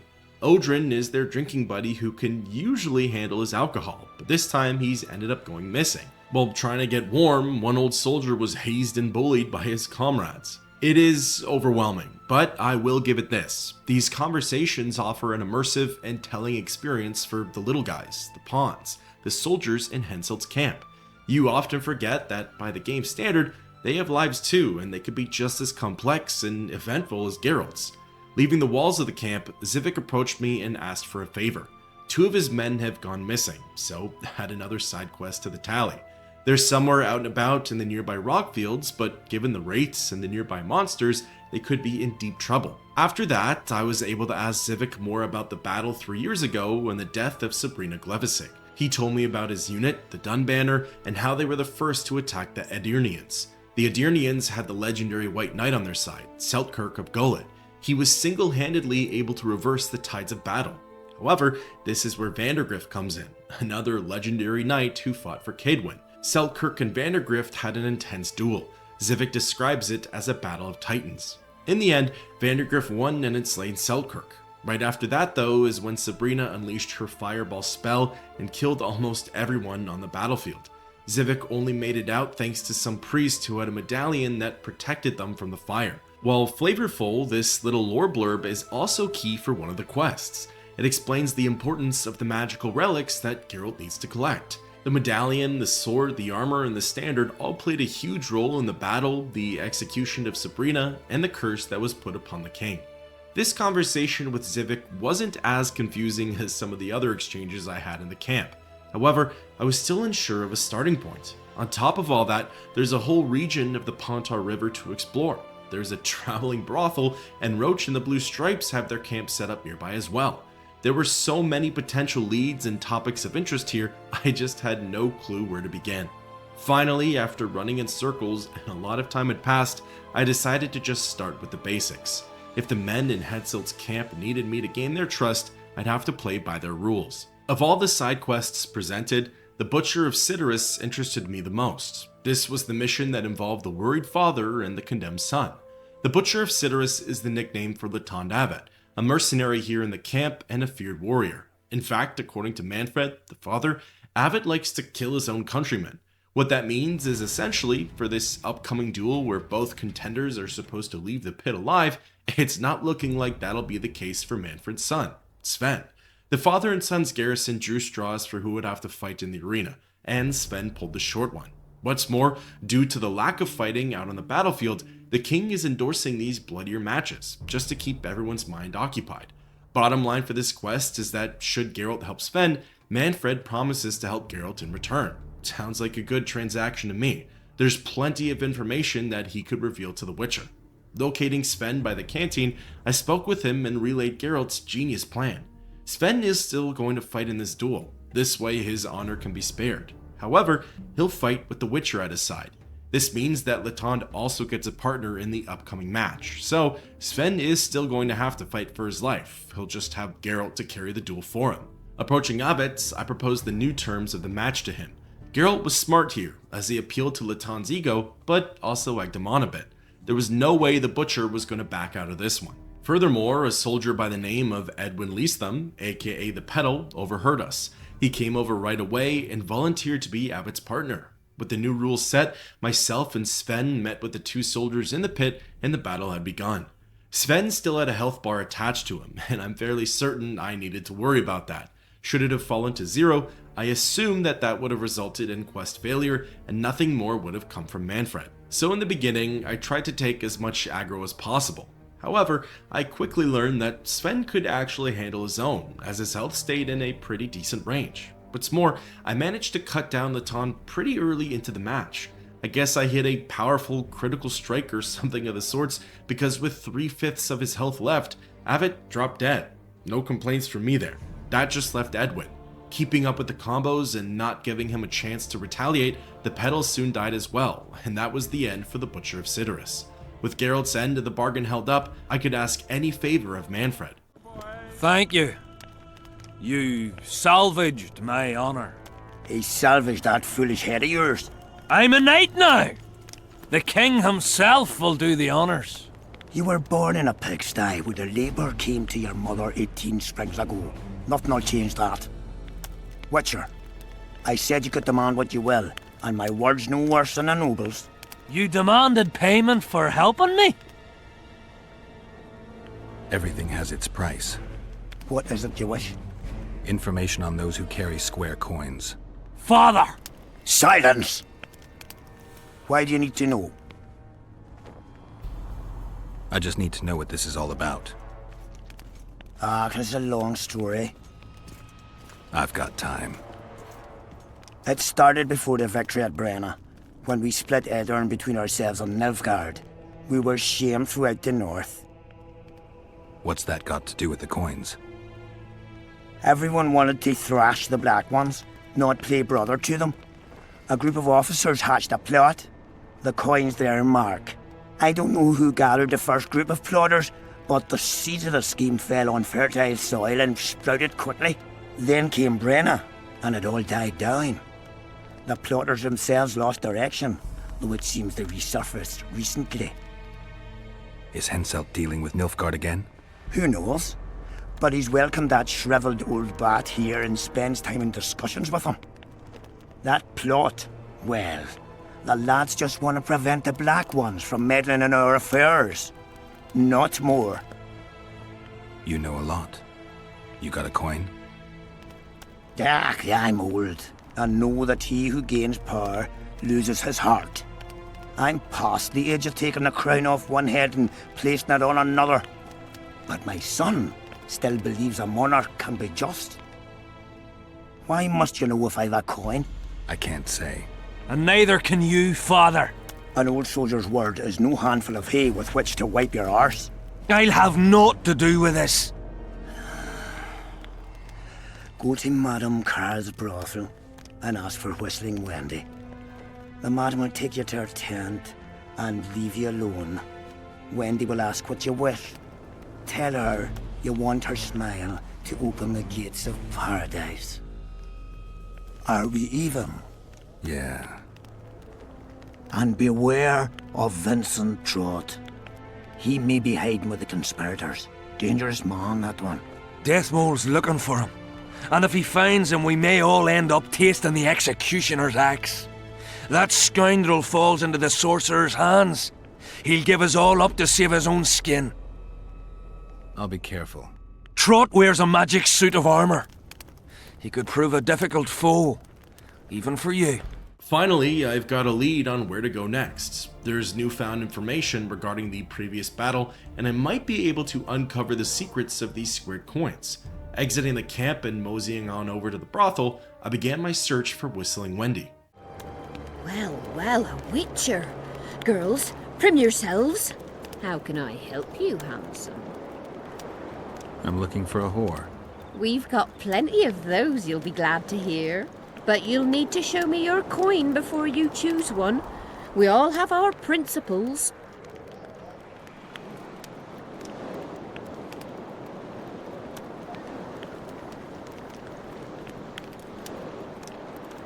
Well, these are my girls. Choose, white-haired one.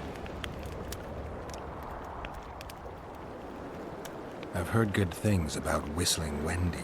At your service, my prettiest girl, 'tis true. Fool soldiers gave her that stupid nickname. Tidy yourself, Wendy. Witcher on the way. Come on in. Singling out my target, I spoke with Wendy in private and gave her the password. What do you desire, my hero? I want your smile to part the gates of paradise. Come with me. Following Wendy, she led Geralt to the back room. Here, she opened up a trap door that led somewhere underground. Wherever this heads to, it's probably not a friendly place. At least it won't be for Geralt. Dropping down, I went through a passageway and came face to face with the head conspirator himself. Vincent Trott. You're a little elusive. Here alone. Not wise, Witcher. We'll see about that. I'm wearing Selkirk's armor, you know. Pretty much renders me invincible in a duel. I didn't know you had Selkirk's armor. I guess that changes things. If you think we're willing to let you go, or that you can escape through magic trickery of some sort. Relax. I'm not going anywhere. Give me the chainmail and I'll forget everything. Whistling Wendy, your plot. I know about the coins. You're Deathmole's hound. I don't trust you. You don't need to. I just need the chainmail. Not interested in anything else. I'm to remove it? And hand it over.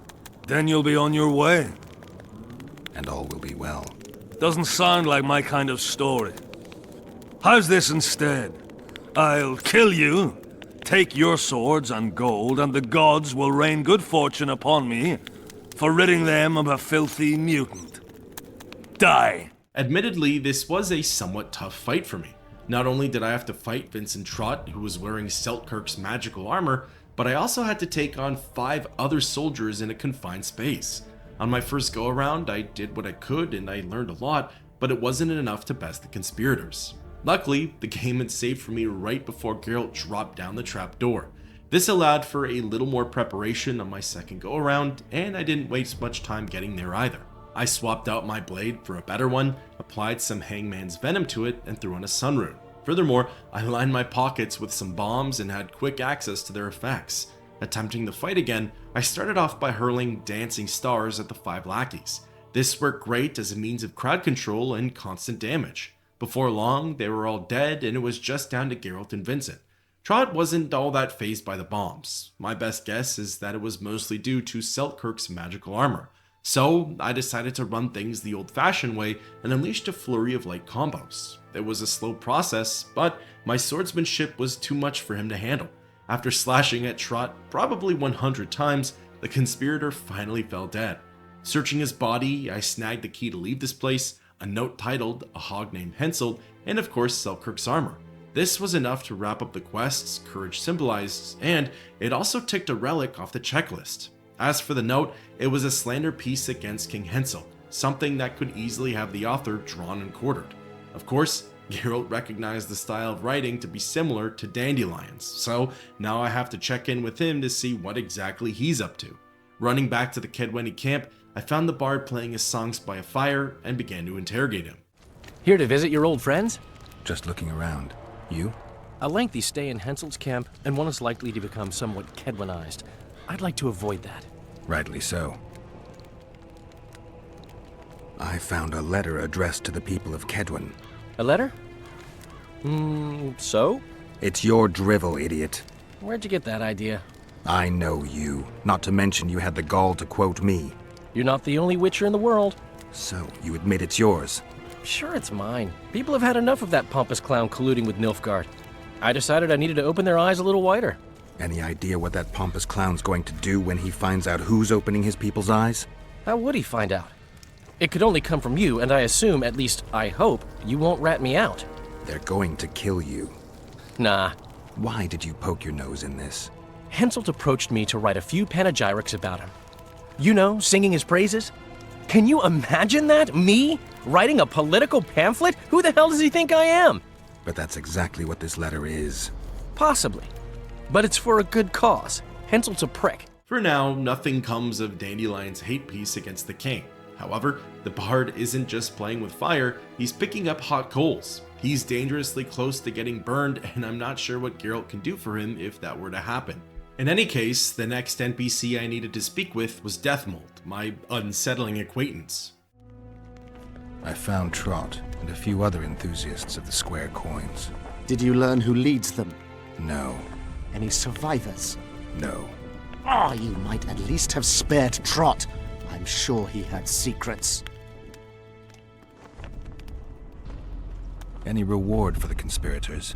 Indeed. A nice round sum per head. I don't want any gold for this. Why not? You wouldn't understand. Admittedly, by rejecting the gold, I thought I'd get some other kind of reward, like a trinket, weapon, or some information. I didn't think I'd outright decline any sort of compensation, so that's a good old Witcher L. Either way, the most important thing is that the completion of the quest opens the door to a few other missions. For example, I can once again try my hand at having a conversation with the Scoia'tael prisoner. Can I talk to him? You're all right. I've heard you've been helping our lads. Talk away, but be quick. If the corporal sees you, he'll have your balls. And ours. Hello. Odrin. Here, boy. Bloody fat gun. What do you want? Information. I'm responsible for you being captured. I don't understand. I warned Jorvith that the Kingslayer had betrayed him. Your leader's alive because of me. You lie! You're not one of us. Never claimed to be. I'm not interested in your fight, nor in that of the humans. I have my own goals. I'm hunting the Kingslayer and need information. Will you help me? I'd rather not reveal anything to the Dwan. Do you know Elder speech? Mm-hmm. De Thurmen en Rendan Fest. Ev de Sale emes up de Mevneslet. Sea her. En Ted verletho ken en stert dun verneawert. Erte dreie et Dwan. Seret en ox wat gern est. Denna Arthur nekwert. Visse egen. Erle egen. Ken hat mer. Denna dar emen dunv. Dak mamert. Veke an med denne tres. En hert ep kianje esme geth verth. Se este En quien e diable ep ars quied. Ken yese thith treach. Mesim treachled. Vekele elethene hestkem. Nia me herth. Este verth ep kethen ken hest. Fuentes ken. Then kean velt emer dorvat gern. Ken thene de arme hest. Then neerselle videsale in esne geërtj. Veneer senden el. Eteame. Ne segen hier. Eleseram. Mekian behented fen essert. Seret ne ura jasen het. Ertep orks garthe seget enith rothen kem hest. Te moth dialm. Rathain. Que diables Rathain verderel. Veseneth rothen deren henselt gerel vorte hen. Then dialme elestrea hen. Ne mer se herth.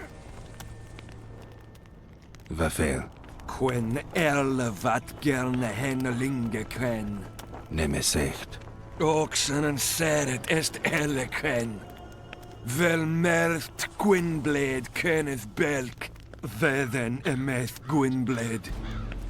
Say de step gathis en treth winnes. Vafel. So, to recount that conversation, because it was in Elder Speech, Akis and Seret, the other two Kingslayers and confirmed Witchers, are somewhere in the nearby gullies. The gullies are like a maze though, and finding them would be practically impossible.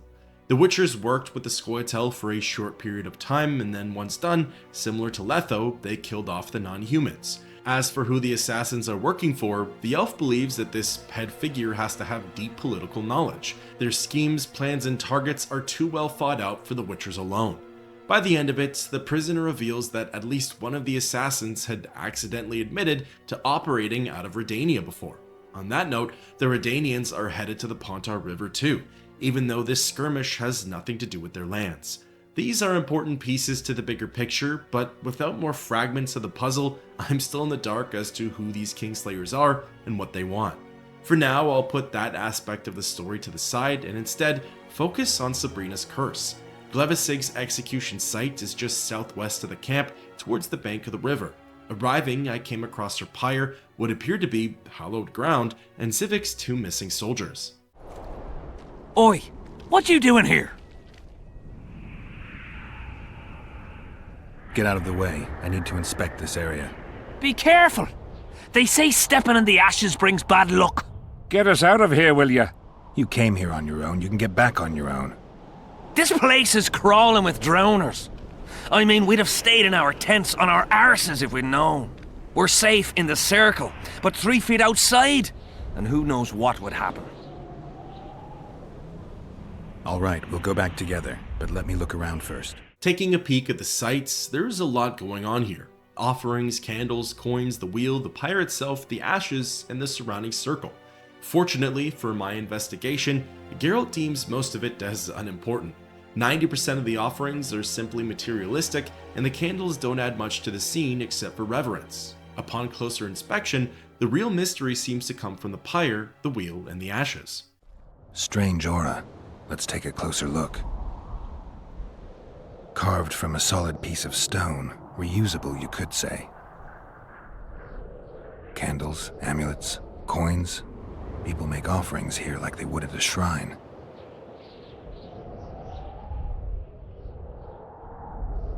Let's see.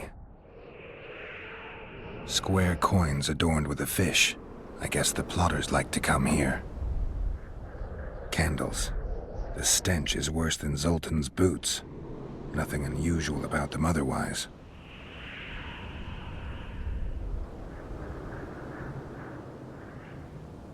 People seem to be staying away from the wheel. They're afraid. All the gifts are at a safe distance from it. Except for one person. With Kedweni army issue boots. Glad to know I'm not the only one to desecrate this site. Animal tracks. Dogs, wolves, bears, even birds. You'd think this was a feeding ground. but they all fear the circle, except for cats. Their tracks are everywhere. One even napped on the pedestal. Triss once told me cats like to sleep on intersections, and they're the only beasts apart from dragons who can draw the power. They clearly like this place. Sabrina was nailed to this wheel. Something protected the wheel from the flames. It's hardly scorched. Fresh holes and splinters. Someone's pulled nails from the wheel recently. I better take one, just in case.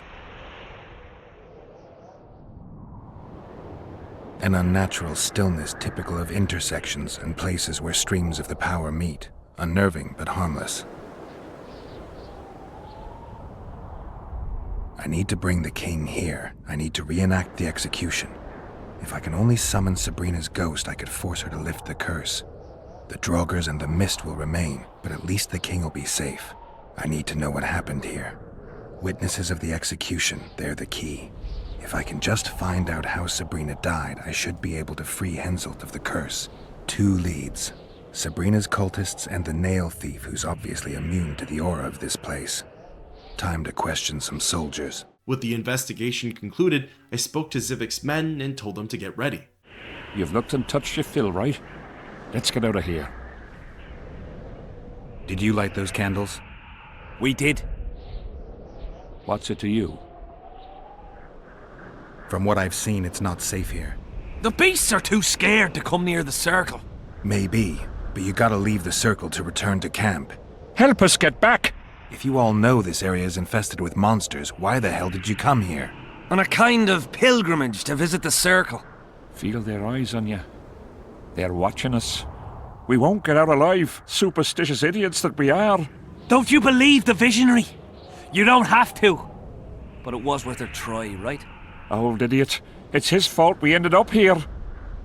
Who is this visionary? He's behind all this. He talks of miracles in the circle. I believe him. Know why? He lives deep in the valleys, but something protects him from all those harpies. Did you see them burn the sorceress? 3 years ago. We both served under Henselt then, but only the 5th Company guarded the stake. They say the king never wanted to make a spectacle. Some soldiers never come here, but others visit the circle to check the remains. You're just like them. To you, it's only a superstition to make money from. You're looking for old nails in the ashes. Like that shitbag who trades outside the inn. You're mistaking me for someone else. Really? Then give us the nail. I'm keeping it. Keeping it? Not heard what they say. Relics are like fist tech for simple folk. I don't like this place. Thought you'd want to stay the night here. I know at least a few places I'd rather sleep. Come on. That conversation brings on even more leads for Geralt. I can either deliver the nail to the visionary or to the relic vendor. A sneaking suspicion tells me that the former has some link to the worshippers and that the latter could be the one who was poking around the site. I'll only know once I meet them though. For now, the task at hand is to get these soldiers out of here alive. They weren't wrong either. While the Witcher didn't face any sort of threat coming into the site, the way out is being blocked by a nest of drowners. Silver sword in hand, I began slashing my way through the river monsters. An interesting point about this escort mission, the 2 soldiers didn't seem to have a health bar attached to them. I assumed that meant that I didn't have to try as hard with the babysitting. A quick search after the fact though says that that's not the case, and that they could have died, but luckily that never ended up happening. The 3 of us only needed to take out a handful of creatures before we crossed through the pass and landed back on safe grounds. Curses on him! If it wasn't for you, they'd have eaten us. We owe you our lives, Witcher. With the soldiers brought back to the camp, or at least near it, I was free to return to Zivik and could collect my reward. I didn't check what it was, but I'm assuming it had to be a coin purse full of orens. Furthermore, I now have the option to ask him about both the visionary and the relic vendor, 2 leads that could uncover new heights to this narrative. At the moment, Geralt still has a lot of investigative work to do. There's still a marathon ahead of him when it comes to breaking this curse. Furthermore, while I've gained a little more knowledge on the Kingslayers, there's still a lot of mystery and uncertainty surrounding them. Literally and figuratively, This plot is far from over. However, the best I can do is keep my head down, put one foot in front of the other, and continue to unravel this story. With clear direction on how to move forward, I scanned the journal for my options. I could either chat with the relic peddler or with the visionary. Seeing as how the peddler was already in camp and not 20 feet away from my position, I decided to visit him first. The peddler took up residence in the ale hut, and speaking with him, I began to ask questions regarding the spear. Relics, artifacts, trinkets and talismans, hallowed and highly valuable. I'm interested in objects that belonged to the soldiers who perished in the battle 3 years ago. Not any old things. They have to be magically active. I know how to check. That's not my speciality, Witcher. I deal in relics. I found footprints at Sabrina's execution site. Do you know anything about that? Why would I? You found them, not me. Yet your boots are black from ash. Shh. All right. What do you want to know? Do you remember the sorceress Sabrina? Same as all the others. Looked like a young nympho, with an old hag inside. You want to talk about her? See that freak who burns candles? Did you see Sabrina's execution? Sure I did. I was in the 5th Company. I remember the commotion when that idiot Yahon killed her with a spear. If only I had that spear now. Where is Yahon's spear now? I don't know. Besides which, it's none of your concern. I simply won't talk about that. You know Yahon? Never heard of him. Where'd you get the idea that I know him? Do you remember the curse that Sabrina placed on the king? When they set the stake on fire, she shouted something to the king. His face went red, but I couldn't hear very well. She probably foretold his syphilis. A gruesome death. So, just for some clarity, because I was confused up until the conclusion, the curse on Henselt and the curse on the battlefield are two different matters. In order to cure Henselt's curse, Geralt needs the spear that was used by Yahon. This is what helps to recreate Sabrina's execution and what's needed for summoning her ghost. As for the full relics, the sword, the armor, the medallion, and the standard, those are used for lifting the battlefield's curse. Each of these items are used in a particular way, which we'll all get to experience soon enough, but for now, the most important thing is to find them. The armor has been secured and Henselt has the medallion, so that just leaves the sword and the standard. Unfortunately, those are in the wind. However, maybe by following the lead on the spear, Geralt could be led to the other relics. We'll just have to find out. In the meantime, it's off to the Visionary for the next piece of information. The Visionary lives on the cliffs to the northeast of the camp. Soldiers make pilgrimages to his hut and offer gold in exchange for candles and offerings for Sabrina's site. The soldiers are worried about the rot fiends and neckers. Meanwhile, it's actually the harpies that run these lands. The men ask Geralt to continue the voyage for them, and considering it's a two birds, one stone approach, I figured might as well. Arriving at the Visionary's hut, the Witcher is immediately swarmed by the harpies. Their numbers are great and never-ending.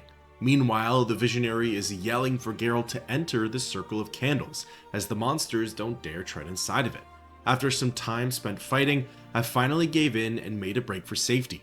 With a less chaotic environment, Geralt could settle down and have a conversation with the Visionary. We're safe here. I awaited them. They were to come bearing gifts. I heard their cries. Guess they were attacked. If they're not here, they must be dead. No, they're alive. They didn't want to risk it anymore, went back to camp. They asked me to give you this coin for candles. This is but half. Why, I'll not do more than braid some wicks for this. What do you want from me? I'll not believe you came here by chance. Yeah, you're right. I need to learn some things, and few are willing to talk. Sabrina Glevisig's story, that's what interests me most. Listen, I'll not speak with you until I get my coin. Pure and simple. Though I do provide charitable help to the faithful, if you were to become one of them. I have experienced bribes before in the first Witcher game. They're nothing crazy, just Geralt handing over some hard-earned orens for barely useful information. There was of course the option to join the faithful, but I wasn't sure if that was going to entail some weird initiation or have Geralt commit down a path that I didn't want him going on.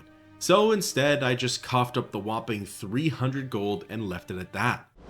Wonderful! That's about right. So tell me, what's in your mind? You must know a lot about Sabrina Glevisig's death. Sabrina the Martyr left the world of the living to protect us all.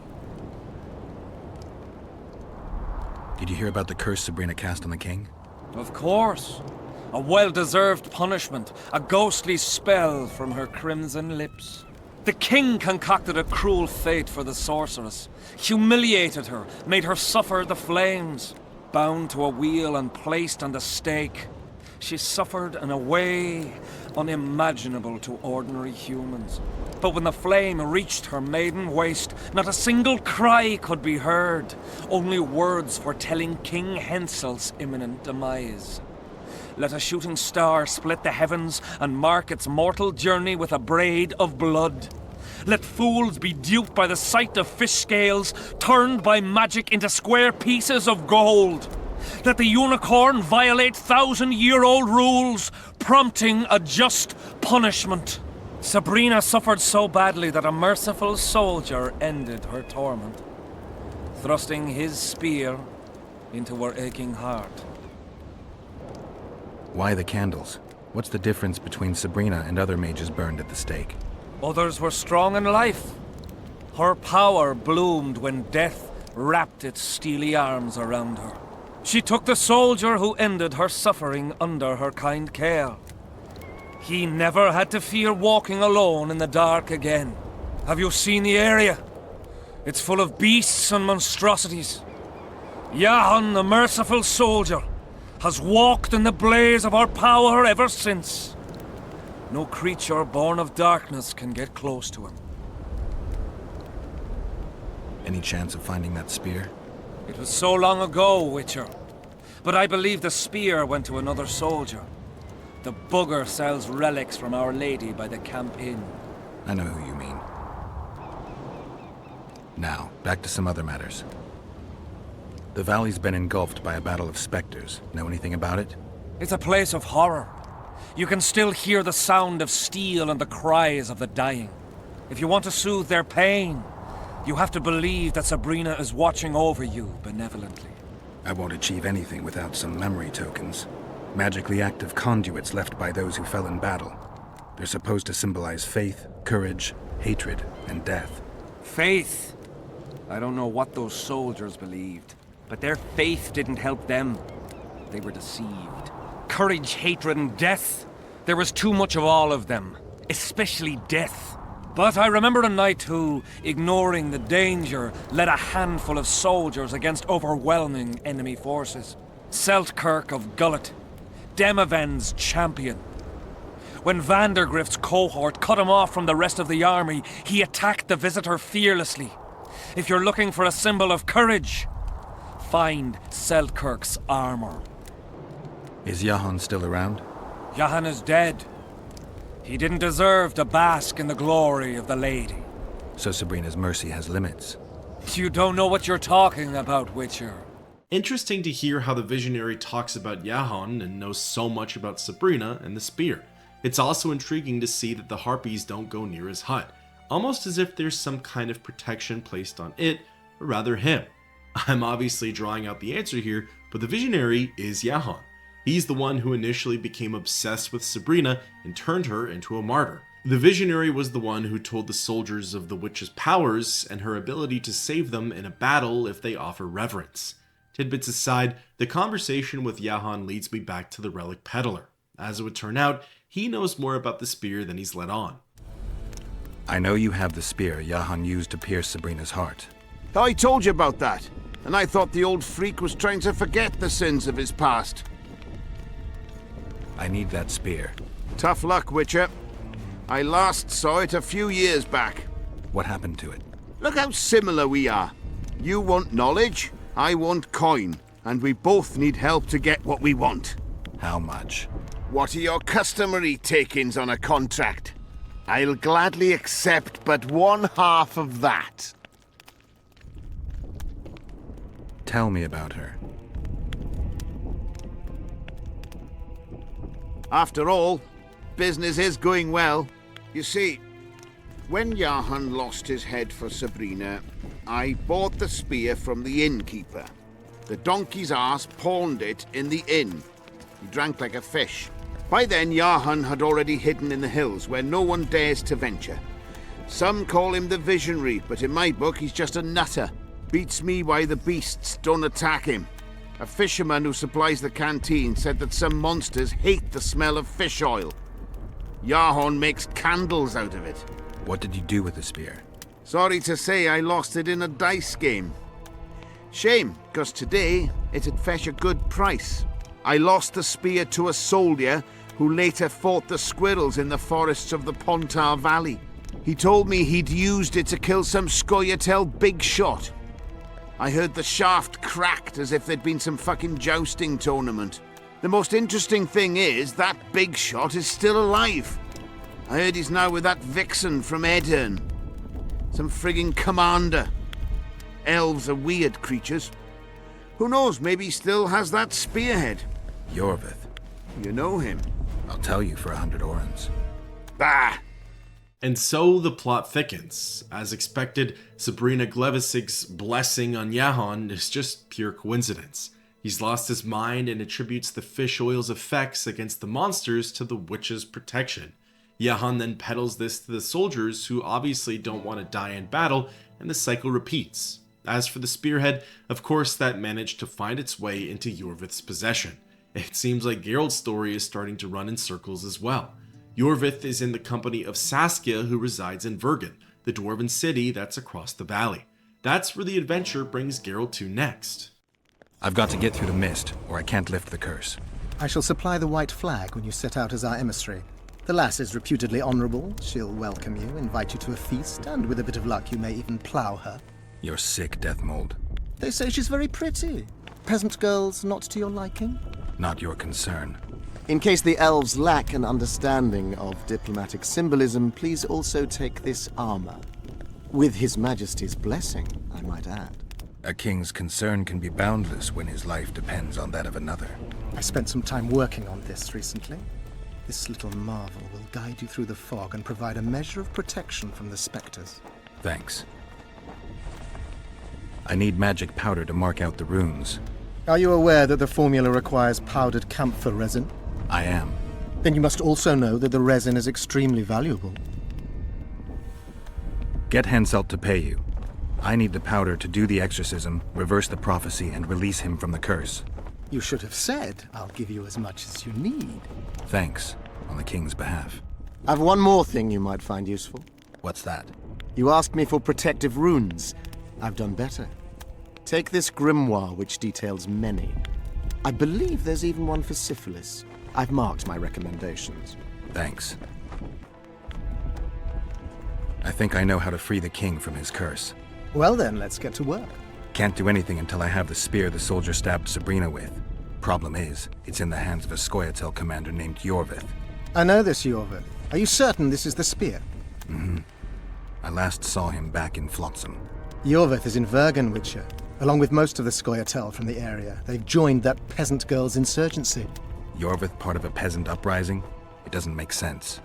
There's only one way to confirm or disprove it. You must cross to the other side of the mist. What of the other artifacts? Do you know them all now? Not yet. In that case, you must wait until you've learned everything before crossing. It's a dangerous voyage, not one to attempt twice, wouldn't you say? Yeah, I'd say. Deathmold's precaution isn't something that Geralt needs to take to heart. Learn all you can before crossing is one of many ways to approach this next segment.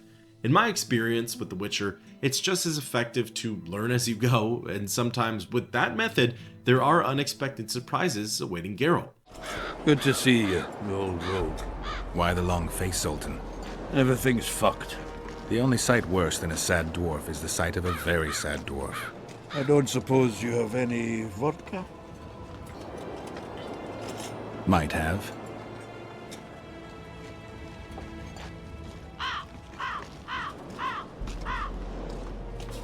Wonderful. Life without old mates and booze is like a woman without a rump. If you need a change of climate, come with me. I'm on my way to Vergen. You say that as if you're going to the brothel round the corner. Forgetting about the spectres? I may have amnesia, but I remember the curse. Well, all I get around here is non-human midget and the like. And I've dwarven brethren on that side. Sure as shit, I'll take Saskia over that prick Hensel too. You really willing to help me cross? Of course. You know, Geralt, I have a feeling that Vergen's where I should be. I get you. Let's go. How do you plan to get through the fog? Thought it was suicide to venture into it. Deathmold gave me a protective amulet. Throw it out! I wouldn't touch anything belonging to that dick. I had a choice. Navigate the fog with an amulet or without it. Seemed safer with. You're the expert on that magic shite, I guess? Just trust me and stay close. Oh, what the hell. Better the devil you know. I'll come with you. With Zoltan by my side, I should have a better chance at making it across the battlefield, and if not, I at least have some comedic relief in my corner. Something I thought about, what has Zoltan been up to this whole time? I assumed that he was already with Yorvith, Saskia, the Scoia'tael, and the other dwarves in Vergen. I thought that Dandelion was the companion in Roach's story, and Zoltan was the companion for Yorvith's. However, that might not be the case. Considering I hadn't seen him up until this point, where has he been in the camp? Just around? Was he on Roach's ships too, in Roach's camp? I guess maybe he was, or just hiding in one of the tents.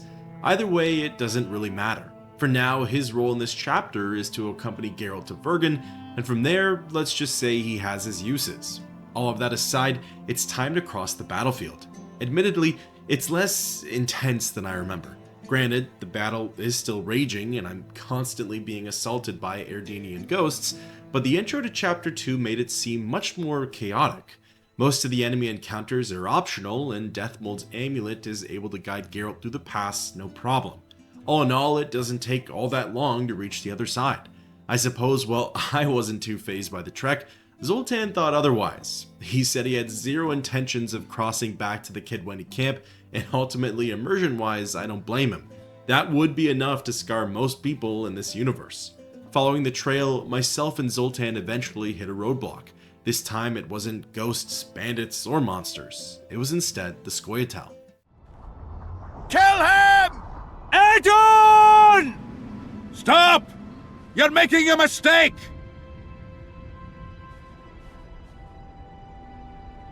A mistake? Interesting. There's a war on, don't know if you've noticed. And wars are won by killing foes. Or do I have it all wrong? The Witcher's a messenger. On his way to see Saskia. Not your typical messenger.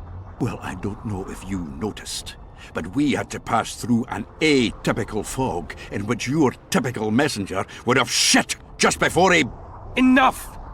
We'll not let you inside Vergen. But you can deliver your message to the commander of the watch. He's stationed by the town gates. Plowing typical elf. Come on, Geralt.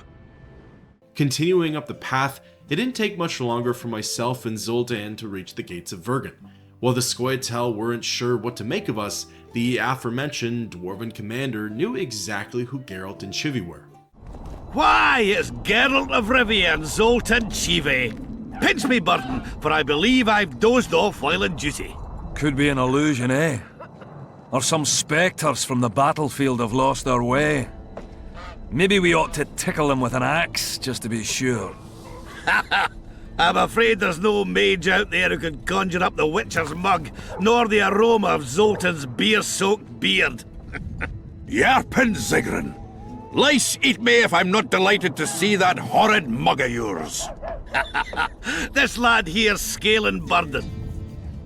Geralt, what are you doing standing there as if you've swallowed a halberd?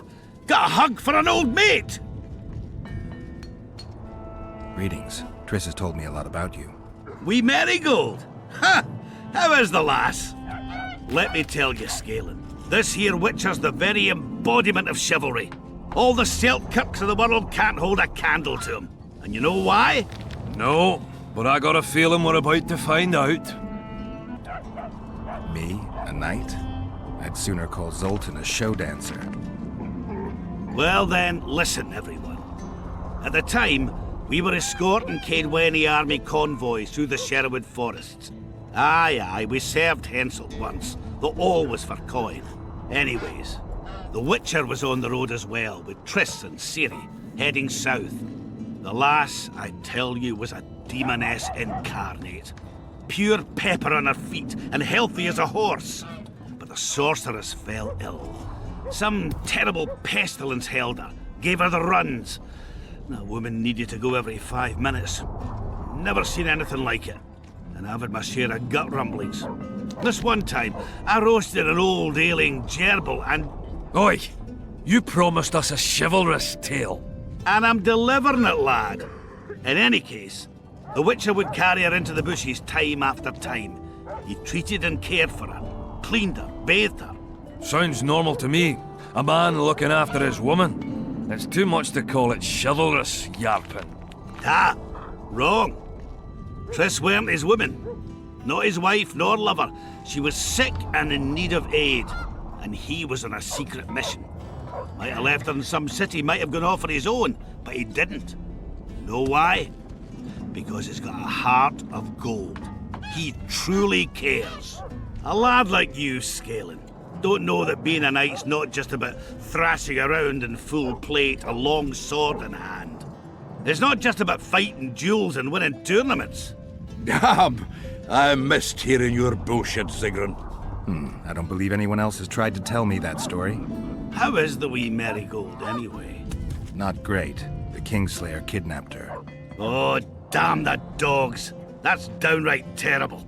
I suppose it's no coincidence you're here. It's nice to talk to you all, but we've got things to do. Ah, that's life. Open the gate. I've got to fetch me a certain sword. Wait a minute. If by some miracle you obtain that cursed blade, I'd advise you not to parade it out the main gate past the squirrels. Got another solution? There's another passage. I'll mark it in the Witcher's map and show you myself. Sound all right to you? It does. In the meantime, I'll look around for that flag. Prime, I'd say. Off we go then. Like I was saying before, the search for the spearhead would also end up yielding the sword and the standard. While my hunt brought me here for the former, it appears as though I might have more luck starting with the latter two, or so I thought. The map didn't tell me which marker was meant for which relic. I was hoping that I'd find my way to Saskia and the sword first, but that didn't happen. I ended up running across Vergen's outer walls and into the surrounding forests. This took Geralt on a small trek that had me facing off against bandits and neckers, the smallest concerns for this journey. Once those were taken care of, I continued further along the trail until I hit the entrance for an unnamed catacomb. I really thought this was where I was to meet Zoltan. I heard catacombs and secret entrance away from the city and assumed this was it. Well, it wasn't. Instead, this was actually where I'd need to go for the Dunbanner standard. It's my fault, but due to confusion and a lot of time spent hacking away at wraiths and checking bodies, I decided to throw in the towel and move on. It was a sucky feeling because I knew I'd have to come back, but at that moment, I wasn't sure what I was looking for, if I had to meet with Zoltan or not, and if I needed to advance the plot in some other way first. So, packing it up, I fled the crypt and returned to Vergen. I'd revisit this mystery cave site, but just a little later into the chapter. For now, following the second quest marker to the other side of the map, it brought me over to another underground entrance with a series of tunnels. These look like mines, and the safe bet, this is where I'd be meeting with Zoltan for the sword. In fact, wandering on in, I got an update for the Symbol of Hatred, so that was a much needed confidence booster. Of course, Dark Cave meant popping a cat potion for some thermal vision. Now being able to actually see, I set off through the corridors and followed the maze. There were several pathways that led in and out of the mines. Some would take me in circles while others would lead to dead ends. There were random doors that would serve as shortcuts to Melatelli knows where, and there were even a few chambers carved out into the earth, likely the remnants of fruitful dig sites. All the meanwhile, Geralt had to tackle more enemies like Neckers, Necker warriors, and rot fiends. There even came a point where I had to face this brutish creature called a Bolvor. That was the first for me, and while intimidating, I knew that it was a sign for the end of the line. In fact, just beyond it was the corpse of a dwarf that held the catacomb key. Beyond that body was a door that took me further along the path. Not too far in, I managed to finally catch up with Zoltan. Only the dwarf wasn't alone. He was in the company of Saskia, the rebel leader that Geralt was told to meet with. Zoltan, you were supposed to bring the sword. I failed, Geralt. That was not the best idea, Witcher. Dwarves are poor liars in general, and that's especially true of this one. You know everything you need to know? Yes. You need the weapon to lift the curse from Henselt and free the souls of the fallen. Milady, I know you're at war with Henselt, but the curse threatens Vergen as well. It's a field of uncontrollable magic energy. No need to exert yourself. I know this. The sword shall be yours. Just like that? Yes. I'm glad to help and thank you on behalf of the Vergennes, the souls of whose loved ones will finally be granted the peace they have so long deserved. Milady.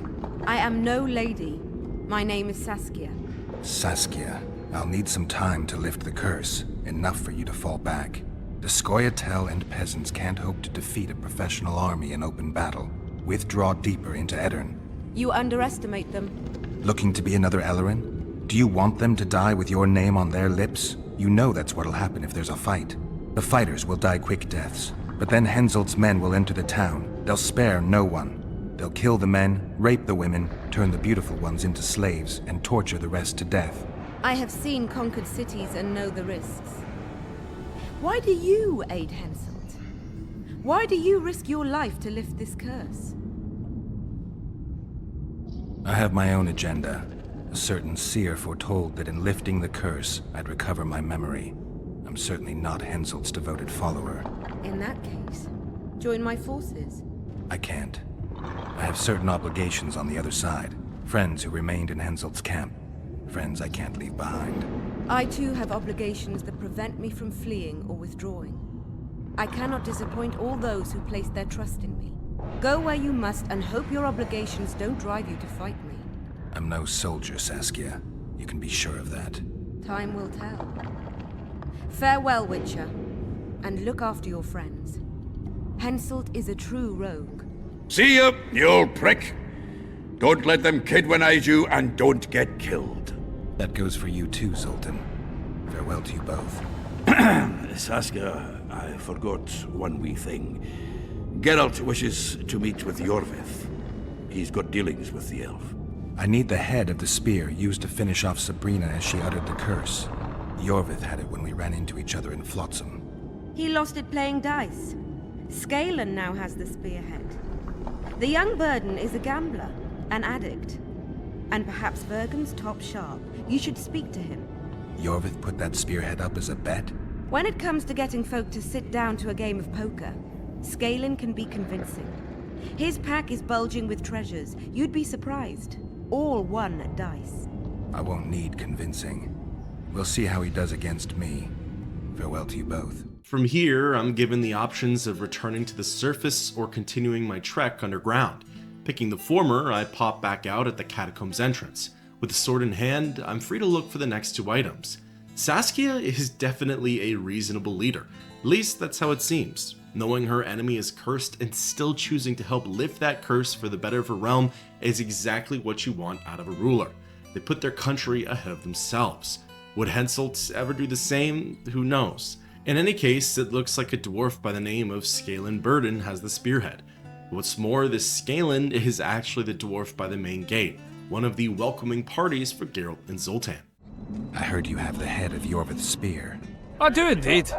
I could use that spearhead. Not a chance in hell. It's my trophy. Won it off the greatest killer among elves. In certain circles, that makes me a hero.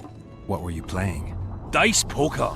I've rolled a few dice in my time. Do I hear a challenge?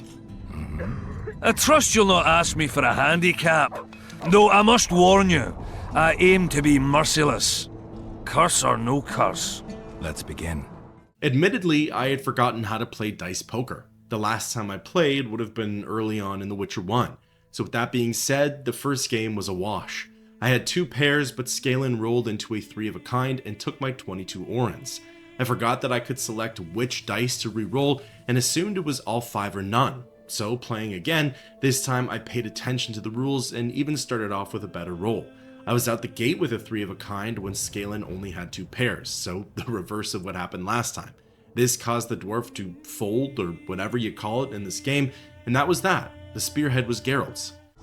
You play like a true sharp. Almost like a cheat. But, true to my word, the spearhead's yours. Thanks, Scalen.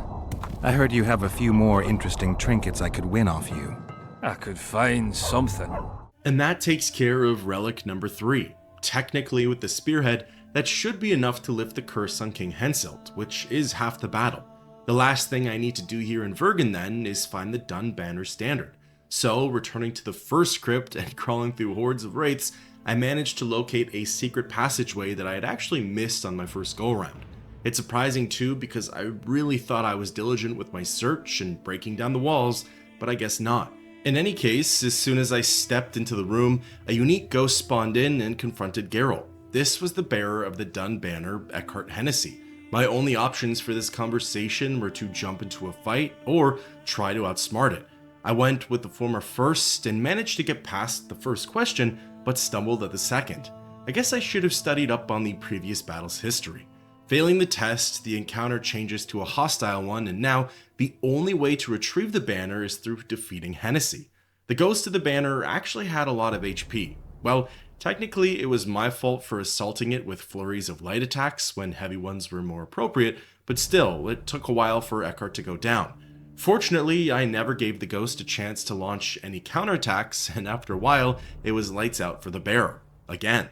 With the gatekeeper out of the way, I was free to retrieve the standard for the nearby sarcophagus. All 4 relics in hand and the medallion with King Henselt, I could now lift the curse on the battlefield and the one on the ruler of Kedwen. Ready to return to the Kedweni camp, I took my leave of the crypt and left Vergen in the rear view.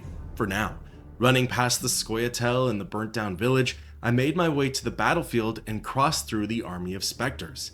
Deathmold's amulet was able to lead me back to the other side, although it was much easier to find Henselt's camp in the fog than it was Vergen. The watchtowers and walls made for great landmarks. Again, I didn't really need to swing my sword or cast any signs here. The wraiths were easy enough to dodge and run past. Plus, for what was to come, I'd have my fill of this ghostly battle. Once back on the other side, I spotted Roach and some of the Temerians picking over a few fresh corpses. Confused, I approached them and asked what was going on. Good, you're here. The Nilfgaardians attacked us. Any idea why? They were loitering around here, staring into the fog as if waiting for something. I summoned Fen, Silas, and a few others, and told Vess to cover us from a distance while we went to talk to them. So I asked the black dogs courteously why they were gazing into the fog, as if the Emperor himself was about to emerge from it. No answer. But I can see the anger, knitted brows, faces reddening. And they start growling to each other in that dog's tongue of theirs. A woman came out of the mist, beautiful and barely alive. She dropped to the ground and a small object slipped from her hand. It was a jade figurine, no larger than a man's hand. If I didn't know it was impossible, I'd say it was Triss turned into a statuette. It is possible. Artifact compression. Where's this woman? I don't know. The girl growled at the soldiers and all hell broke loose. The Black Ones jumped us and she ran off towards the camp. I need to follow her. We're going with you. Fall in! From the outside looking in, that's quite this strange scenario, but it didn't seem to faze Geralt all that much. Nothing really does. Could it have actually been Triss who turned into a statue? If so, who was this other woman? Why was Nilfgaard interested in the pair, and what happened with Letho? A lot of questions, but as usual, not a lot of answers, at least for the time being. Running through the Kedweni camp and past Henselt's tent, I spotted the Nilfgaardian setup. However, it was void of life, and on the horizon, I could see a ship sailing away.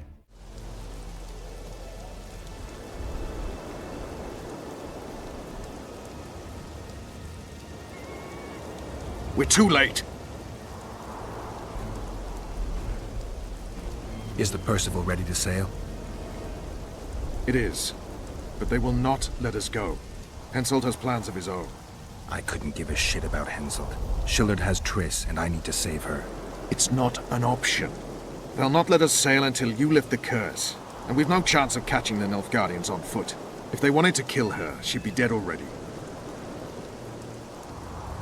Besides which, we know where they've gone. Loch Muin, Witcher. The monarchs and mages are to meet and decide the fate of the known world. You will find Triss there, I promise. Well, that might be an answer for Triss and her future whereabouts. Some place called Loch Muin at a council of mages and rulers, deciding, quote, the fate of the known world. That in and of itself opens a whole can of worms, but for now, as Roach put it, Geralt needs to settle the current matter at hand before anyone else can sail off. At last. Have you got Sabrina's spear? Not only that, I've got all 3 artifacts. You won't regret it. Let's do some magic. She died here. And pissed and shat as she did. Evil place. You can feel it in the air. Those candles don't help any either. They've gone mad. Someone said the bitch died a martyr and now the common folk burn candles for her. I have to observe this place from a distance. During the execution, I was on that hill. I'll show you. Following King Henselt, he leads me up the ridge and over to a lookout of the execution site. For what Geralt wants him to do and the vantage point that's needed, this spot should work great. Flat area, that's good. Are you concerned for your feet? Your Majesty, you need to draw runic protective signs around the stake. Magic signs are the domain of witches, not kings. Correct me if I'm wrong. It's important that you draw the circle yourself, Your Majesty. Important for whom? It was your death Sabrina foretold, so who do you think? All right. Tell me what we do. To lift the curse, we have to reenact the events from 3 years ago. How do you wish to do that if half of those involved lie rotten with the worms? It's about the energy of that time. The energy of the woman who cast the curse, combined with the energy of its victim. When you get the runic signs right, Sabrina's ghost will appear. Bring the bitch to life. It'll be a pleasure to put my spear in her. Remember to stab her in exactly the same spot as that soldier did, but earlier this time, before the sorceress completes the curse. I look for the hole. But how am I to know when? When you realize that the curse concerns you. But be ready, she may use a different name. Is that all? For you. Then I take over. Spectres might appear during the exorcism. Might or will? It depends on Sabrina's aura in the spirit world. I'll wager ghosts loathe the cunt. Let's get it over with. Tell me what I am to draw. You have to go down there, Your Majesty. What about you? I'll guide you. I have a good view from up here. And a good view it is, but there's just one problem. This weather really doesn't help. I can't see a thing, and because of that, among other reasons, I struggled with this puzzle for the first little bit. Essentially, Henselt needs to walk to and from specific landmarks around the execution site. While doing so, he's to pour out this flammable powder that, when ignited, should call upon Sabrina Glevisic. The catch, though, is that Henselt's path has to be in accordance with the runes. If he draws the wrong lines, the whole setup has to be redone. So, the first few moments of this puzzle were pure trial and error. I sent Henselt every which way until finally, Geralt was happy with his starting path. However, that then led to picking path number 2, and then it all fell apart again.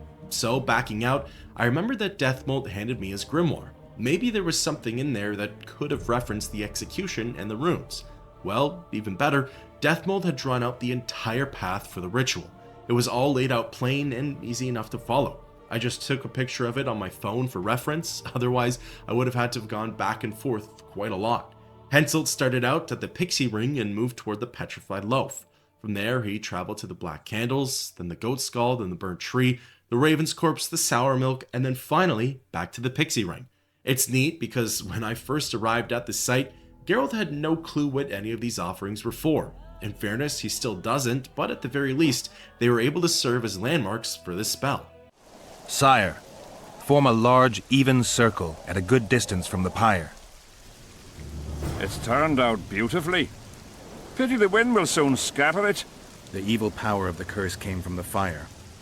Fire's a hard element to tame, and this one had added potency. It consumed the body of the one casting the curse.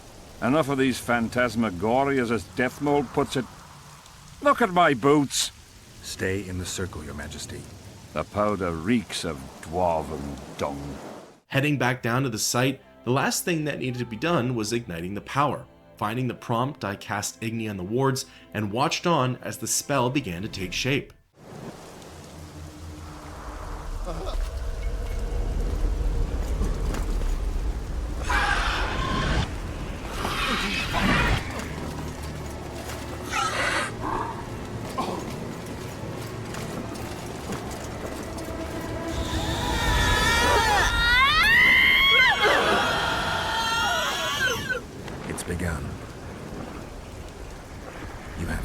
of soldiers, Your Majesty.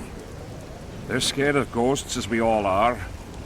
Curses, there's hundreds of them! Calm down, Your Majesty. We're protected by the magic runes. The ghosts won't get past the barrier. I'm not afraid of people, but those plowing creatures have begun to bother me. You're safe if you stay within the runes. What should I do? When the sorceress calls your name, you have to show mercy and end her suffering with the spear. You've broken the circle. Spectres could get through. What shall we do? I'll take care of them. You finish the exorcism, Your Majesty.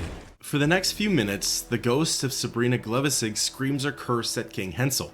All the king can do is listen to it over and over while he waits for the cue from Geralt. In the meantime, my job is to protect the king and survive the attack from the hordes of wraiths.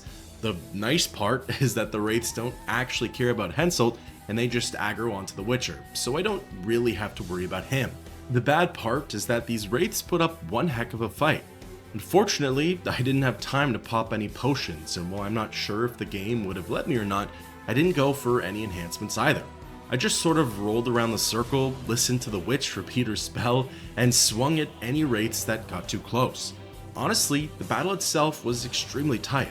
Individually, these enemies aren't anything to worry about. In groups that are seemingly infinite though, they're able to slowly whittle down my health bar. A lot of time went by and I didn't have much left in the tank. Truly, I expected a death here. Getting ready for the redo, I was surprised and relieved to hear Geralt yell these blessed words. Now, Your Majesty!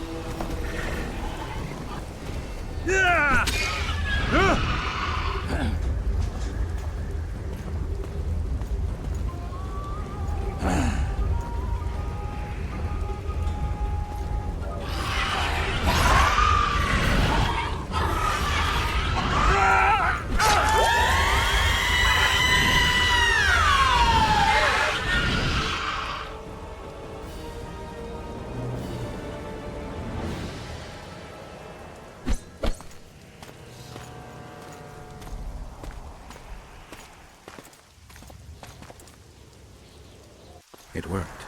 Are you sure? All I can say for sure is that a dwarf can pass between a troll's legs, even on tiptoe. But I think it went well. Good. For me and for you. But all the worse for Edern. You owe your freedom from the curse to Saskia's generosity.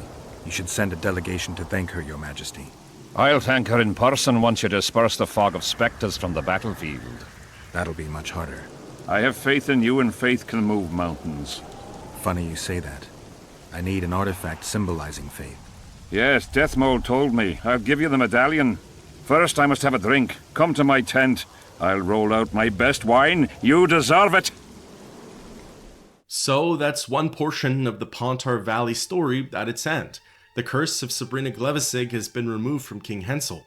The plot against him is seemingly no more, and he can rest easy knowing that his death will come in some other fashion, hopefully a long time from now. As for the rest of Chapter 2's story, well, that coincides with the ghostly battle, as well as what other twists and turns the game can throw Geralt's way. For the next curse, the ghosts on the battlefield, I just need Henselt's medallion. Then, with all 4 relics in hand, Geralt can draw power from their sources, i.e. their original handlers, and go through whatever motions are necessary for putting an end to that one. Rushing to the king's tent in the camp, I could see that from a distance he had a visitor. What's more, the knights wouldn't let me through and told me to come back after sundown. That wasn't an issue, as all I had to do was meditate until midnight. Interestingly though, the visitor was still there, and with this attempt, the king just clumped Geralt into their conversation. I'm glad you're here. A messenger from Redania arrived this morning. Read. The King of Redania, Radovid V, son of Vizima and Hedvig from Malior, the heir... Get to the point. The point is, it's not true that after the death of King Foltest, Temeria will be inherited. In truth, Foltest left a lawful heir. Who is this heir? Queen Ada, daughter of King Foltest and wife of Radovid. Ada? Everyone knows she was the fruit of incest. If my memory serves, Geralt, she's under a curse, isn't she? That was true. Foltest's daughter was a Striga, but I managed to lift the curse, or else Radovid wouldn't have wed her. It appears you removed that curse twice. The curse has been lifted, Your Majesty. I like to believe that. Ada could yet savour human flesh again. Tell King Radovid that I will not honour a monster with a royal title. If Redania doesn't wish... What the hell's going on? Guards!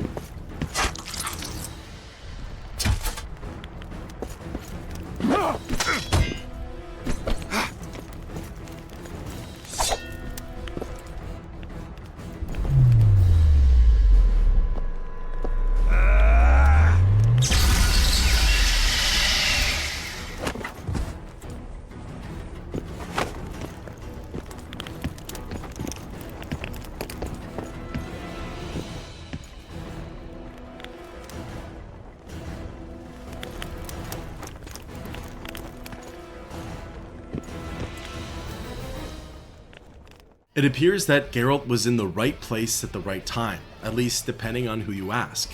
2 assassins have come for Henselt, and best guesses, these could be Akkus and Seren, Letho's accomplices and fellow Witchers. Unless Letho has been out recruiting, those are some of the only logical explanations. They could also be from Edirn or Saskia's camp, as those possibilities shouldn't be ruled out completely. In any case, this matchup has Geralt taking on both assassins. The battlefield is the entirety of the king's encampment, so there's plenty of space to move around it. This makes singling out a target and dodging the other much easier.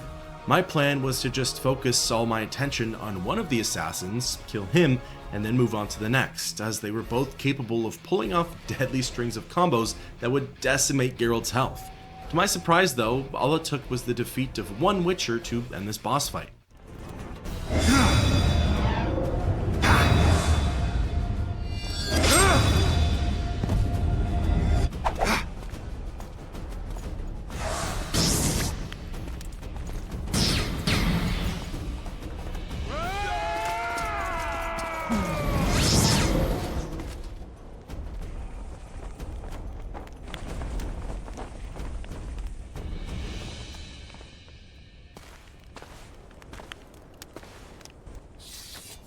Who are they? They wanted to kill me. Me! Ha! The scum. Witcher, we must talk. Deathmold said you needed this medallion. You saved my life, and I'm not nearly as ungrateful as some might say.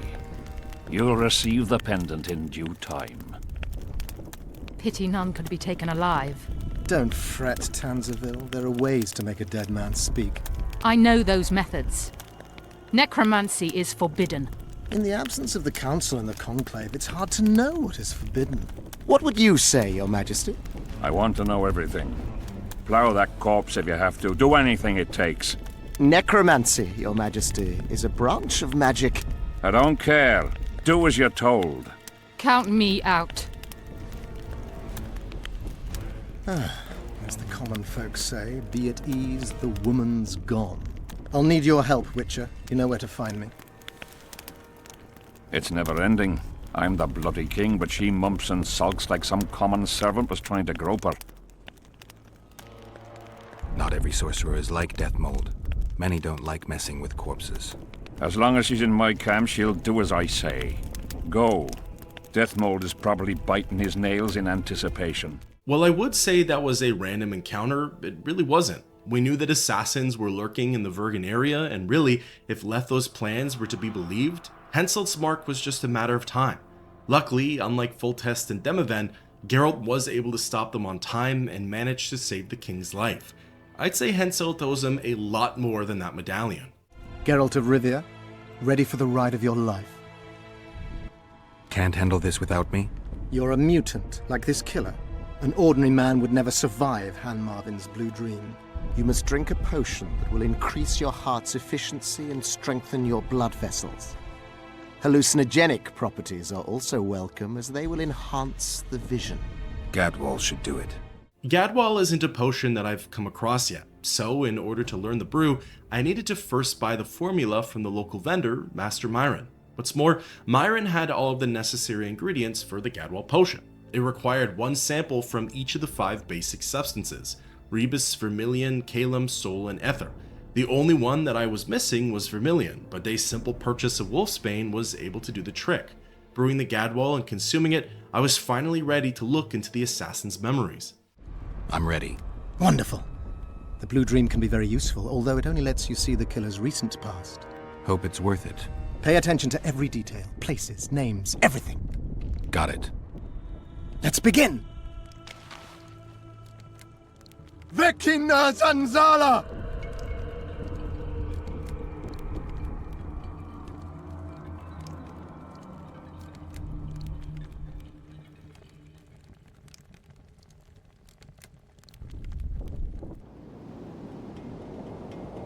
I nearly got lost in that fog.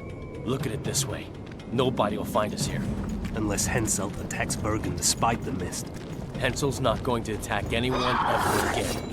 Always the optimist, Ox. So that confirms that the assassins are Arcus and Sarah, Letho's companions. From the looks of it too, they're also traveling along the pathways near Vergen and the king's camp. They were steps away from Geralt and Roach this whole time.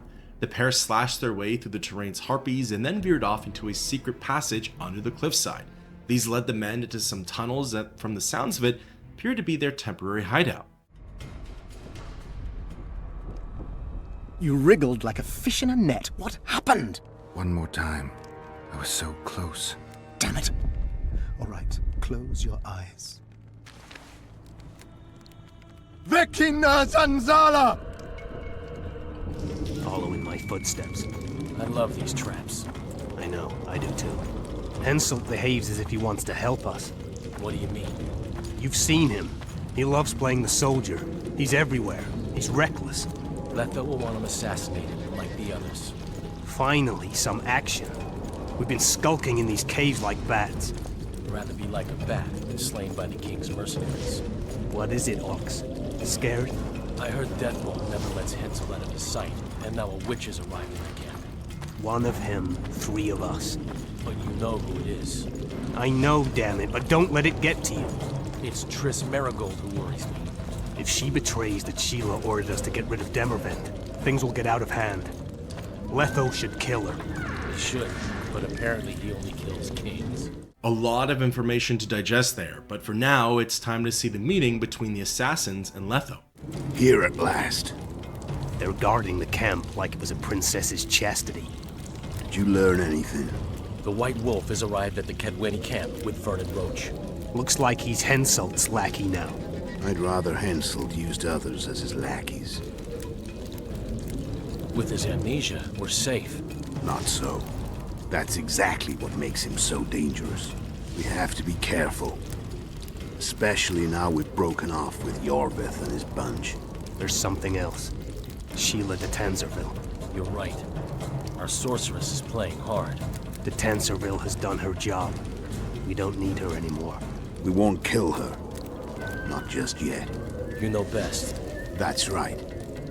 The main thing now is to get rid of Henselt. You'll go soon. What about you? I'm heading to Loch Muin. That's where things will be decided. We'll meet again soon, if you're careful.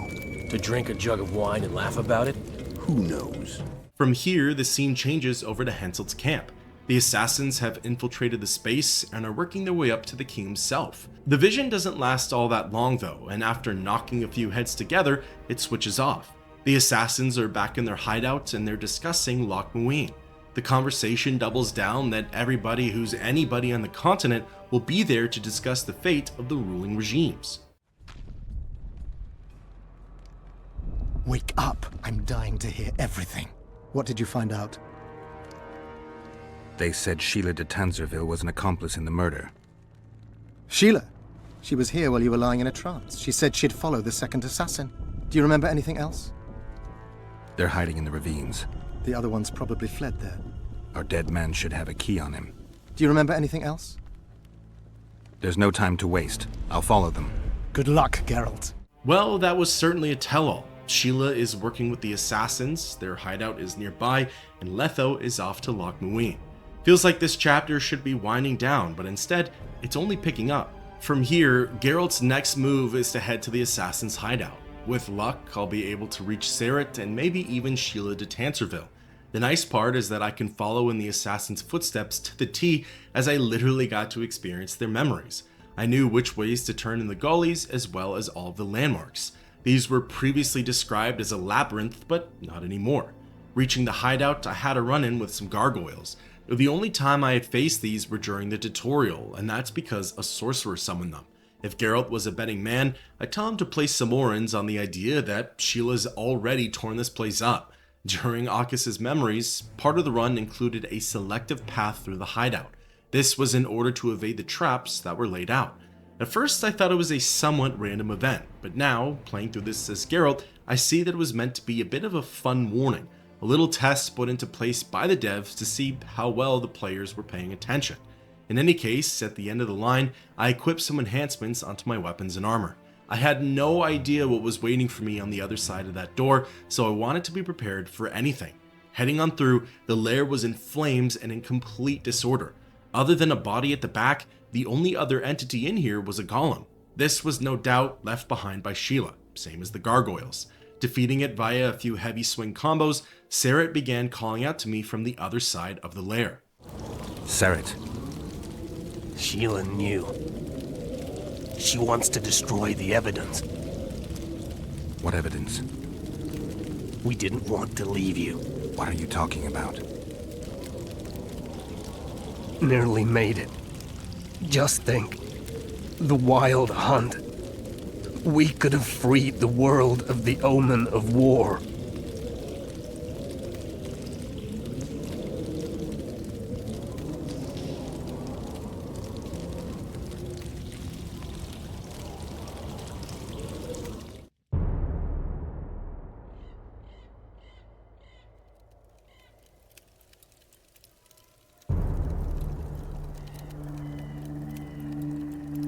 September 13th, 1269, the Ravine of the Hydra.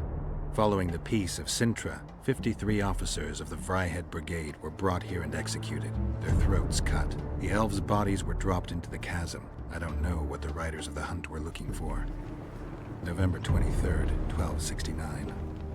Sintra, the village of Coldwater, and another victim of the hunt. An 11-year-old boy. His parents didn't even ask if he had a chance. I'm tired.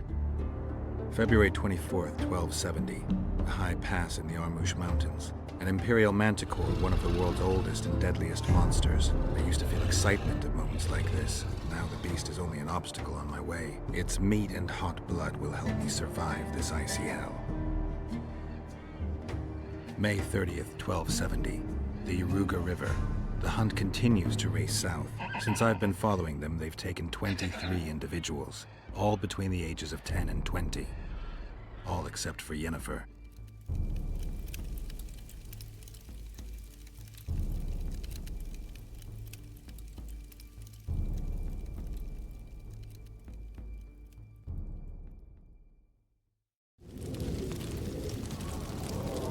That cutscene was a peek into what Geralt had been up to right after the abduction of Yennefer via the Wild Hunt.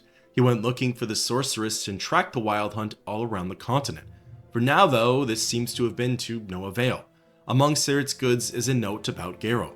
It talks about how the White Wolf is different from other Witchers, not just his combat prowess, but the determination he has towards his goals. Geralt will stop at nothing to achieve whatever he set his mind on. Furthermore, he is capable of feeling emotion, something that a lot of other Witchers struggle with. Seret admires that Geralt's able to balance his emotions and instincts, creating a focused and deadly Witcher. The assassin's final words are that he wishes to get to know Geralt one day, although that can no longer happen. I guess it's true that we really haven't seen many other friendly Witchers in this installment. I had a run-in with more than a few in the first game, but not quite as many in the second. You forget that the Witchers are meant to be stone-cold monster hunters. Fear nothing, feel nothing. Sometimes it does feel that way with Geralt, as he has a way of burying everything deep inside. That's exactly it. Even though he buries it, that doesn't mean that he doesn't feel it. Did you get him? Sheila got to him first. He's dead. The bitch! She's probably on the other side of the mist by now. Come on, Witcher. We've got to remove that damn curse. I got the medallion from the king, the one you were looking for. Here. I'm ready to lift the curse. I've got all the artifacts. Then there is a chance we will soon move against Edirn, and you will recover your memory. I'll need your help, sorcerer, to find the right ghosts. Ah, they will find you. The artifact's aura will lure them. Allow them to think, speak, and act. Then you will know what to do. Geralt, there's something else out there. I scanned the battlefield and noticed the Visitor's Ghost. It's different from the others. It's changed. A Drogue. I expected as much. Good luck, Witcher. It's finally time to head back into the mist and finish what I had started, lifting the curse of the Ghostly War. With all 4 relics in hand, again, I prepared myself for whatever lay ahead. Enhancements and potions of all kinds. What little good they did for me too, as you'll come to see. But hey, fail to prepare and prepare to fail, right?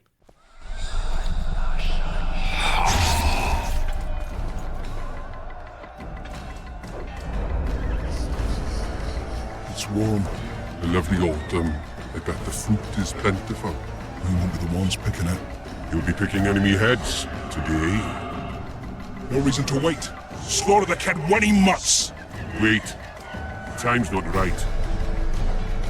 Sometimes I forget what we're fighting for. Powerful kings have no choice but to wage wars. Then why don't them avenge Henselt's duel to settle things?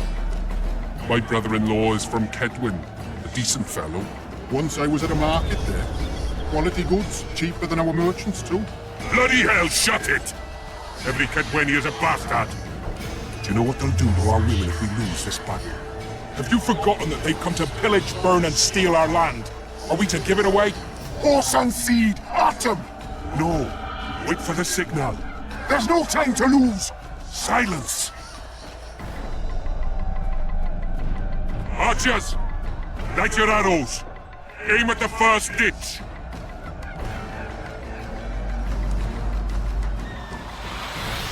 Get them! Catch on the enemy standard!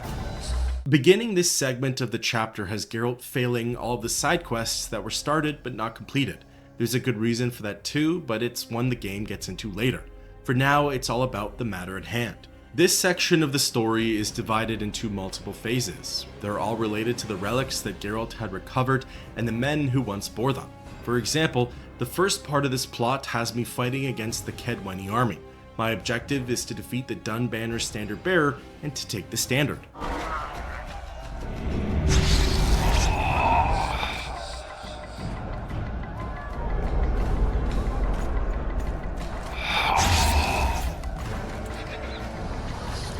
The standard's in enemy hands. We're sitting ducks here. You need to tell the commander we were ambushed. We can't hold without reinforcements. I'm to tell him. No, Princess Syphilis. Move it, imbecile, before they slaughter us to a man. I shall make it. First battle. Killed my first man. Got blood on my hands. The next phase is a continuation with the standard segment. I'm now controlling a Kedwenny soldier, and the objective is to get from one side of the pass to the other. All the while, my fellow Kedwennys are hurling walls of arrows in Geralt's direction. They explain it later, but they aren't sure who's running up the middle section of the battlefield, so better to just loosen as many arrows as possible and hope that no one makes it through. Cease shooting! He's one of ours!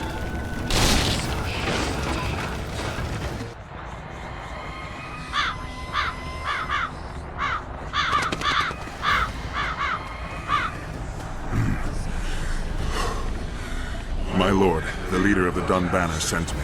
We were ambushed. We can't hold. Weren't your scouts keenly watching the battlefield, Captain? Yes, sir. They must have dug those ditches in the night. The field was cleared by day. Lady Glephisic scanned it with her magic during the night. 10 lashes to each scout. Hang every third one.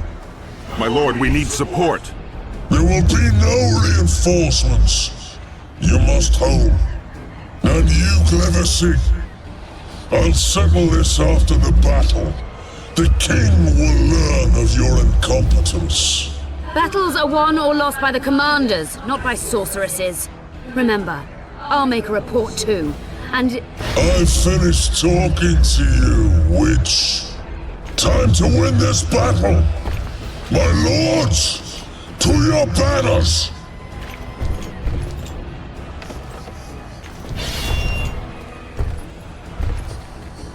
We enter the fray!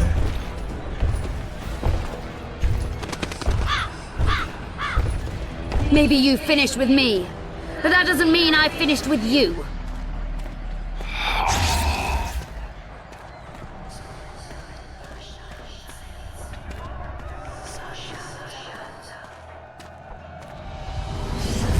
Nadovesaveg.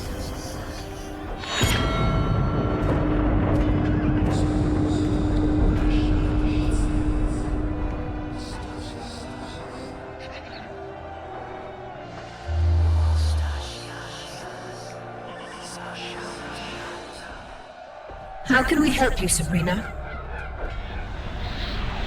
My place at Hensel's court is threatened. Furthermore, if Vandergrift wins the battle, nothing will stop Hensel from taking Upper Edirne. The balance of power in the north will be upset. What do you intend? I shall summon Melgar's fire to the battlefield. It will kill Vandergrift and weaken both sides. Any use of unconventional weapons may be severely censored. I'm aware of that. Hensel's hegemony is counter to the Lodge's plans. We will help you, but remember, in the event that you fail, you'll be on your own. I am ready.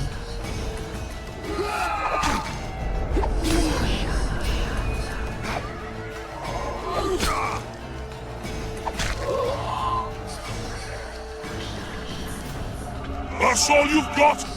You're dying fast, like roaches under my boot. Is there a Kenwenny to match Selkirk of Gallant on this field?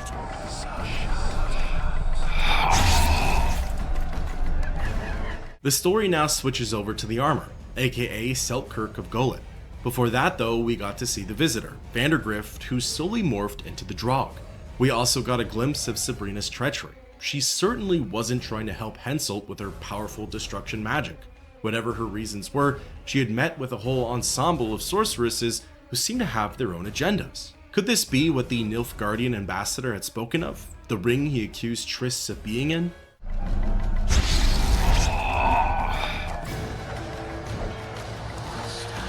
The visitor! I've long awaited this meeting. Leave, Ghost. I'll not give up an opportunity to duel Vandergrift. He will kill you. Selkirk does not fear death. When you die, your soldiers will die every day afterwards. Forever. Leave. This is a task for a witcher, not a knight. I do this solely for my men. This next phase blends the armor and the sword. The sword, Loathen, aka Hatred, was Vandergrift's. Only with it can Geralt, or in this case Selkirk, hope to take on the visitor.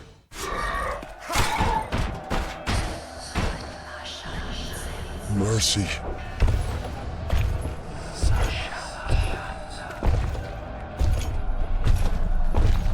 You have failed me. Who are you? Your nightmare.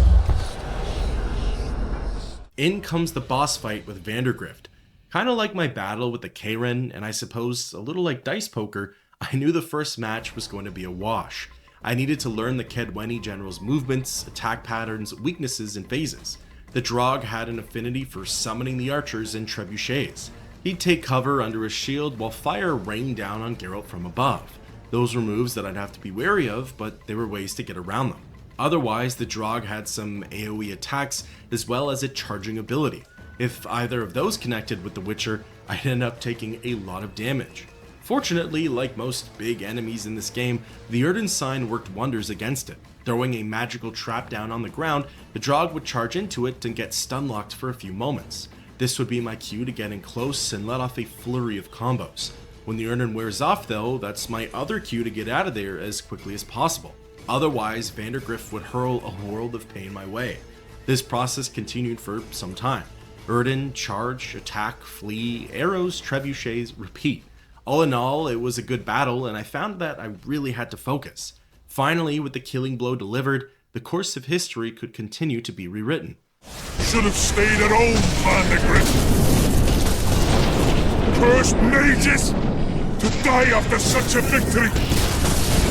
Gods, we can't fight such sorcery!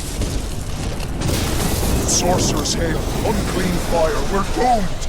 Why are they doing this? As the prophecy says, the time will come when sorceresses turn on men, flaming balls rain from the sky, and destruction will be unleashed. What should we do? Wait here for death? I shall lead you as a shepherd leads his flock, safely from the dark abyss.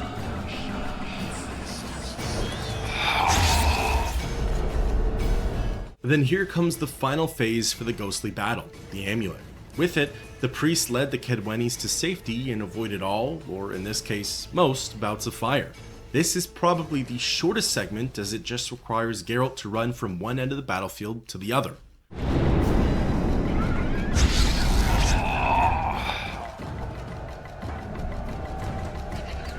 Stop firing! Our men are dying! A massacre! Save us, sire!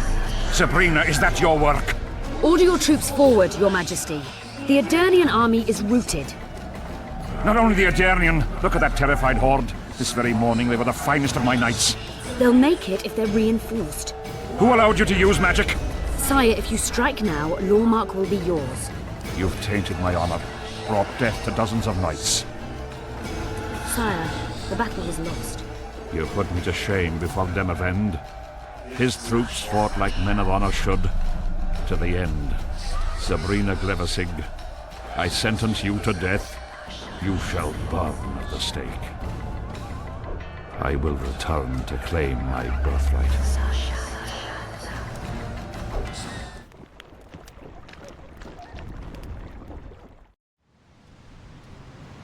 July 25th, 1270. The forests of Angren. No mighty mortal, no heap of meat or strong man can parry the strike of the Slizzard's tail. Letho couldn't either, but by some miracle he survived. I helped him. After all, Witchers on the path should help each other.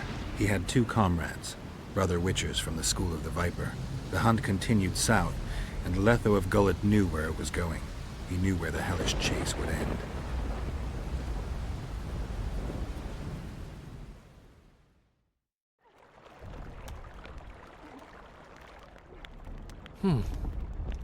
Finally awake? Where are we? In one of the safest places in the camp, my friend. The brothel? Mm-hmm. How did I wind up here? I found you out in the fields, unconscious. The fog? Gone. 3 days ago. 3 days? You sure? Mm-hmm. In that time, Roach ventured deep into Kedwen on some secret mission.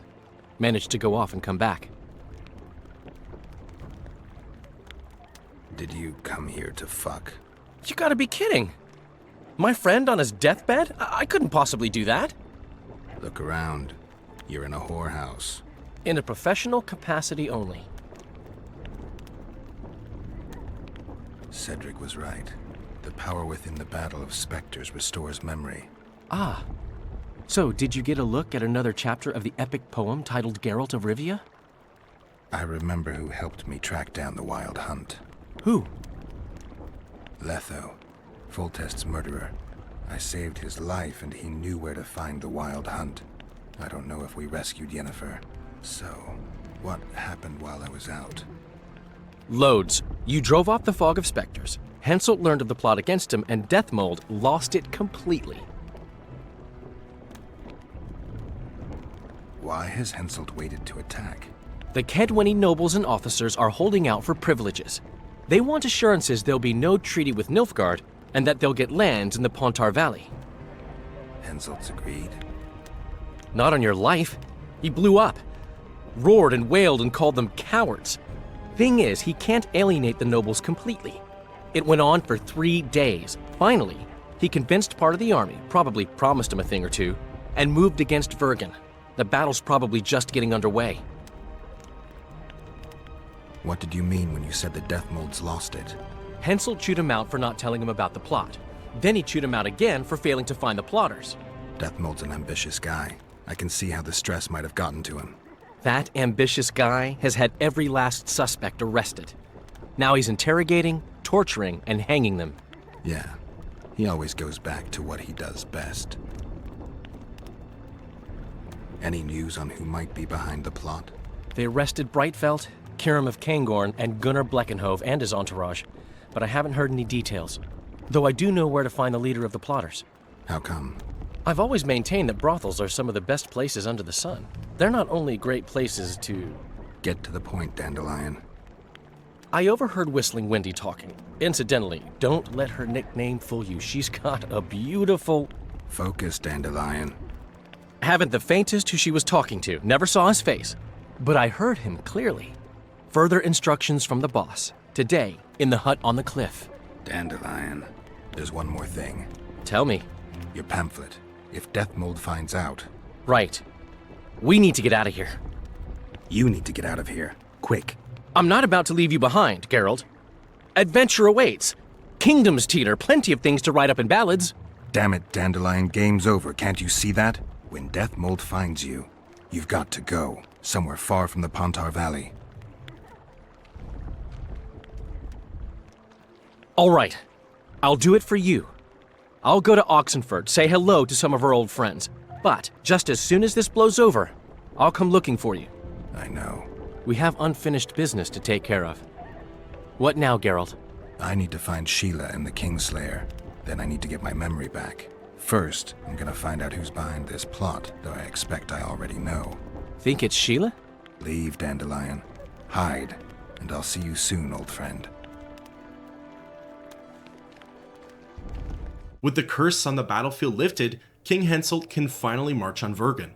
Unfortunately, for the people at Vergen, they're going to have quite the time ahead of them. An angry king and some fed-up soldiers pounding on their doors, they're definitely going to need to dig in their heels for this one. Also, it seems as though Geralt's memory is starting to come back. I assume that it all just flooded into his mind as soon as the Spectre battle had concluded, but that doesn't quite seem to be the case. Maybe as time goes on, the important details of his past will slowly get reinstated into his memory. Who knows? As for the plot against the king, I was under the impression that it was a done deal, but I suppose not. I thought uncovering the mysteries and lifting the curses would have been enough for the conspiracy to die out, but it seems to have only gotten stronger. The only way I'll find out what's really going on is by venturing off to the hut on the cliff top and looking at these people in the eyes. Simple. 3 years ago, you promised financial assistance. We were to convey information and resist Deathmold and his supporters in most matters. Nothing's changed. But it has. Foltest and Demoven had their throats slit. Someone, we know not who, wanted to slaughter the unicorn. The situation's fucking tense, and Deathmold's stronger than ever. More importantly, you've nothing to offer us. The Temerian treasury is closed to you. Gentlemen, you forget what will happen if the king learns of our dealings. We'll not be intimidated, Roach. And remember, you speak to nobles. I've been in Kedwin for 3 days. Travelled through nearby villages and towns, saw old friends, sounded out the mood, asked for news outright. The people of Kedwen detest Deathmold and his thugs. They await the man who would dare to wring his neck. Someone approaches. Weapons.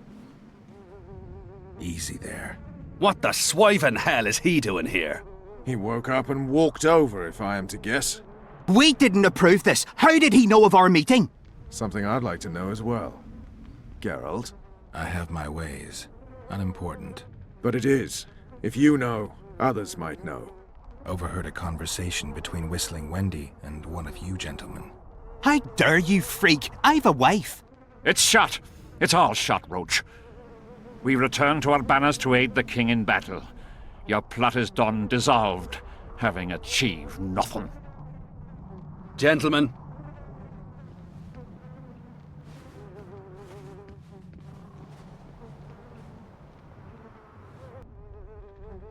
How did you ever come to head a conspiracy in a Kedweni camp? It's a long story. Literally. Foltest and I devised the plan 3 years ago. Shortly after, Henselt burned Sabrina at the stake and appointed Deathmold his advisor. Morale among nobles and officers was low following the failed campaign. We took advantage.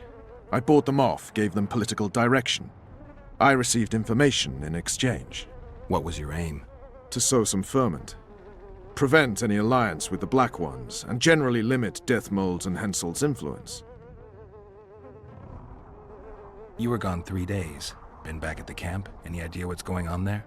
I haven't, but continue to get news from those traitors. Who have they arrested? Dandelion mentioned Brightfelt, Kiram of Caingorn, and... Not good. Kirim has been one of the plotters since the beginning. He knows me. Maybe the interrogators have yet to start on him. Quickly, back to the camp. We need to warn Vess and the others. Like Geralt said, of course Roach is at the center of all this. How would Temerian plant the seeds of discourse among the Kaedwenis? It might have worked too if not for recent events and plot points.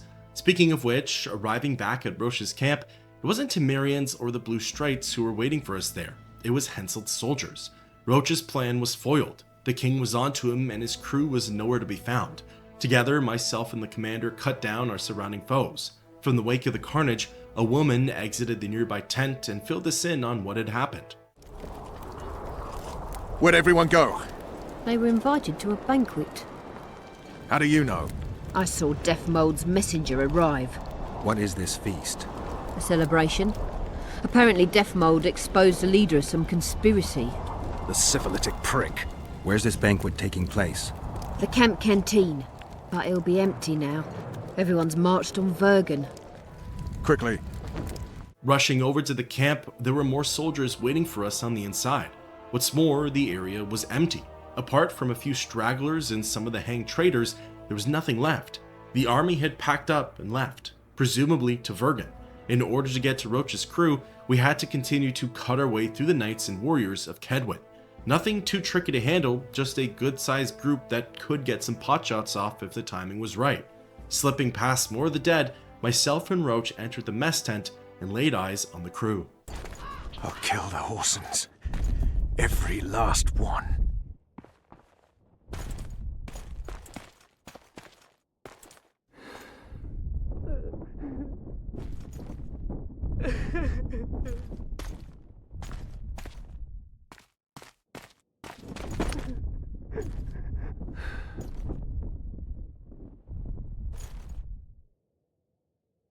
Vess, are you all right?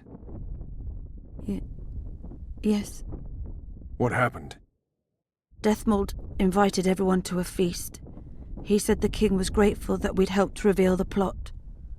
A roast pig and 2 barrels of wine awaited, he said. He said Vernon had just returned from Kaedwen. He was to be personally decorated by the king, and I was to be there to see it. The lads went to the canteen, I went to the royal tent. Well, Roach was not in the king's company.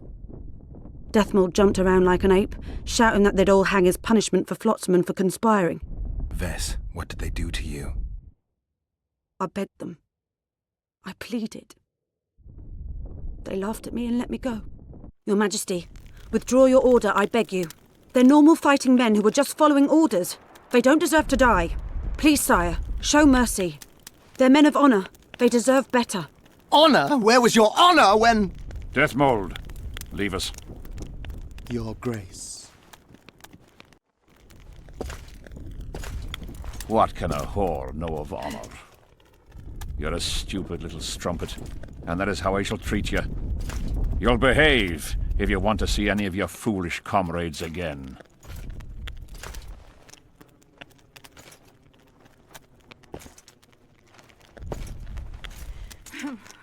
Don't go there, please, Roach. Deathmold expects you to seek vengeance. He awaits it. He won't need to wait long. Don't you understand? They hanged the lads to provoke you. You were away. They had a battle to win. They didn't know when you'd return. You cannot go there. We won't. We'll follow the army. Kill every Kaedweni we meet. That's suicide. Plough it all. Everything I loved died in this tent. My country disintegrates. My friends cruelly murdered. I want blood. As do I.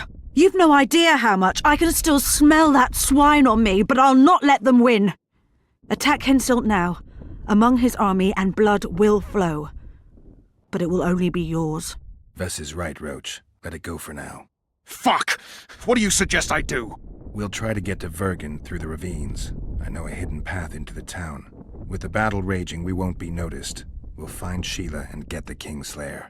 And in the process kill as many Kaedwenis as we can. Vess, can you manage it? Vess stays. I'll not put her in danger again. And someone must get back to the Percival and its crew. Sail to a nearby cove. We'll need some way to get out of here. I'll take the boat around the bend past the camp and await you there. We must head through the ravines. Shit. Vess is lying. What? I can vouch for her with my life. I can't believe she escaped death mold. What are you suggesting? Nothing. First I'll kill Henselt, then Deathmold. Or maybe the other way round. What do you advise? I advise you to shut up and keep your eyes and ears open. Pleasure comes later. And just like that, all of the men that Geralt had once sailed with and fought alongside were killed, hanged as traitors and conspirators, when really the only one who had a hand in any of that was Roach. I'd have to imagine that, apart from the obvious reasons, Roach is also angry at himself. It was ultimately his actions that led to the Blue Stripes getting wiped out and what led to Bess's defilement. Who knows what would have happened to him if he was in camp when the rest of his crew got rounded up? Would more of them have survived, or would Roach be dead too? I'm sure that at the end of it all though, he blames himself for what's happened. In the meantime, Geralt and Roach are set on finding a secret passageway into Vergen. This leads them through the gullies, and of course, they cross paths with more of Henselt's soldiers. Interestingly, the pair also has a run-in with some trolls.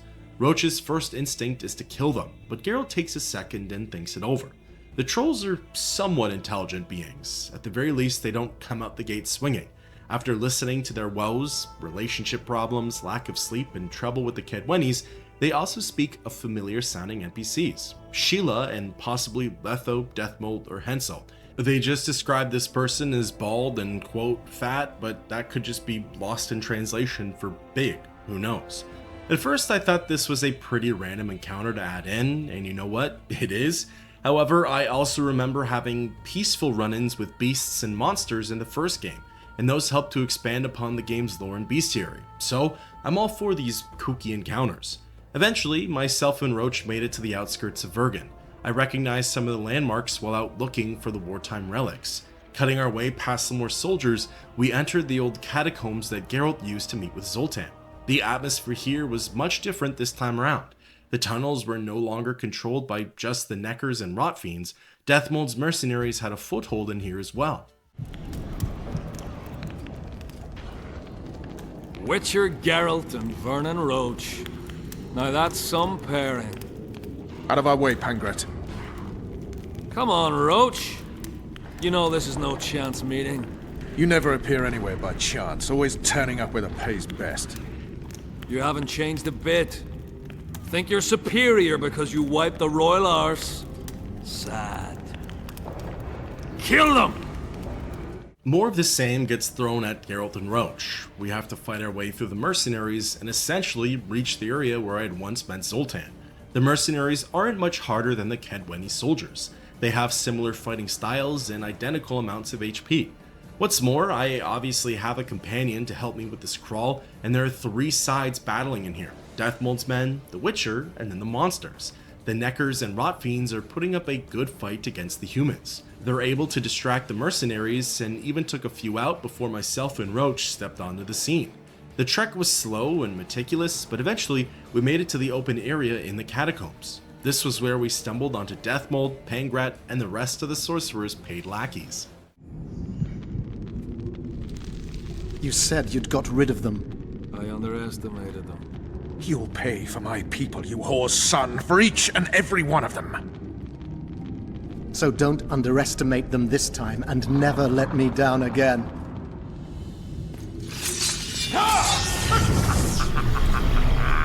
In comes the fight with the wizard and the rest of the mercenaries. Pangrat and his men are easy enough to take down, a handful of heavy swings each in their Rotfiend food. My strategy was to just hack away at them first and then deal with Deathmold last, as he has a few more tricks up his sleeve than say Pangrat. The battle with Deathmold consisted of him casting spells. When the energy and lights surrounding the sorcerer would go away, that's when I knew I could step in for the attack. Really, I could only get a few hits in before he'd re-summon his shield, and the whole process would repeat. Again, not to sound like a broken record here, but while the battle was long, it wasn't difficult. Once Deathmold got around to half health, he threw in the towel and decided to teleport out of Vergen. Useless brain waste. The perfect foe for you. Don't chase me, it would be stupid.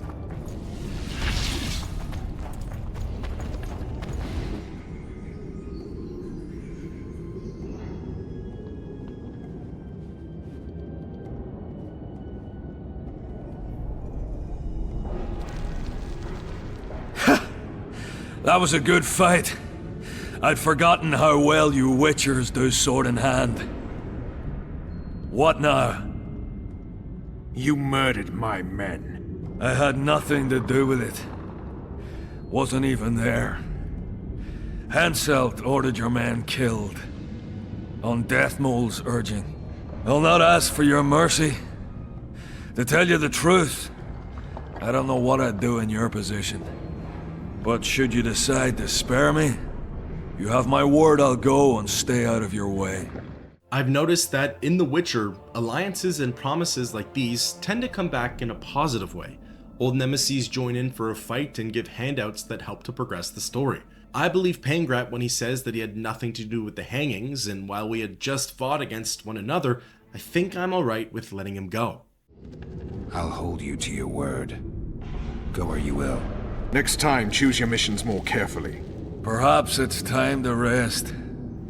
Got a woman in Tredigor, Julia. She's expecting. You knocked up pretty kitty. Congratulations, Pangrat. And give her my regards. Thanks, Witcher. I won't be needing this anymore. Take it. Farewell to you both. See you next time a war rolls around. A small roadblock, but nothing that Geralt and Roach couldn't have gotten around. With Deathmold gone and the mercenaries defeated, it's time to storm Vergen and look for Sheila, Letho, and maybe even Henselt. Exiting the catacombs, my ears are immediately met with the sounds of battle and the blaring of war horns. The attack on Vergen is well underway, as was expected. Following the pathway into the city, Geralt and Roach found passage to the back entrance. Here, a garrison of dwarves were standing their ground and picking off the Kedwenis. Among their numbers was Zoltan Chivi. You bastard! I thought it was Henselt's mob that got through the tunnels. They tried. Glad you knocked it out of their heads. So good to see you. Where's Dandelion? Headed west. Walks too deep, going cross this time. Henselt. Ha! Henselt's about to get whooped, bare-arsed and all.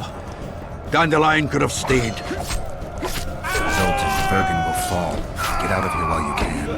Oh, there'll be nothing dwarven about that. Leaving my mates! All right. Just don't get killed.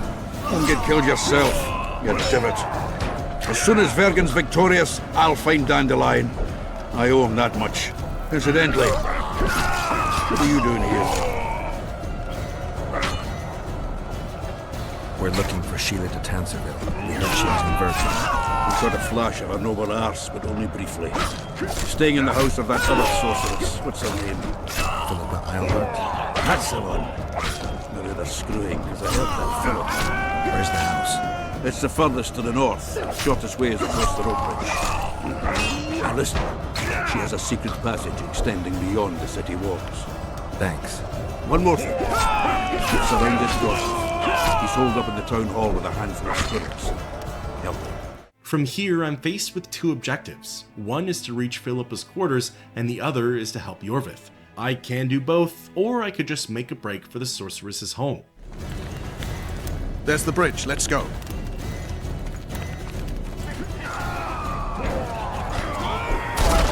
Fuck!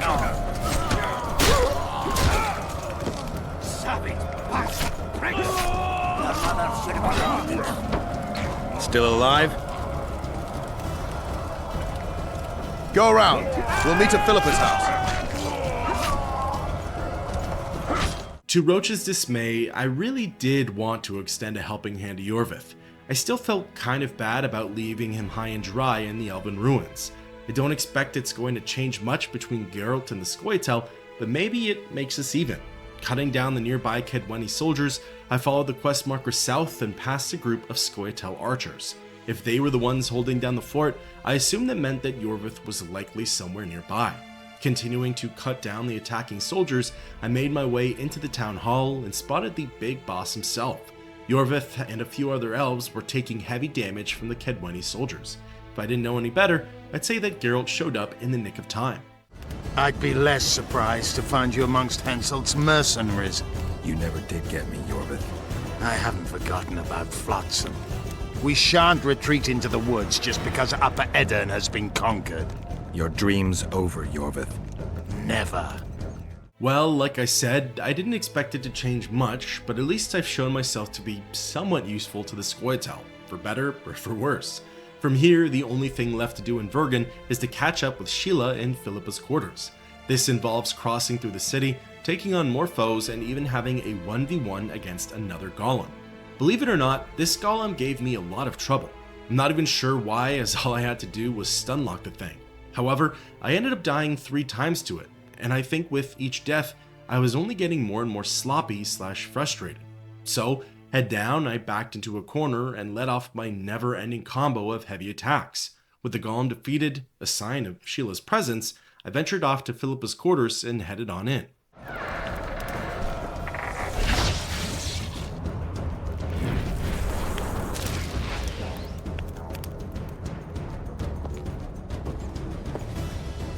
I'll see you in Lochmuin.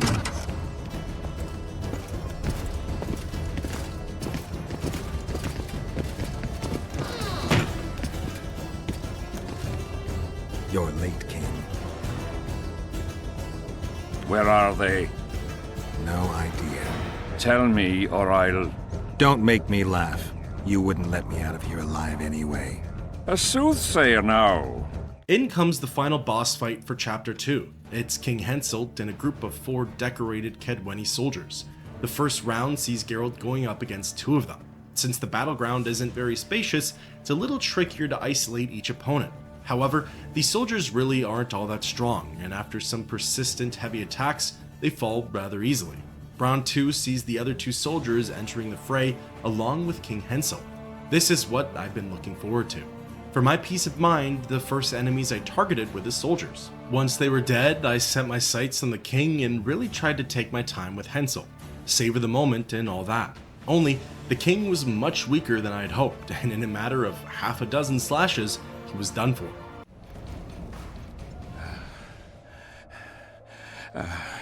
You can certainly fence. It seems I've met my match. You've won the battle, but lost the war. The city's in my hands.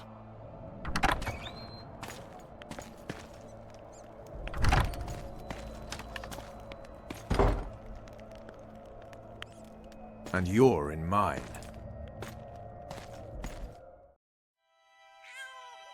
For the good of the Temerian crown, Vernon Roche is prepared to do anything.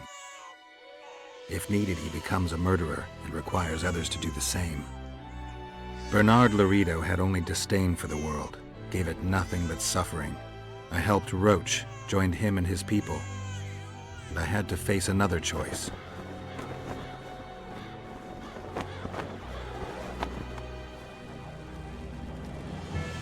Killing the commander of a forgotten trading post is not the same as killing a king.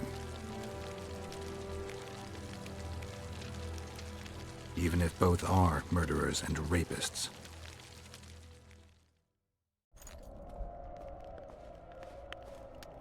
Vernon Roche, Temerian cockerel of the Blue Stripes. What will you do with me? You know perfectly well. You won't kill me. You wouldn't dare. I'm the King of Kaedwen and soon of Lormark. The North won't survive without me. I've won. Do you know why I rushed into battle? Do you? I had to resolve it before Lochmuin. He's playing for time. Let's kill him. Wait. Tell us, King.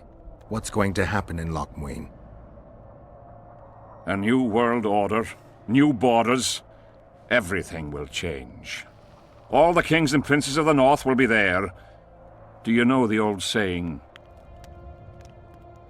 He who controls the Pontar Valley controls the North. Have the mages been invited? It's their idea. They want to revive the Council and Conclave. They want to regain their rights and privileges, their place in society. What tripe. I've outsmarted them all. I'll be the one to dictate treaties. I'll show them who's ruler. You had my men killed. Of course I had them killed. What do you do with spies in Temeria? Give them awards? None of those hanged were part of the plot. Only me. You know the saying, where there's smoke, there's fire. Your villainy knows no bounds. What do you call villainy? The fact that I've made Kedwen stronger than ever? You fool, I'm the last ruler of the North whom Nilfgaard must respect, and it will. Witcher, reason with him. This is a pretty pivotal moment in the Chapter 2 story arc, one that I'm sure will send waves through the rest of the game's narrative. Let King Henselt live, or have Roach kill him. For a little bit, in the beginning of the chapter, I could tolerate Henselt, but the more I learned about him and interacted with him, he started to rub me the wrong way. Then he went and wronged Vess and killed all of Roach's men. For my decision, I say throw King Henselt to the wolves. He who lives by the sword, dies by the sword. I'm leaving you two alone. Scared? No. Witcher, surely you didn't lift the curse from me to now have me murdered? You don't know a thing about curses. Make it quick.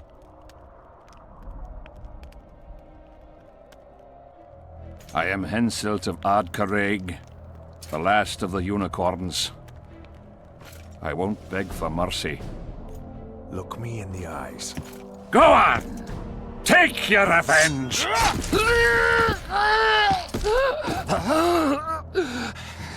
A flea has bitten a lion.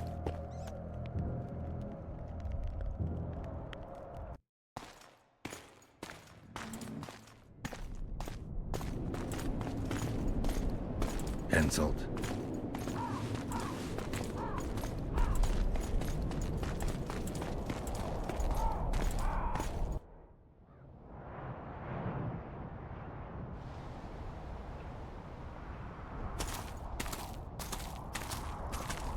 Only we know what happened here. Well, and Henselt. The sooner we forget it, the better. I'll erase it from my memory. Sheila teleported herself to Loch Muin. Where there's Sheila, there's Letho. The murderers are gathering for their peace talks. We have to be there.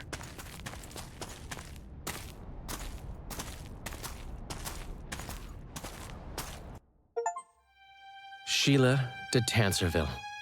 I'd sensed from the start that some dark mystery lay behind that cold countenance. Following the demise of the Council and Conclave, there was no one left to keep the mages in line. But regicide? Why? What was this all about? It seemed these questions would be answered at Loch Muin, an ancient city amidst mountains, the remnants of the civilization of the Vrans, whose dusk had come long ago. And you would be right to ask, why did you not set out for Loch Muin, Master Dandelion? Your humble servant and chronicler was forced to flee the Pontar Valley, as he very well might have paid with his life for his heroic stand against King Henselt. And to allow oneself to be humbly slaughtered, consigning to oblivion this account of incredible events, would be a grave transgression against the arts and letters. Yet forever feeling a vast shared responsibility for the fate of the North, I dispatched to Loch Muin my faithful and capable friend, Geralt of Rivia. Have I mentioned his disdain for politics? Well, it was at Loch Muin where he could finally give vent to it.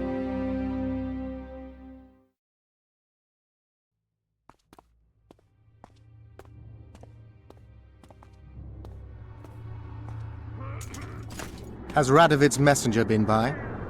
Yes, sir. And what did he say? Temeria cannot survive. The kingdom will be divided. The nobles are riled. Constable Natalis stands on shaky ground. The loyal old Natalis will get kicked in the arse. How predictable. They nearly reached an agreement, but without Foltest's daughter, it didn't work out. Perfect. Are the quarters ready? There is a little problem. Then we must look at this problem.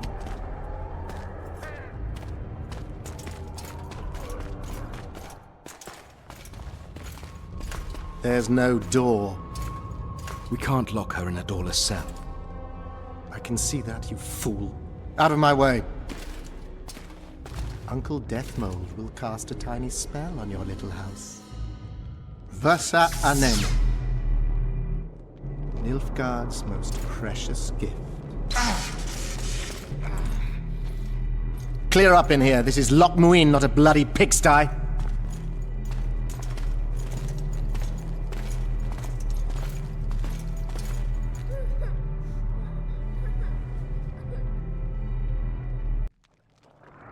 Oh, bollocks, Geralt.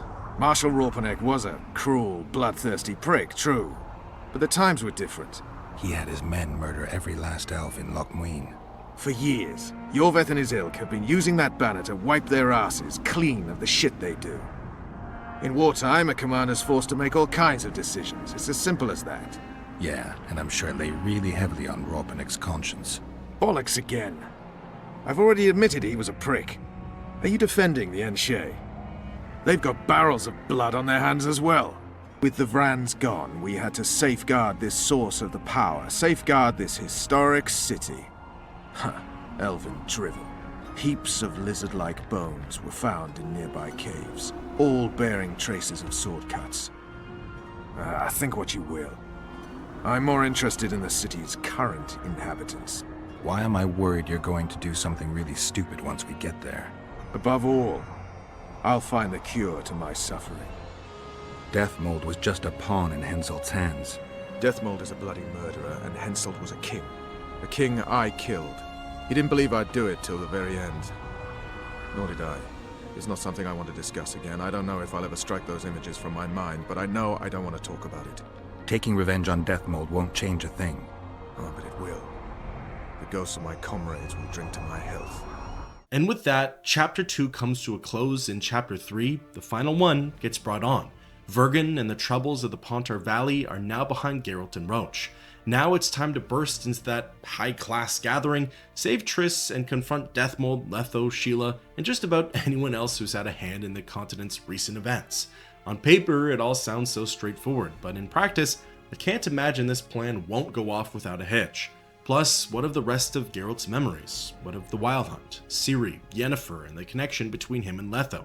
Furthermore, why is Deathmold holding Anais Lavalette, Foltest's daughter, prisoner in Loch Muin? There are a lot of questions to be asked and still a lot of story to be covered in The Witcher 2: Assassins of Kings. Following Vernon Roach, Geralt gets led down the mountainous path towards the gates of Loch Muin. The trek sees the pair battling against harpies, but really, it's nothing out of the ordinary. By now, some trivial run-ins with the continent's monsters is a simple day for the Witcher. As the duo approaches the bottom, Roach spots members of a faction that I thought were either long gone or just in hiding. The Order of the Flaming Rose, the North's replacement for Witchers, is stationed just outside of Loch Muin. This is the last place I'd expect to see Knights of the Flaming Rose. They're here with Radovid. After losing their foothold in Temeria, they rebuilt their position at the Redanian court. You best stay out of sight. You never know with those bigots. Don't worry about the Knights. Not so long ago I saved their asses. They ought to remember that much. That was before you were accused of regicide. This is no man's land, Geralt. Anything can happen here. I'll vouch for you where I can, but that'll only get you so far. If we're separated, we'll meet up again in the main square. Fine. Running on ahead, Geralt and Vernon approach the knights who are standing guard. Halt! Who goes there? Vernon Roach and Geralt of Rivia, in the service of Temeria. Foltest's killer in the service of Temeria? Foltest's killer is in Loch Muin. Geralt of Rivia will help me capture him. Since you're Knights of the Order, is there a Ponce named Siegfried among you? There is indeed. Tell him I'm here. He's sure to be pleased to see me. And why is that? Well, he wouldn't be Grand Master if it wasn't for me. Come through then. An even bigger surprise. For those who watched my playthrough of the first game, you'll know that Siegfried was one of my last and most loyal allies. Geralt of Rivia. I'd sooner expect to see you in a Temerian dungeon. Been there. Didn't much like it. Though it would be perfect for the man Vernon Roach and I are looking for. I've heard much about the commander of the Blue Stripes. I'm honored to meet the Grand Master. A position I owe most certainly to Geralt. Only you can guide the Order through the necessary reforms. We are doing our best. You've got yourself into a fine pickle, Geralt. That's why I came to Loch Muin. Why are you here? The Order supports King Radovid. Do you believe he'll need your support? He requested it himself. I heard these were peace talks. Peace is very easy to discuss, much harder to maintain. What are your orders? Radovid is a young king with all the necessary qualities to become a great leader. We aim to make this a reality. Gaining nothing by it? He has granted us land. The Order does not bite the hand that feeds it. So, you're to intervene if the talks don't go Redania's way. I believe diplomacy will prevail. At a summit, everyone is pulling their way. Things can get heated. Knowledge that Knights of the Order are stationed just outside the city walls should prevent the situation from getting out of hand. What can we expect to see in Loch Muin? The delegations have entrenched themselves in their districts, erected barricades as if preparing for a siege. You can never be too careful. So long, Siegfried. So, not only is the Order here, but my other acquaintance, King Radovid, is as well. In fact, it sounds as though Loch Muin has been divided into territories for each kingdom to settle into. There are multiple key players in every court, and everyone has their own agendas and ideas. Negotiations and discussions sound tense at the very least. Redania, Kedwen, Temeria, and even Nilfgaard are here. That means Deathmold and Triss can't be far off either. Now, if the Order is here to back King Radovid, I can only imagine he sees a display of power and force as necessary. Furthermore, as Geralt and Roach were saying, who's to stop the king from abusing the Order and strong-arming his way through these negotiations? Well, I know Radovid, and he seems like a somewhat decent guy. A lot has changed in the north over the past few months. You never know what these kings and noblemen are willing to do for a leg up in this world. We all ready for your chat with Radovid. No reason to delay it. Follow me then. Walking with Roach, the two of us approached the Redanian camp and attempted to gain entrance. Halt! We're here to meet King Radovid. Have you been granted an official audience? We have information about the Kingslayers. Everyone knows the killer is the Witcher from Rivia. Then everyone is wrong. Not my concern. I cannot risk placing the King of Redania in harm's way. The Grand Master of the Order of the Flaming Rose will vouch for us. Besides, this camp is swarming with soldiers. We'd have to be stupid or suicidal to attack Radovid. Pass then, if your news is so important. But one word from the King and you'll hang. Both of you. Don't you worry about us. Continuing on ahead, Geralt and Roach begin to theorize about Radovid's part in all this. If Redania has made a pact with Kedwen, they believe that'll mean the end for Temeria. What's more, if instead Redania made a pact with Nilfgaard, the entirety of the north will be plunged into chaos, and should Nilfgaard try anything, again, the disorganized countries will fall in no time. I suppose though, instead of these speculations, the pair can instead ask the King of Redania what he's doing here.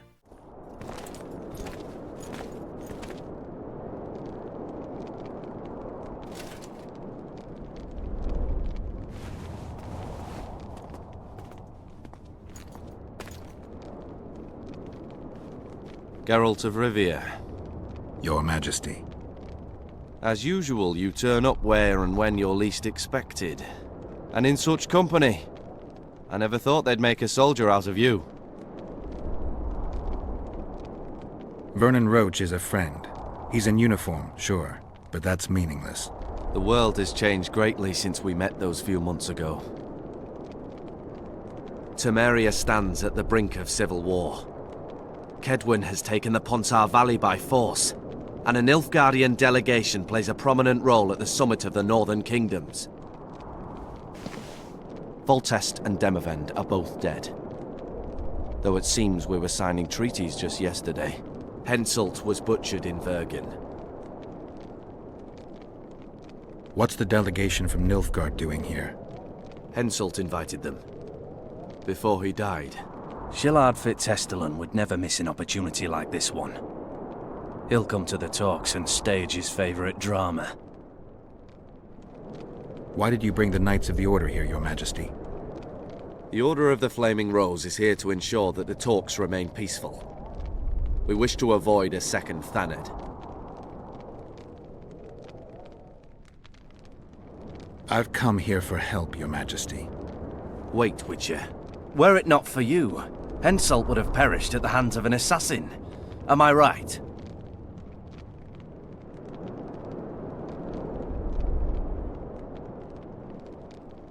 I killed a would-be assassin. Pure coincidence. I just happened to be there. Things like that oft seem to happen to you. Do you know how he died?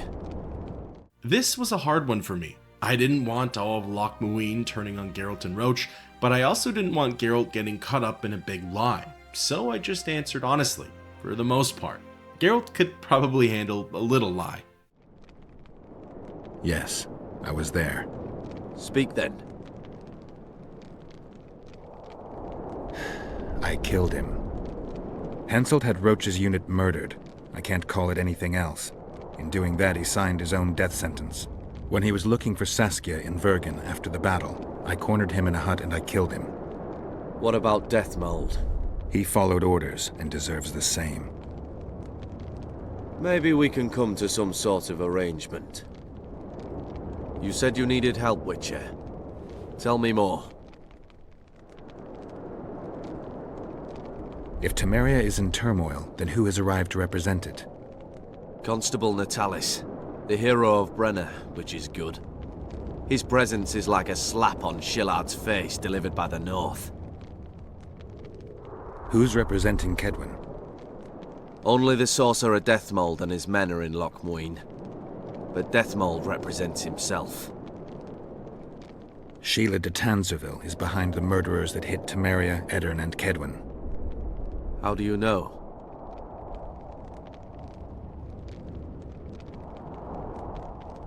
I found one of the assassins after Henselt's murder.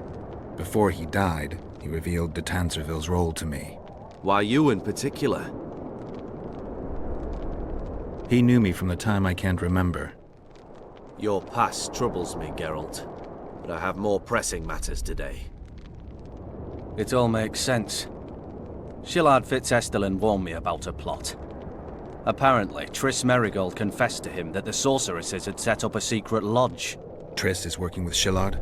She's been detained as a suspect. Shillard believes the sorceresses of Nilfgaard were also part of the conspiracy. Luckily, the entire amphitheater is under a spell that quells any magic. Otherwise, no one would dare go near all those mages. Well, the talk's beckon. Everyone wants to see Temeria's bitter end. What do you mean by that, Your Majesty? The nobles are rebelling in Vizima. Lacking a ruler, they simply want to divide the kingdom into provinces. Divide Temeria! Shame on the traitors! Well, it doesn't have to be that way. Anais, the daughter of Louisa and Foltest, lives still. After the Baroness's rebellion, the girl was captured by the Nilfgaardians. The child has become a bargaining chip between the Empire and Kedwen. My people tell me Anais is here in Loch Muine, in Deathmold's hands. I cannot mount an armed attack on the Kedwenis. It would be tantamount to declaring war, and we have gathered here to maintain peace. A lone witcher and a former soldier. That would be a different matter. Bring me Anais, Geralt, and I'll salvage a united Temeria, and punish those whose hands are stained with the Temerian king's blood. Why does Deathmold need Foltest's daughter? The girl has become entirely dependent on him, which will strengthen his position in the Conclave.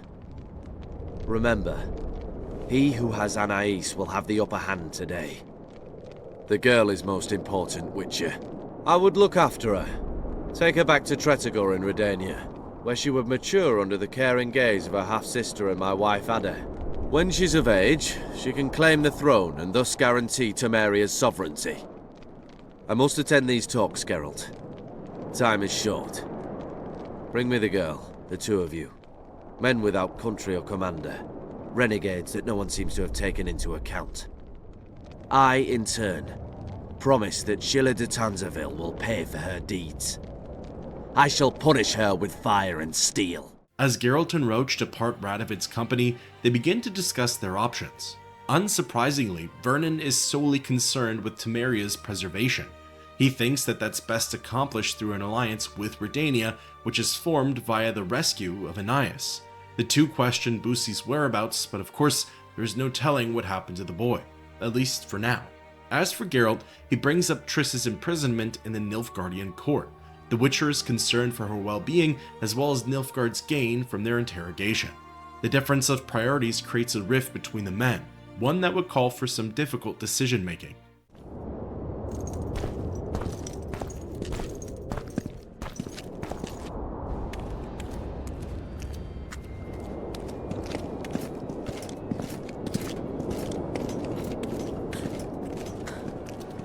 Roach.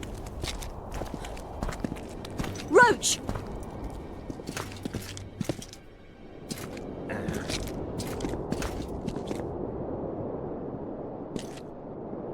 Just the person I'd be looking for were I not forced to seek Anais Lavalette. You have much to explain, Brigida Paperbrook.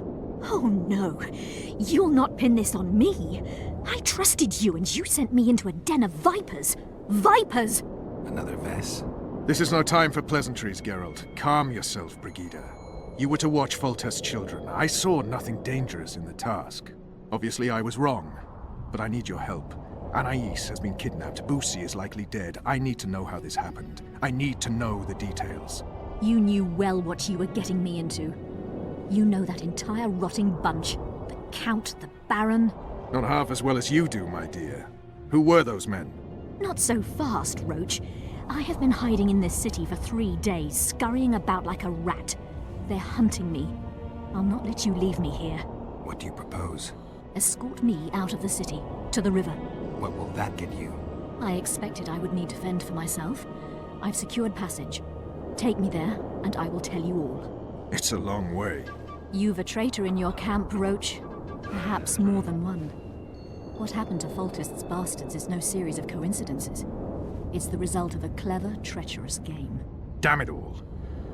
Geralt, I need to look to Anais, learn how we're to get to her. But Brigida might know what happened to Boosie. Thus far, we've heard nothing but rumors. Take her to the river. All right, Roach. I'll help you this one last time. I'll search for a back way into the Kedwenny camp. You're forgetting. I came here for Triss. Whatever you decide to do later, so be it. But a traitor in the Temerian camp threatens us all. Escort Brigida, learn what you can. I'd thank you, Roach, if you weren't such a shit. I'm counting on you, Geralt. Brigida must get to her destination safely. Good luck, Roach. Choosing to escort Brigida immediately, Geralt's taken to the outskirts of town and through the Order's encampment. Along the way, Brigida is careful with her words. She doesn't want to reveal anything too telling, as she wants to ensure Geralt will uphold his end of the bargain. However, she does mention some key players in the Temerian court, Baron Kimbolt and Count Maravel. These two influential men have their own agendas for the Kingdom of Temeria, but ones that haven't quite been revealed just yet. In any case, Brigida leads Geralt away from Loch Muin into the entrance of the woods. It's through these forests that she's going to meet with her contact, who will hopefully take her someplace far from here. Calm thus far. Your dear Roach seems to have been wrong. You two have a history, or do I have it wrong? He asked a favor of me. I was to stay with Foltest's children, watch them, travel with them if necessary. Child's play, the bastard called it. That's how I wound up in the caravan transporting the children to Loch Muin for the summit. Yeah, that clearly went sour. Tell me more. Soon enough. We've just got to make it through the forest. It's a short way to the river beyond that. It should be calm. Let's go.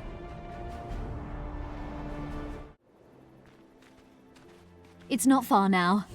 Redlin awaits down by the river, at the end of this path. Is Redlin another of Roach's contacts? No, a smuggler. I'd be looking for another way out if he were Roach's man. Stay behind me. Marching through the forests, I was sure that we'd either run into some of the game's most notable bestiary entries, or that the Scoia'tael would be lurking in the shadows. However, neither of those things happened. Instead, Geralt and Brigida were ambushed by bandits. Groups of men wearing unknown armors and brandished with unknown sigils had sprung from behind the trees. My goal was to make it through the woods while keeping Brigida alive. She had been given a health bar, and while brittle, it would replenish over time, and Roach's contact was able to defend herself rather nicely. As Geralt put it, she's a second Vess. Other than some rogue and Dregas, most of the fighting was with the bandits. They had warriors, arbalists, archers, and some mages in their ranks. Really, it was the ranged opponents who served as the biggest threats here. While the Witcher could roll around the battlefield, dodging bolts and arrows, Brigida had no such defense. Because of that, dealing with these foes was my top priority. After clearing through the tree line, myself and Brigida made it to the shore and laid eyes on the smuggler's boat. The only issue, the smuggler himself was dead. This is the smuggler I spoke of. This was the smuggler you spoke of. Someone's coming. You'll not sail off, you whore! Kill her! In comes the final tussle with the bandits. This showdown sees the group throwing everything they have at Geralt and Brigida, a sorcerer, warriors, shield bearers, and archers. Really, my thinking here was mostly self-preservation. Alone, an encounter like this would have already been difficult. Now I have to look after somebody else's health bar as well, not so easy. However, there was actually an advantage to having Brigida here with me. I could selectively use her as a meat shield. She'd take some of the heat off of Geralt, and that would be my chance to roll in and slash away at whoever's nearby. Then, when Brigida's health is low, I could roll out and take the heat back. This worked nicely, and before long, the forests were once again calm. Thank you. I'd not have survived on my own. Talk, woman. You've dragged me far away from the city. You owe me an explanation. Who were those men? Who have you been hiding from? I don't know. 3 days like a rat, you said, and you don't know? I knew. I mean, I had my suspicions. So talk.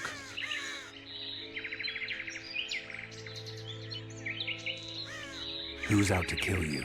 I don't know. There you go again. Truly, I cannot be sure. At first I thought it was revenge for the children, but he knows I'm no traitor. It's not Roach. We both know that. Yes, you're right.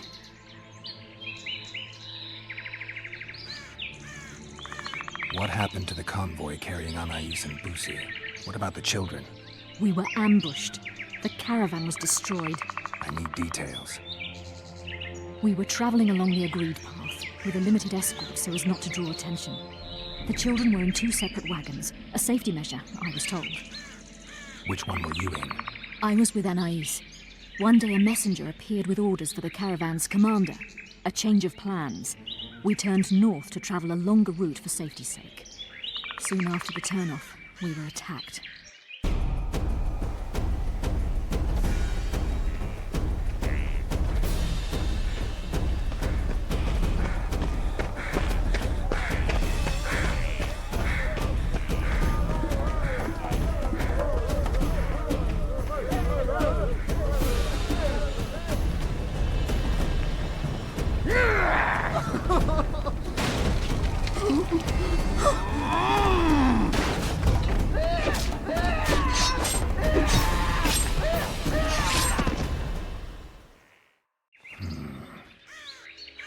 The attackers were killing everyone indiscriminately. One pulled me from the wagon, but a bolt pierced his neck. It was mayhem. I ran for the bushes and hid. Did you see what happened to the children? The driver of Busi's wagon was shot. The horses got spooked and ran off into the forest, taking the wagon with them. When the fighting was done, they found Anais still in her wagon. I turned away for fear of what they might do. They nearly grabbed her and fled. Any idea what happened to the caravan commander's orders? I have them. After they took Anais, the bastards were in a hurry. They didn't even think to search the corpses. Take them. Thanks. Sure you can manage that boat? I must. I'll not return to the city. Thank you again, Witcher. And follow this through. You'll do us all a favor. From here, I'm given the option of staying in the forest or returning to Loch Muin. Not seeing a way to progress with the former, I went with the latter.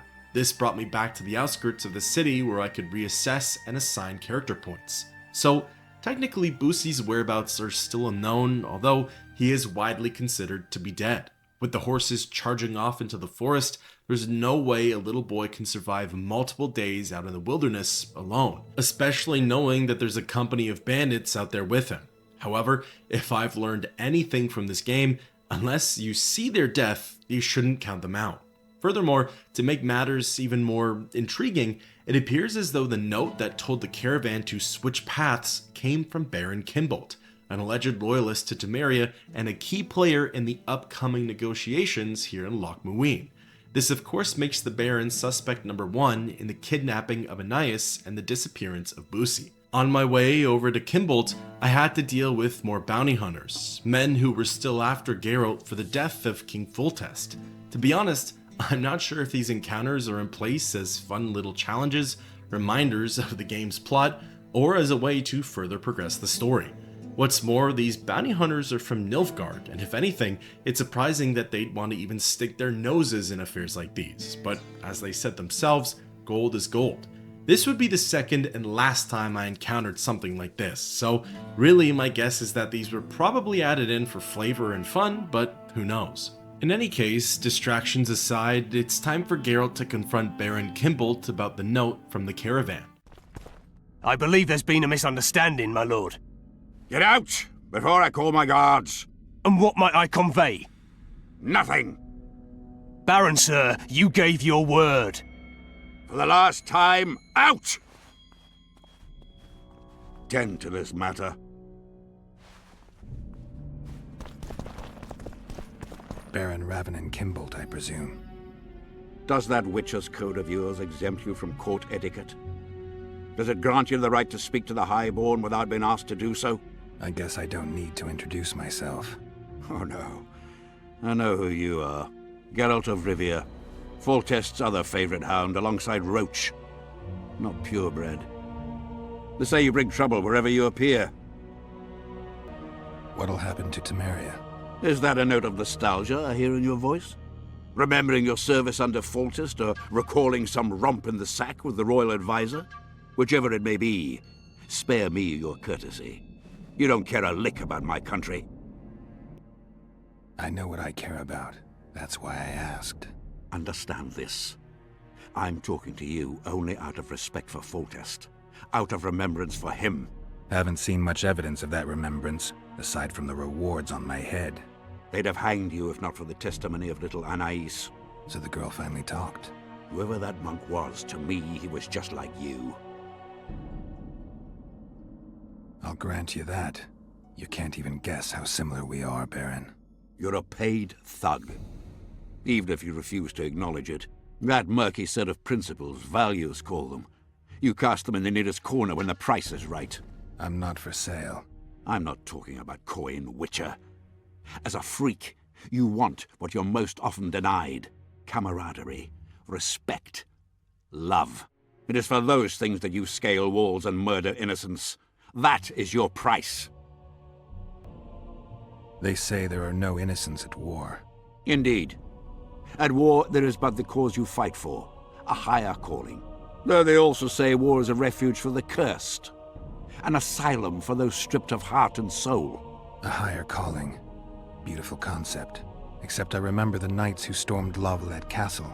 Highborn men fighting atop high walls. They were out to kill for fame, fortune, and pure enjoyment. I was also at Vergen, where simple soldiers went into battle clutching false relics to their breast, knowing that death awaited them if they deserted. They owed it to their king. If there's one thing I love about being a Witcher, it's that I never have to draw my sword on someone else's command. I tire of this discussion, Witcher. Get to the point or leave. The convoy carrying Anais and Busi was ambushed. Why? I'd like to know that myself. I've seen your letter to Horst Lubbock, the one in which you ordered him to abandon the planned route. Nonsense! I sent no such letter. The letter bears your seal and signature, Baron. Where is it? I have it. Show me. You'll have to take my word. The word of a wandering monster slayer means nothing to me. If that's the situation, I've said all I have to say. I wrote no such letter. Words come cheap, Baron. I'm finding it hard to believe you. I care little for what you believe. If this letter exists, we are dealing with a forgery. Whoever is behind this has crossed a Temerian noble, and will be duly punished. My scribe will test the letter and confirm what I claim. All right. I'll see what this scribe has to say. There are objective means of examining the letter's authenticity. I promise to pay you well for learning the truth. The truth does taste better when payment's involved. I thought about handing the letter over to the Baron, but I didn't want him to confiscate it, tear it up, or anything of the sorts. However, I am glad to hear that there is an objective way of telling the truth. Although, if I really wanted to, the game is directing me over to Natalis. I could try and accuse Kimbolt right out of the gate, but the fact that there's even an option to try and find the objective truth makes me think that that's the right way of going about it. Approaching Kimbolt's scribe It's clear that he's drunk in his sleep. He won't be any help for this investigation. However, entering the scribe's work quarters, there are various points of interest that could still aid Geralt. For starters, there are a handful of papers called Scribe's Notes, and accompanying those is a text called Invisible Ink. The contents of these notes don't make much sense, nor are they that important. It's the observations of the paper that are much more interesting. The blurb calls them alchemically active papers. Furthermore, referencing the invisible ink text, it's revealed that through the use of the invisible ink and alchemical formulas, secret messages can be jotted down on these letters, conveying a completely different sentiment to third parties. Usually, when revealed, the ink on the papers turns blue. From here, Geralt can then reference the next text, Note from Scribe. It's a set of instructions on how to use the activator, although they're written in code and it's up to Geralt's intuition on how to proceed. Fortunately, that's why the Scribe's Notes exist, as they serve as trial runs for The Witcher. The instructions are broken down into 4 phases. The first involves a heat source, the second a liquid, the third feces, and the fourth another liquid. The third step was the most obvious one, as cormorant guano was the only ingredient of its kind. As for light, there were 4 different options that could have applied, thus for me, it was the trickiest step. Quench and rinse were either add water to the flask or heat the flask, capture the vapors, and douse them with water. Looking back at it and thinking about each step, it becomes more obvious that adding water to the flask is quenching and capturing the vapors is rinsing, but in the moment, there's so many moving parts, it's tricky to think straight. By the end of it, I had stumbled onto the right formula via trial and error. Just in time too, as I was running low on Scribe's Notes.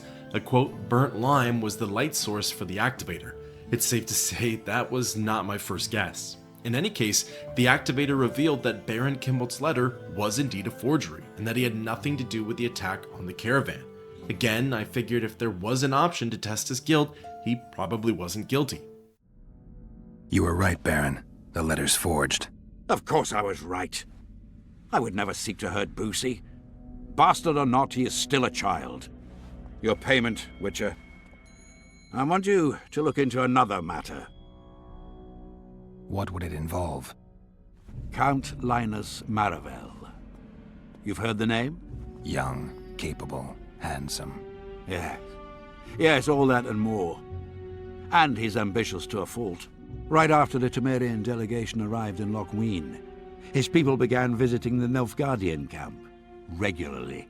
Are you suggesting Maravel's a traitor? We are all entitled to communicate with the ambassador without chagrin and openly, as court and diplomatic protocols allow. Yet the Count's multiple messengers, the letters traveling to and fro, it reminds me more of a complicated courtship. You're curious to know the content of those letters. I want you to learn the Count's plans. The man would sell his mother to please the Emperor. Find out what Maravel's messenger is carrying. If treason is involved, you must alert John Natalis. You will be generously rewarded, I assure you. All right, I'll look into it.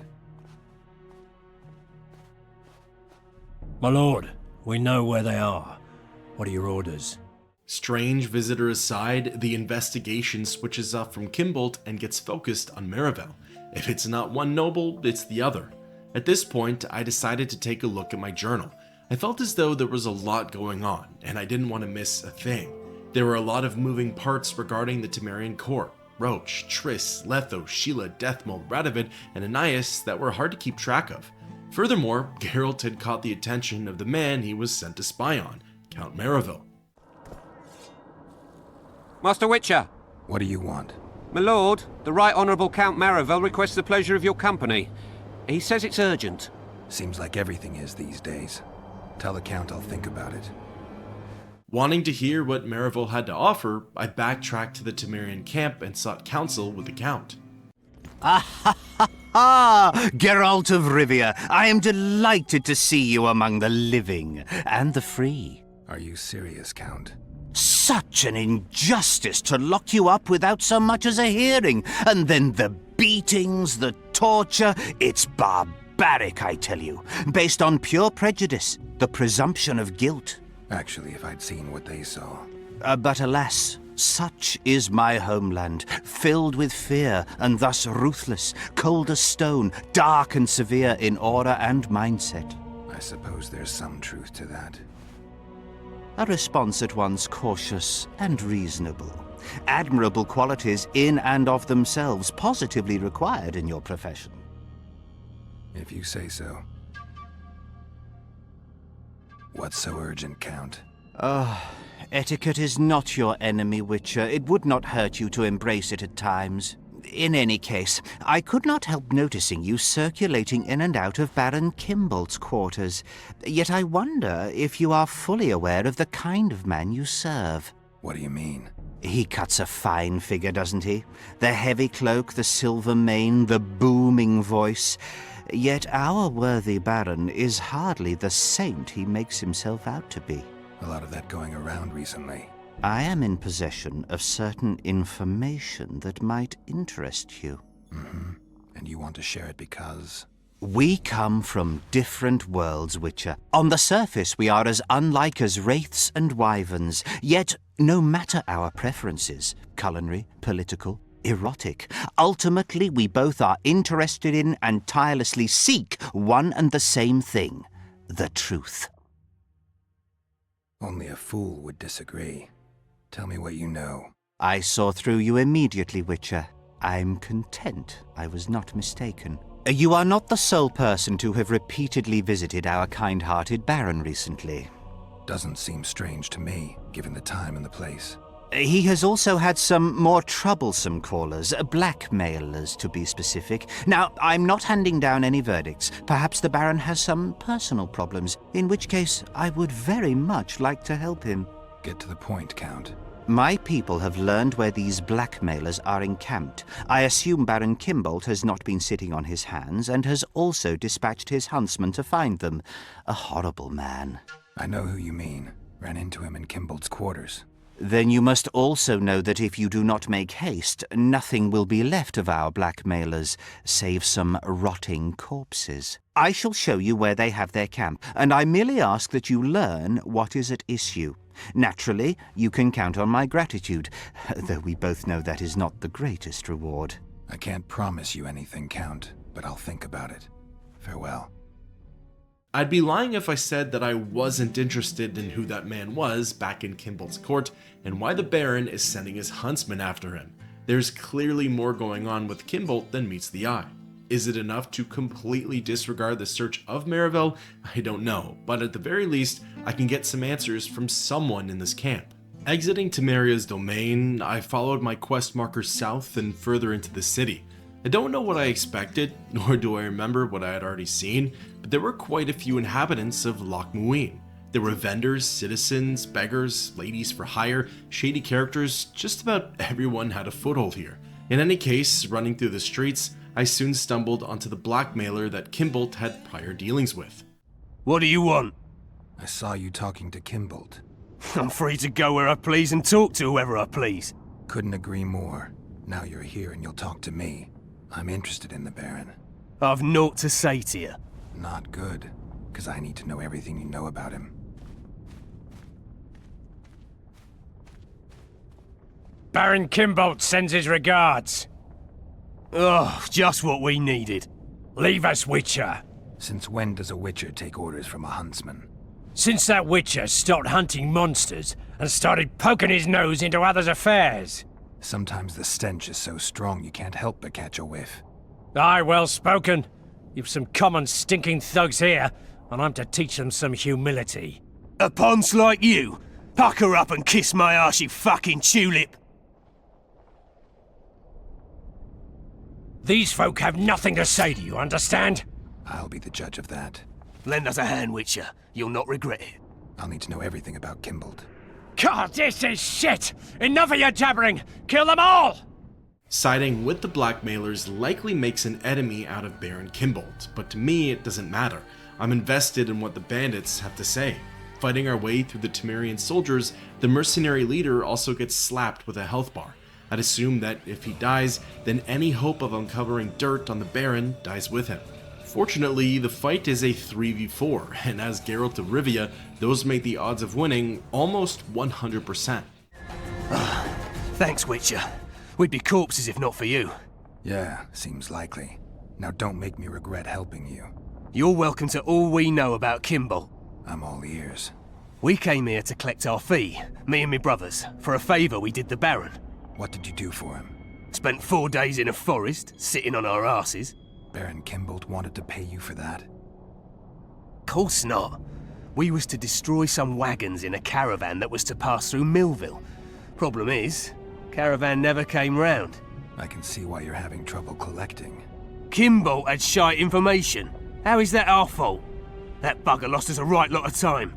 And you know what they say, time is coin. What exactly were your orders? We was to watch the high road for a caravan carrying nobles. 2 coloured wagons and a small escort. The wagons, they was ours. All inside was to perish. Any idea who was supposed to be in the wagons? 2 high-born young'uns and their nannies. That's all the Baron told us. Willing to tell Natalis all this? I'm to fess up. They draw and quarter me. You didn't do anything. Took a job, that's it. They can't prove you actually wanted to complete it. If you refuse, Kimball wins. He'll squirm his way out of this, but it won't end there. The Baron's got gold enough to hunt you till he hunts you down. Not likely.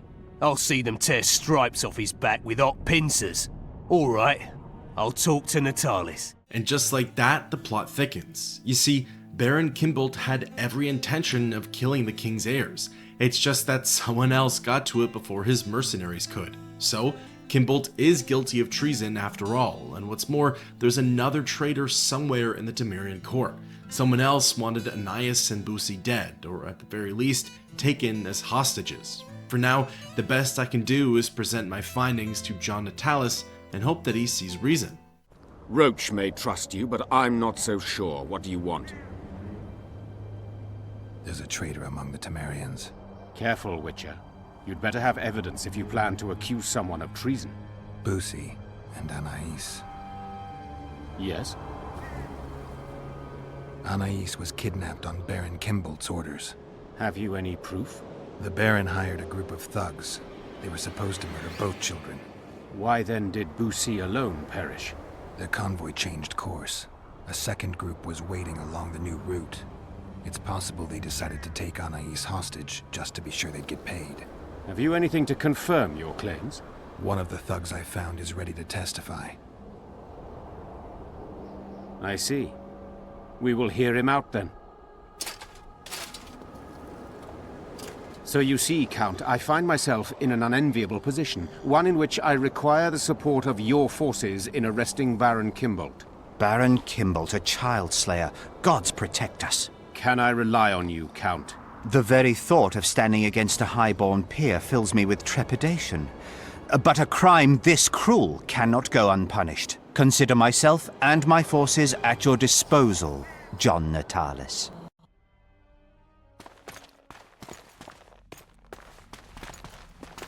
The arrest of Baron Kimball automatically fails the quest to investigate Marvell's court. It's a shame too, because he's high on my list of suspects for the other party who might have had the king's children attacked, but now I'll never quite know. In any case, ill thoughts to the side, Marvell can now cough up that aforementioned reward.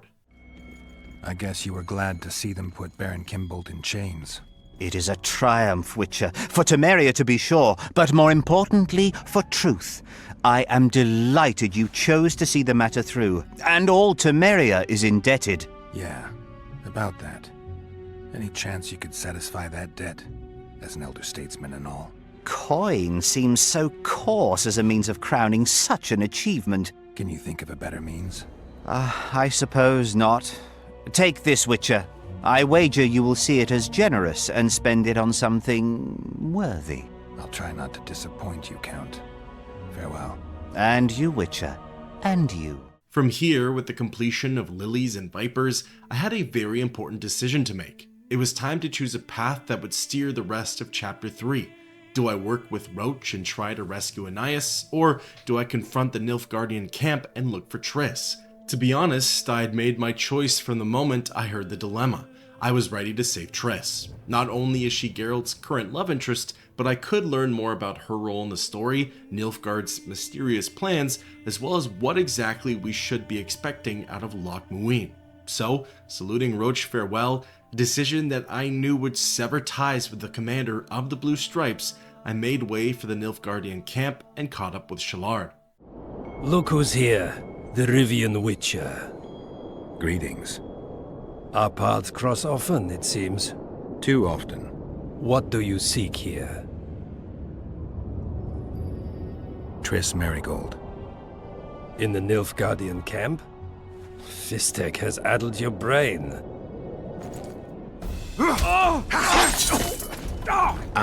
Lower your sword, son. You've got cheek, Geralt. Let's go. I certainly wasn't expecting a kickoff like that, but I can't say I didn't love it. Using the ambassador as a hostage, Geralt slowly wades his way into the lion's den. The whole time, soldiers with crossbows have the Witcher in their sights, and they're just waiting for the White Wolf to make a move against Shallard.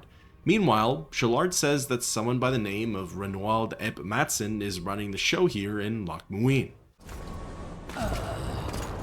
Out of the way, all of you, or the old man dies. Hold there! I'm not joking. I know, and I advise you not to hesitate. Kill him, for we shan't move one bit. Renwald! He who brings me the Witcher's head will get the Order of Merit.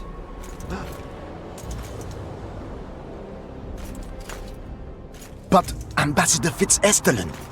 Your Excellency. Orders from the capital. Now I'll have to kill you all. What are you waiting for? Get him! With the ambassador dead and Geralt's only leverage gone, it's time to take the camp by force. I can't say I didn't expect something like this to happen, where the Witcher fights his way through their territory, but I certainly didn't expect it to happen so soon. In any case, the first section of this crawl sees the White Wolf slashing his way through the courtyard. Due to the tight spaces and the large number of enemies, I really tried my best to play it safe here.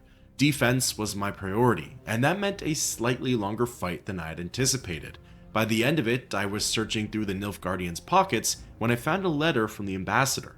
The part that I found most interesting was that Shallard never trusted Renwald, the man who put a bolt through his chest.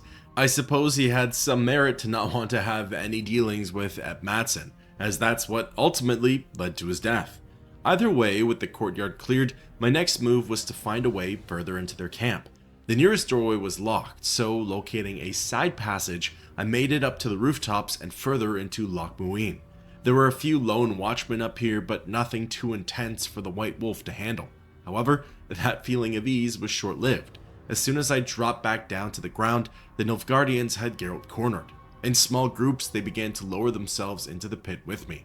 That was their grave mistake, though. There was no attempt at overwhelming the Witcher. A group of 8 Nilfgaardian soldiers would have been much trickier to handle than 2 groups of 4. Don't get me wrong, the matchup was still close, but not close enough to hand me a death. Not yet, at least. When the fighting in the muck had concluded, there was one last stop in the camp.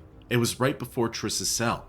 Renwald Ep Matson and the surviving Nilfgaardians were the only things in the way of Geralt reuniting with the sorceress. Congratulations, Witcher. They were my best men. Free Triss, or join them. You amaze me. How can you risk your life for a witch? She has information that's very important to me. Ah, that I understand. You're exceptionally reasonable for a Nordling. Thanks. It means a lot to hear you say that. It should, because I in turn have information about her, which you may find interesting. What are you talking about? Your friend and the other witches conspired against your rulers. How do you know that? From the best possible source. She confessed. And how did you convince her to do that?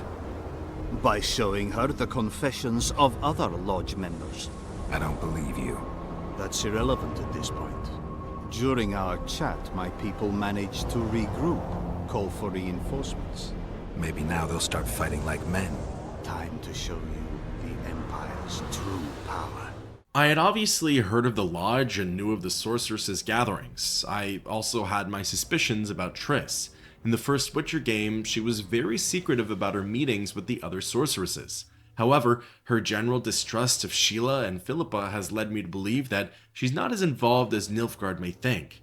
I certainly don't think she's behind the regicides, nor do I believe she's an accomplice to them in any way. However, those are going to have to be questions for Marigold once I rescue her. Believe it or not, this final fight in the Nilfgaardian camp was quite tricky for me. This is what the Southerners should have had in store for Geralt from the start. I had bolts flying at me from all angles, fireball spells being hurled in my direction, and swords were being swung into Geralt's hitbox. Having died on the first attempt and seeing just how deadly these foes could be, I decided to really play it safe here. It was a longer matchup, but at least I lived to tell the tale. I rolled around the courtyard, let off a few heavy swings at the nearest soldier, and then continued to move around the battlefield. I wouldn't describe the fight as pretty, but it worked, and before long, I was delivering the killing blow onto Renwald ep Madsen. With the Nilfgaardian camp silent, I scavenged the dead and found some keys. These allowed me to reach Triss, as well as to escape the camp through the nearby passage. Furthermore, I also happened on a letter to Renwald from the Emperor. It essentially tells ep Madsen that the ambassador has failed his duties, and it authorizes Renwald to resolve this problem by any means he deems fit, i.e. a bolt through the chest. To me, this went on to show that Nilfgaard was just like any other kingdom. They act all superior, high and mighty, but they experience the same sort of problems as any other country. Treason, corruption, distrust, and conspiracies. When ready, I made way for the nearby cells and unlocked the door. I could see Triss shackled to the wall. She was badly hurt, but she was alive. Geralt? Didn't expect to see me. Are you kidding? The only person you expect to see in a Nilfgaardian dungeon is the executioner. Did they torture you? They tried various things, but they got nothing from me. When I left Flotsam with Vernon, I somehow doubted I'd find you so soon. I know it was hard on you. I'll never forget this, you hear? Never. Couldn't you ask your friends from the Lodge for help? How do you know of the Lodge? I just do. Listen, Triss, to come here for you, I had to split up with Vernon. Temeria is in danger of disintegrating. Are you sorry you chose to come here? No, I'm not. But freeing you from Shillard's grasp was not my only reason for coming here. I need you to explain your role in this mess. And to explain why you lied to me. That's not true. I know about the Lodge. I know the Lodge was behind Demavend's assassination.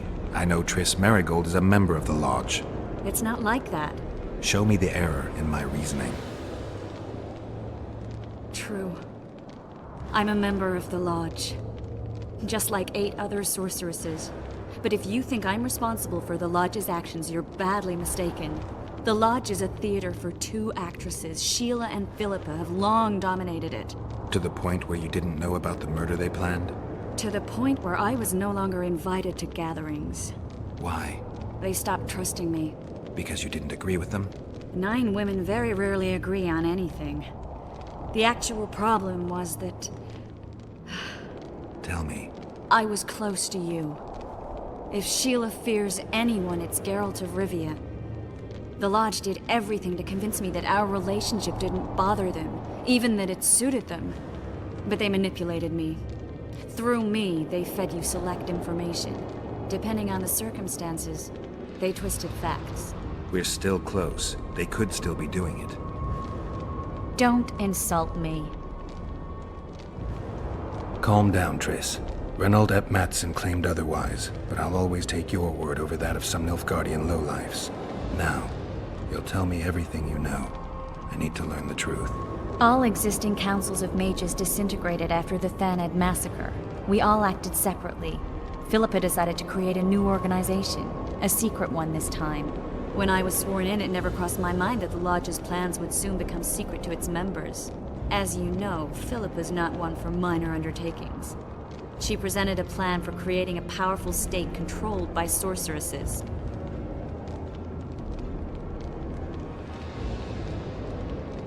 The best laid schemes of mages and men. Philippa and Sheila never lacked ideas or enthusiasm. To control a powerful state, they needed to create one first. Or find a wealthy land with a suitable political arrangement and an easily manipulated ruler. Sheila chose the Pontar Valley, Demavend, and Stennis. I'd choose the same if I were her. Demavend didn't have a network of spies anywhere near as good as Henselt's or Radovid's. Nor could he count on the loyalty of such men as our dear Vernon Roach. At one of our meetings, I just asked how they imagined overthrowing Demavend. That was the last time I was invited. After Demavend's death, I became suspicious but had no evidence. Philippa brushed me off. When you went off to meet Yorveth and Sheila was busy with the Karen's carcass, I managed to scan parts of her megascope. That's when I learned that Sheila had dealings with Letho. Why didn't you tell me? I wanted to, but we never met after that. Letho must have shadowed me when I entered Sheila's room. Then he forced me to teleport us to somewhere near Vergen. Did you talk to him? He wasn't aggressive. In Vergen, he told me that Sheila commissioned them to assassinate Demavend. Them being the Witchers of the School of the Viper. Sheila helped them prepare the assassination. I wonder why he told you about it. Is that important? Conspirators who suddenly divulge everything? I'd be suspicious. There was some interference as we teleported to Edirn. I emerged intact, but pretty battered. I knew Philippa was in the area. I decided to go see her and lay my cards on the table. Maybe Letho wanted just that. I met a woman at Philippa's house. Thought she was just a servant or Philippa's lover. Before I could speak, I was overpowered by spells. I hardly expected an attack. The pain I felt as my body was compressed. It's indescribable. As if all my bones were being broken. It's even worse when you return to your true form. In any case, Philippa had no idea her lover was a Nilfgaardian spy. I was carried as that figurine all the way to Loch Muin. Asira decompressed me back just before they murdered her. Shillard interrogated me, but learned nothing. If it wasn't for you, they'd have had me quartered. I didn't piece the puzzle together until I was here, in the dungeon. Now you know everything.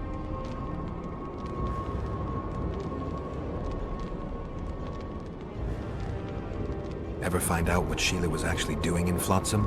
I find it hard to believe she went there just to kill a monster and earn a few orans. You're right, of course. It had something to do with Letho and the Scoia'tael. What did she want from Yorveth? The Scoia'tael were Saskia's trump card. I expect Sheila needed to know what the elves would do, given that a war with Henselt was practically inevitable. Who had Foltest assassinated? I have no idea. Perhaps after Demavend's successful assassination, Sheila and Philippa decided to take the next step. That would be stupid. Killing Demavend was a way to take control of the Pontar Valley. People would forget the regicide in a year, and the Lodge could put its plan in motion. They had to know that if Foltest died, men like Roach wouldn't rest until they learned why that had happened. One thing is certain. Letho killed Foltest, and Sheila was working with Letho. Did Saskia know the Lodge's plans? She didn't even know the Lodge existed. Philippa told her that the sorceresses would support an independent state in the Pontar Valley, no strings attached. A fairy tale, but Saskia bought it. Saskia backed Philippa, and the people backed Saskia. That'll have to do for now. We'll learn more at the talks. You're going to attend? You have no memory of how the world worked before the Thanad massacre. Actually, I know exactly how it worked. That means... We'll talk about my memory later. All right. If the Council and Conclave still existed, kings wouldn't be assassinated and massacres would be less frequent. This is our chance to restore these institutions, and we shouldn't miss it. Normalizing relations between the rulers and the mages who advise them is our only chance for peace. And our only chance to dismantle the Lodge. The Lodge will disintegrate anyway. Once the kings learn it was behind the assassinations, they'll start a witch hunt. We can prevent that from happening. I'm all for punishing the guilty, but can't abide collective responsibility. I'm ready to go and reveal everything I know about Philippa Eilhart, Sheila de Tanserville, and their schemes. Let's go then. Quite the information overload there, but a lot of it was intel we already knew. The new pieces, however, include the motives for the Lodge and how Philippa and Sheila are the ringleaders for the faction of sorceresses. There are also 9 of them in total. We know of 3 of them, possibly 4 if you include Sabrina Glevisig, but the other 5 are still unknown. Unless they step forward soon, I can't imagine we'll get to meet them. But either way, the main players that Triss and Geralt need to stop are de Tancerville and Eilhart. We shouldn't arrive at the same time. Let's split up. Triss, Yes? that was some mess. I wouldn't want to see you hurt like that again. Don't worry, I'll manage. See you at the talks. All right. Not exactly the reaction I was expecting from Triss, but hey, maybe the moment just wasn't right. From here, the objective is to simply join the deliberations. From that description, I knew exactly where I was in the game's story.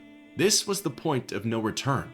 If there was anything more I needed to do before stepping into the climax, I'd have to do it now. Buy supplies, meet with vendors, acquire upgrades, use talent points. It's now or never with a lot of these features.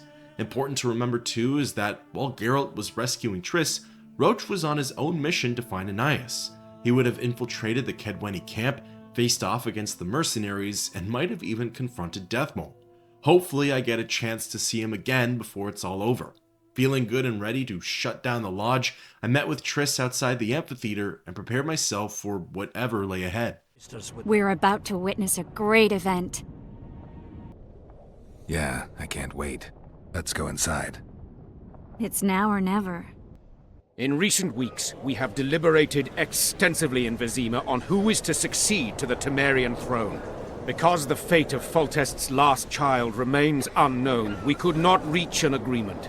Unable to reconcile the interests of the esteemed Temerian houses, we have no choice but to divide the country into provinces along the barony's current borders. This cannot be, John Natalis. Temeria stands between Nilfgaard and the north. It must be a strong and united realm. I too would wish it so, Your Majesty. But when Foltest was cut down by an assassin, the country's very heart burst. I have learned that Anais Lavalette is currently in the hands of the sorcerer Deathmold. Clearly you have yet to learn of the slaughter that occurred today in the Kedwenny camp, King Radovid. Yet there is hope if the child lives. I shall do everything in my power to find her. Simultaneously, I wish to announce that the commander of the Temerian Special Forces, one Vernon Roach, is officially a wanted man. All privileges appertaining to him as an officer of the realm are hereby repealed.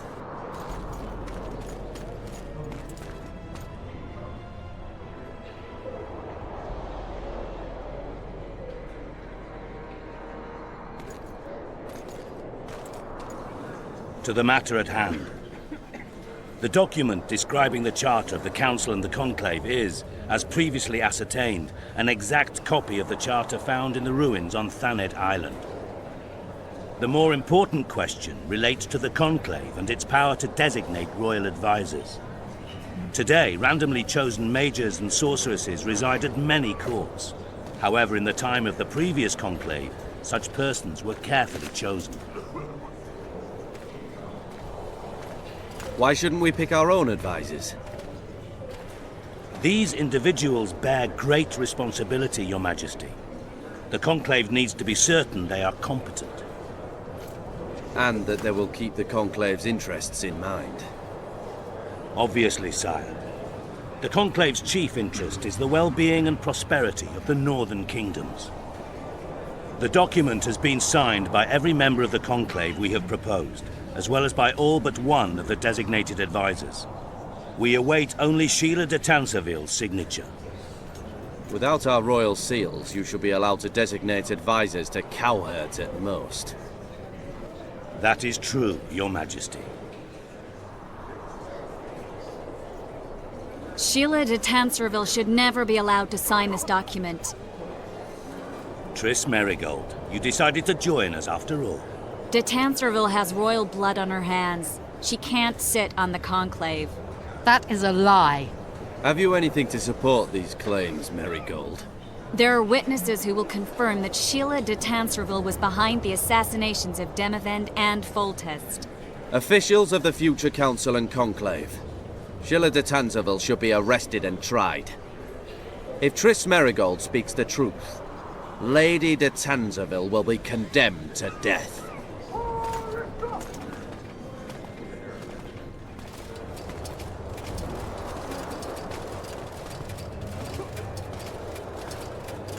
Sheila de Tanzerville, until Triss Merigold's charges are dismissed or refuted, you cannot sit on the Conclave. Arrest her.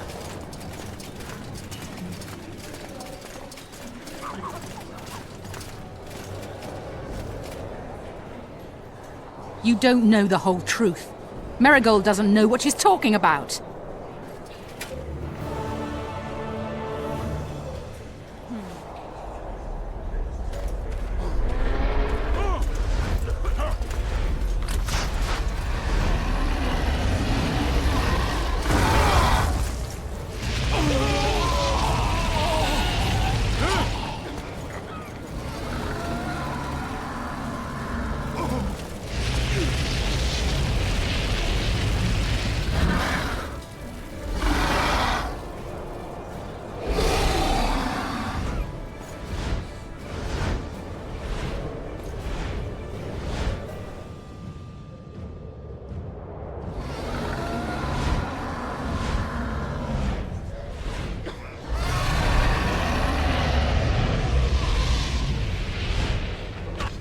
Just as justice was going to be served, of course the Lodge figures out a way to escape it. For those who may not remember, this appears to be the same dragon that attacked La Valette Castle in the prologue of the game. This means that the organization's influence and role on the plot runs deeper than I had originally thought. As for the current task, fire has concealed most of the exits, and Triss can't teleport her and Geralt out. That means that the only way forward is through the dragon and Sheila. During the trek, de Tanzerville hurls threats and warnings to the Witcher. She tells Geralt to turn back and that she's become unstoppable. However, knowing that the sorceress fears the White Wolf pretty much takes away any leverage she could have had. Sheila is acting out of fear, and it's because her plan is unraveling that she's running scared. Ascending the castle, the dragon tries to mow down Geralt. Fire, debris, and destruction get hurled at the Witcher, but it's not enough to stop him. Before long, I made it to the top level and came face to face with Sheila. You're late. I've already managed to stabilize the portal. You've got nowhere to run. Sooner or later, somebody will find you. I prefer to leave on my own terms. Where's Letho? Sir Synthesis will tend to him, as she will to all the fools who get a hard-on at the mere thought of burning a sorceress at the stake. Where is he? I don't know, fool. I've been looking for him since Foltest's assassination. Letho cheated all of us. We were deceived by his dull face and sluggish stare. Don't you understand? The Lodge sought a way to get rid of Demavend, that's true. He was a weak, volatile king. Edirn would eventually choke to death under his rule. We chose the lesser evil. He had to be eliminated, and Letho happened to be at hand. Foltest? Henselt? We had nothing to do with that. After assassinating Demavend, Letho used our gold and magical support to find and meet Yorveth. The elf was to help him hide until the matter blew over, or so I thought. The Lodge did not condemn Foltest to die. Then who did? Nilfgaard. Letho is the king of liars and emperor of traitors. From the start, he worked for the glory of the great sun and the white flame dancing on the graves of his foes. He lied to everyone. Me, Yorveth, your stupid little Triss, and you. Got any evidence? A moment ago, I received a message from the Lodge's agent in Sintra. The Imperial Army is on the move. They're fording the Yaruga now. Do you think the North can defend itself in the current situation? And can you count on another miracle at Brenna? I don't know, but you made it all possible and you'll answer for that. The stigma of treason is yours for all time. We shall see. For no one will leave this city alive. No one will tell this story. Philippa controls the dragon. As soon as I disappear, it will turn the city into a flaming tomb. The dragon attacked Foltest's troops during the siege of La Valette Castle. That hardly supports your tale. We did not control it then. We may have lost a battle, but the war is just beginning. You, however, shall not take part in it. This is your end, Witcher. Farewell! Something's not right! The diamond! Someone replace the diamond! This one's flawed! I'll be torn to bits! Geralt, remove it! Sweet, sweet karma. I did have the option of helping Sheila, and maybe there's a case to be made that I should have.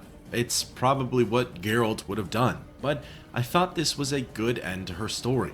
All of the plots she made and the games she played, the lives that were taken through her and the Lodge's conspiracies. She was in over her head. Then, to have someone dupe her and have Sheila meet her end this way, poetic justice if you ask me. However, there's no time to react. As soon as Sheila dies, the dragon bursts through the stone walls and it's on to the next hunt for Geralt. In comes what I would deem the hardest boss fight of The Witcher 2. Sisenthesis the Dragon is a long, drawn-out match that sees Geralt duking it out with one of the continent's most fearsome foes. This boss fight is divided into two phases.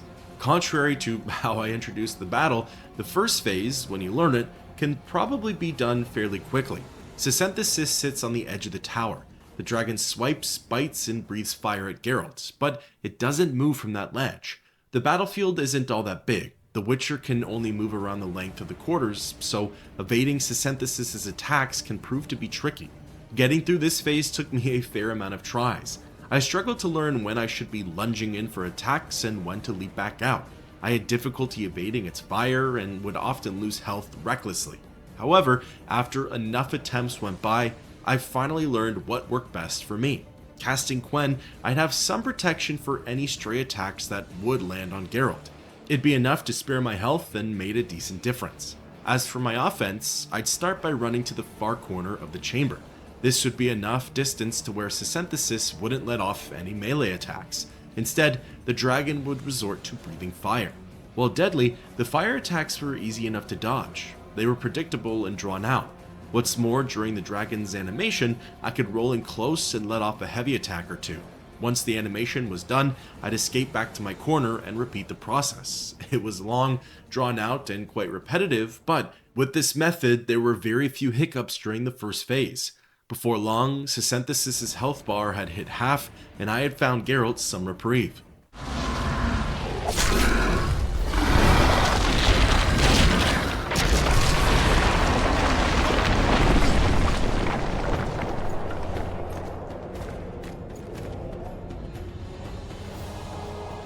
At first, I thought this little intermission period was kind of random. There's not much for the Witcher to see or do before he heads back into phase number 2. But that's exactly it. This serves as the perfect time for the player to meditate, brew some elixirs, pop some potions, and apply enhancements. The first phase was fairly mechanical, but the second one is where it gets difficult. The dragon and Geralt take their fight to the highest platform of the castle. It's here that Sisenthesis can now move around the battlefield. The dragon can shimmy along the ledge, it can crawl along the tiles, it can go a level lower, and of course, it can fly wherever it wants to. Sisenthesis has a whole new moveset, and I'd argue that these attacks are much trickier to dodge and work around. The fire breath takes up the span of the entire battlefield. Geralt's best hope for dodging is to roll around the entirety of the platform. If you get caught anywhere near the swipe or bite attack, that's a good chunk of your health gone, and Geralt gets knocked back, allowing for an easy follow-up attack from Sisenthesis. In my opinion, the flying ram attacks are the easiest ones to dodge, as Geralt can simply roll out of the way. The hardest moves to time though are while Sisenthesis scurries below the platform and tries to take the Witcher by surprise. While the claw swipes are a little easier to see coming, the tail swings are practically impossible to dodge. From my experience, those were guaranteed hits and would do a number on my health bar. It's safe to say that the second phase with Sisenthesis was not easy for me. However, I wasn't doing myself any favors. I kept going in with the basics, no enhancements, potions, upgrades, nothing. As the old saying goes, nothing changes if nothing changes. So, looking into my inventory, I noticed that I had been sitting on some weapon and armor upgrades for quite some time. I had the armor of Vicovaro, which I acquired from Renwald at Madsen. Then, I had a really powerful steel sword called Encrusted Nilfgaardian Lawgiver. I don't recall where I picked that one up from, but I'd assume somewhere in the Nilfgaard camp as well. While this was my most powerful weapon, it proved to be not as effective against the dragon as my new silver sword, Neb said. With this blade at the ready and a few oils applied to it, there was a night and day difference with the damage dealt to Sisenthesis. I could lower the dragon's health bar even more with just fewer hits. What's more, I learned where to stand and where to attack for some portions of this fight.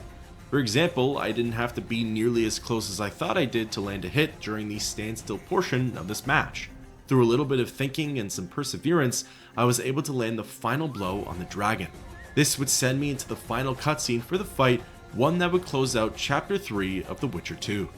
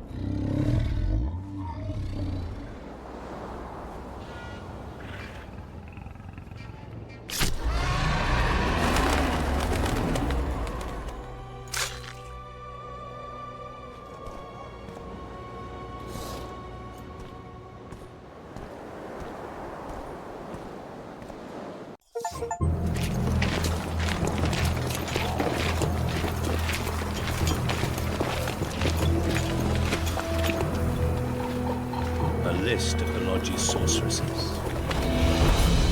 list of the whores you'll doubtless find.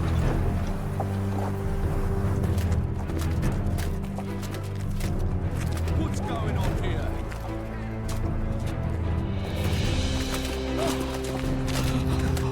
Hands off!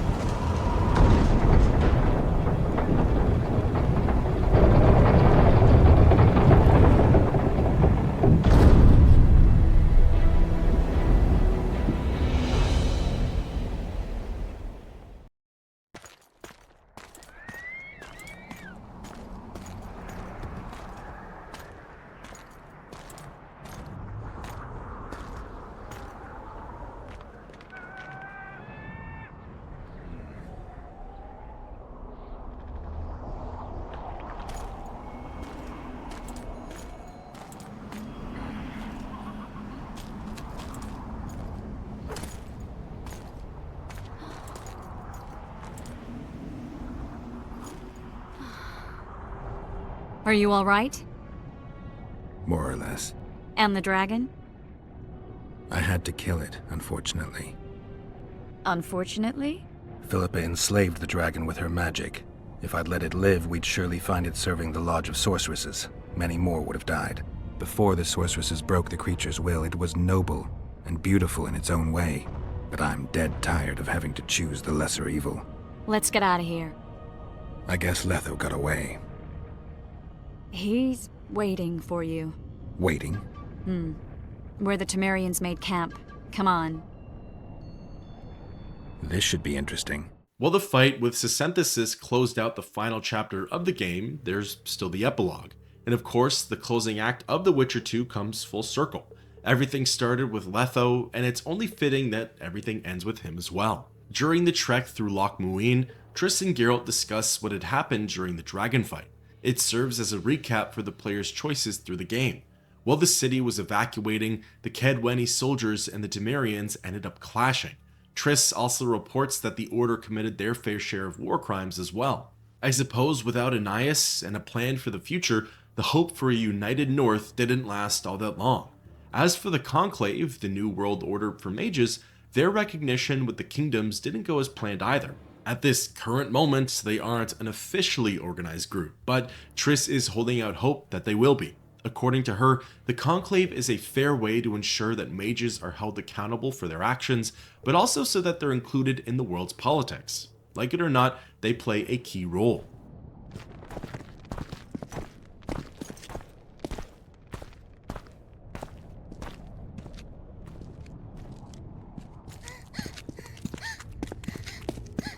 Vernon Roach! Step away from the child. She's of royal blood. Temerian. Too good for you, Horsings. You're an outlaw. Wanted in all the north. Hand over the child and perhaps the king will show you mercy. I piss on Kedweni mercy. Roach! Triss! We can't let them have her! This is Foltest's daughter! I've heard enough! Grab them! And there he is, the man I was beginning to wonder about. It seems as though Roach's mission was mostly successful. He managed to save Annias from the grips of Deathmold. What the two of them went through is unknown, but at the very least, Geralt's here to help them with their final escape from Loch Muin. I failed. Deathmold got away. Thanks, Geralt. Triss needed my help. You know that. The Nilfgaardians outwitted us all. What are you talking about? They kidnapped Triss. The Emperor dispatched the Kingslayers using the Lodge as a decoy, all in order to breed chaos in the northern kingdoms. Temeria is lost. The Barons will pick it apart into bits. It's not lost. Temeria will be reunited. Get the child out of here. Take her far away, far from the kings, their courts, and their wars. One day, she'll reclaim her heritage. What about you, Geralt? I'm going after the Kingslayer. A man of his word. It's personal now. Farewell then, White Wolf.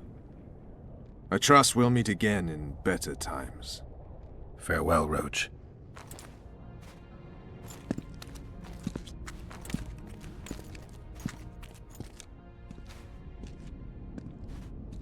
So that closes out Vernon Roach's story arc.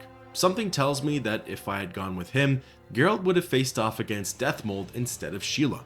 Honestly, that's a matchup I would have preferred, but I'm glad that things turned out the way they did. The next group that Triss tells Geralt of is the Scoia'tael. It's a brief conversation and they mostly talk about Iorveth. Iorveth is still up and at him.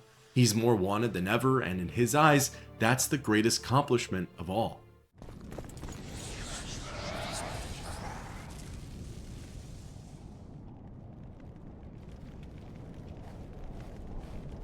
This is no place for witches.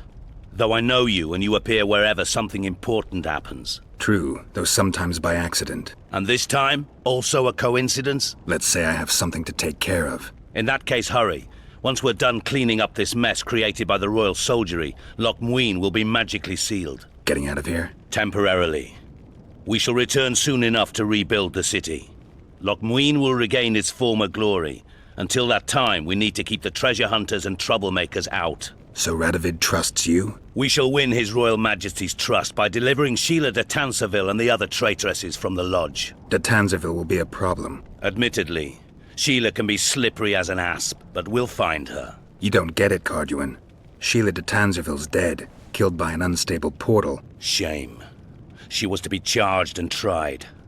She would have been convicted of her crimes. Why does it sound like she was convicted before standing trial? It would have been a formality, true, and at once a warning to other sorceresses. Seems to me she led you down the garden path. Forgive me, I must attend to some matters. And don't dawdle, the city will be sealed in 1 hour. That conversation discusses the fate of all the sorceresses of the Lodge and their known accomplices. They're seen as outlaws and are to be made examples of. I suppose that's exactly why Triss is vouching for the Conclave, so that mages can be taken seriously and given proper rights. There he is. Wait for me. Geralt. This is between me and him. You don't have to. I do. He knows how I lost my memory. Wait for me at the city gate. If I'm not there within the hour, leave without me. The final stop in this journey is the confrontation with Letho. This meeting has been a long time coming, and it's where one of the Witcher's journeys will come to an end. Forewarning too, this is a long meeting.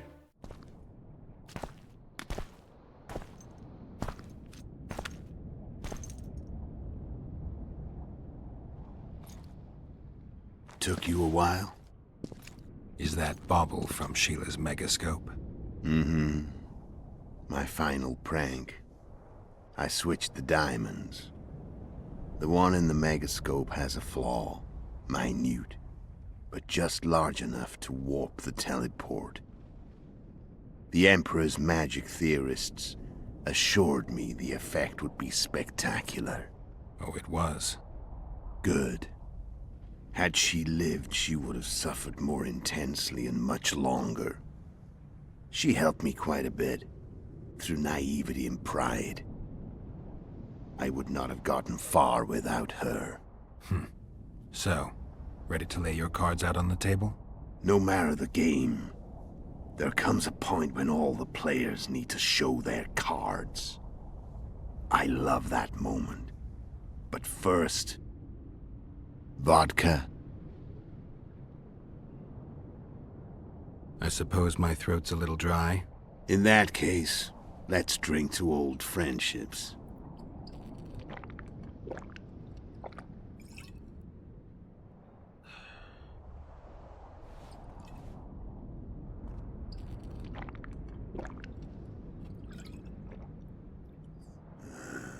Recovered your memory yet?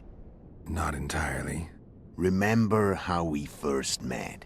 Yeah, I saved your life. Couldn't think of a nicer way to pay me back?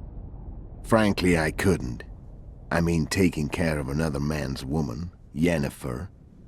I can't fathom what you saw in her, but I suppose there's no accounting for taste.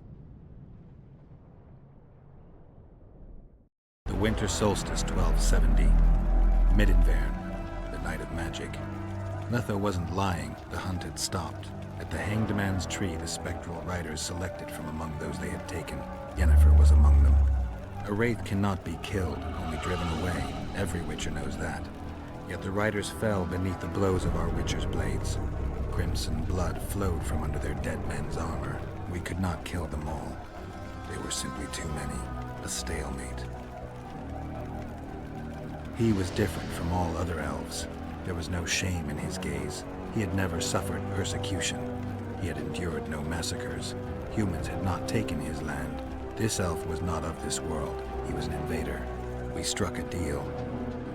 My soul for that of Yennefer. He agreed without hesitation.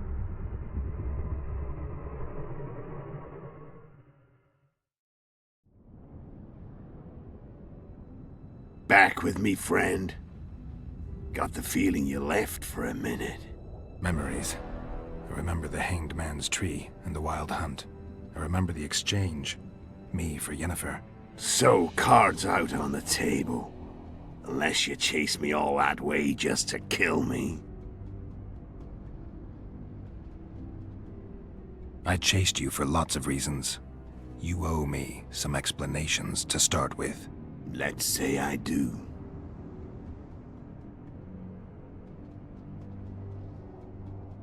Tell me about Yennefer. What happened after I departed?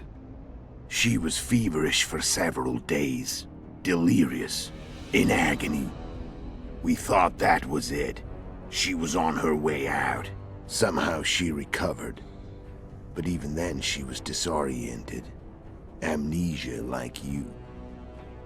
What then? Well, the woman turned out to be quite a character.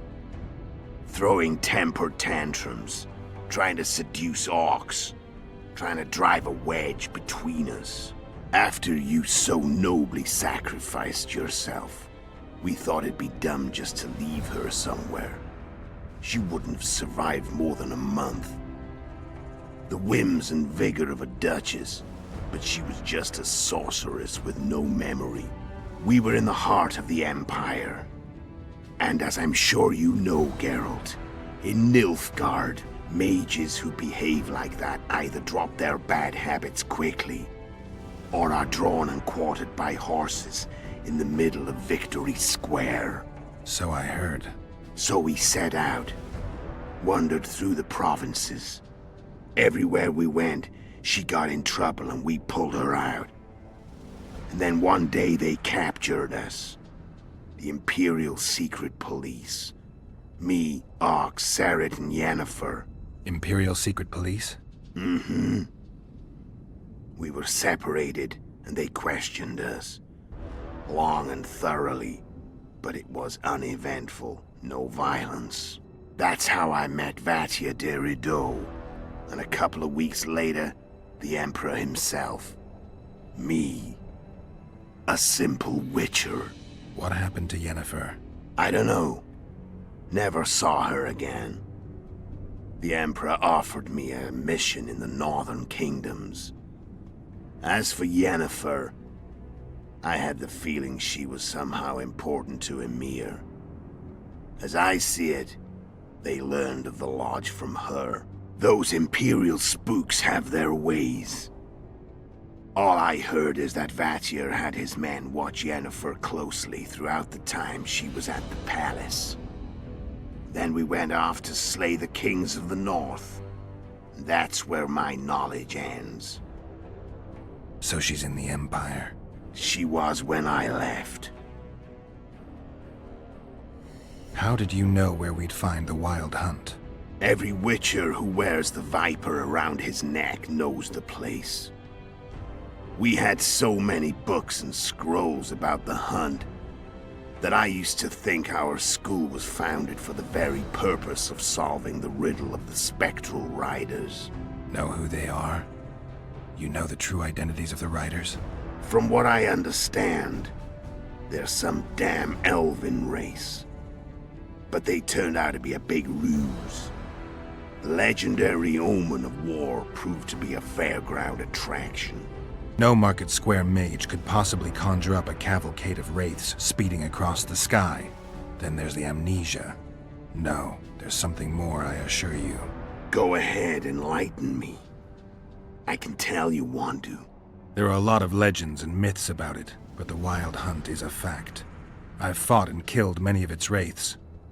They were spectral emanations, the avatars of real riders. The riders we ran into by the Hanged Man's Tree. Are you telling me you were carried off by elves? Real material sons of bitches like the ordinary kind we deal with in this world? They may be ordinary in their world, but they're strangers in ours.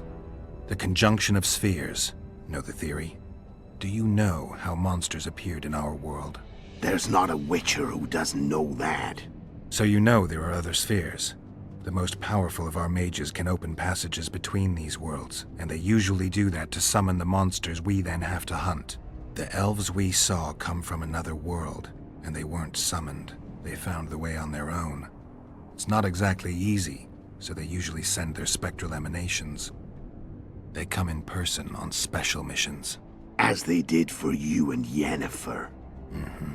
So, elves from another world and their trained wraiths. What did they want from you? I've got an idea, but that's not your concern.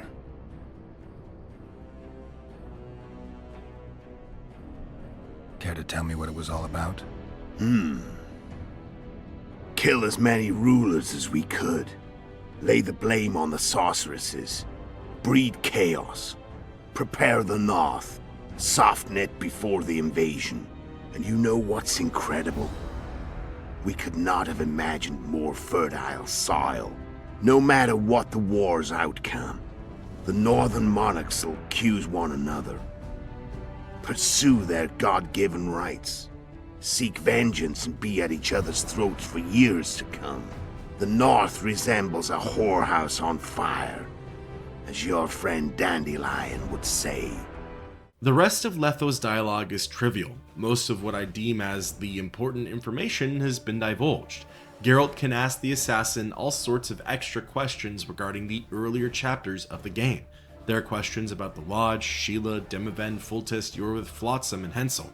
The answers help to fill in gaps of information, but most of what Letho says was already either mentioned in passing or an obvious connect-the-dots moment. So, feeling ready to end things, I challenged Geralt's fellow Witcher to the final fight of the game. I'm done talking. Let's finish this. Want to fight? Any vodka left in that bottle? A swig apiece. Here.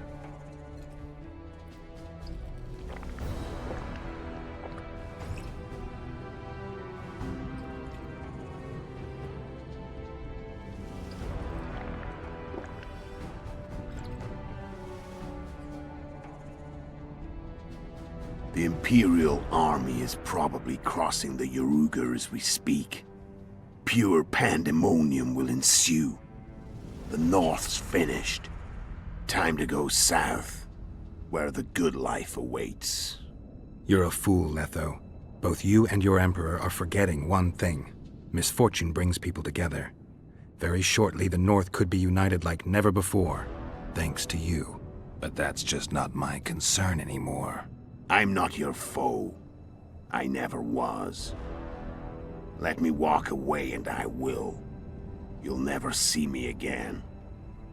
Force me to fight, and this time I'll kill you. Time to fight. Ready? As I'll ever be.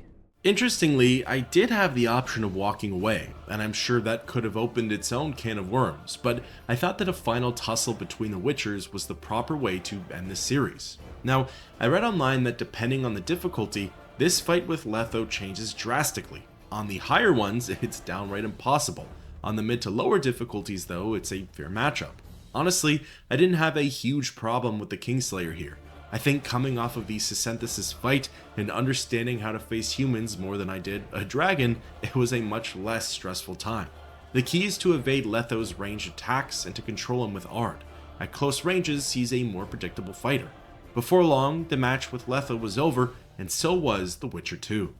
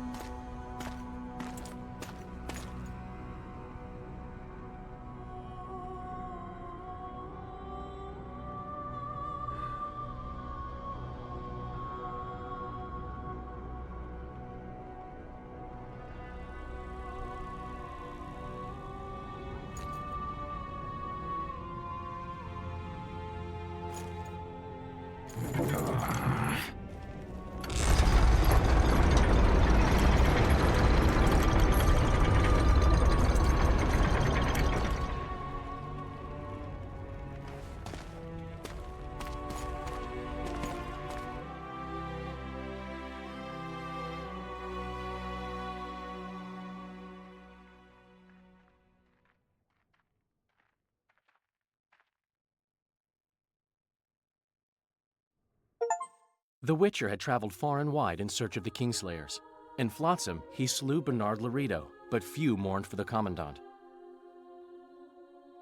Flotsam remained Temerian, while command of the garrison and town went to a Vizima noble, a sworn enemy of Kedwen and an avid angler.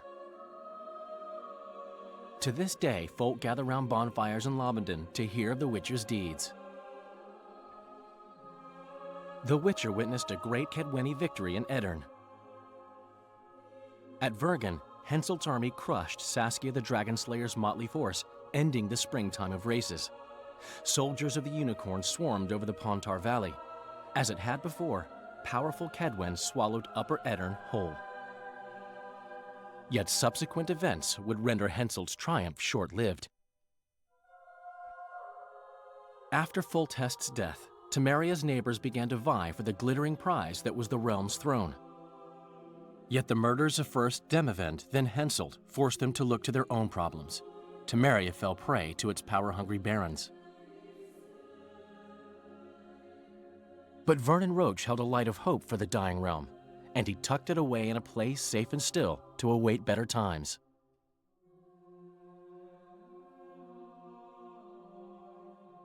Years before, Geralt of Rivia had witnessed the fall of the Council and Conclave of Mages.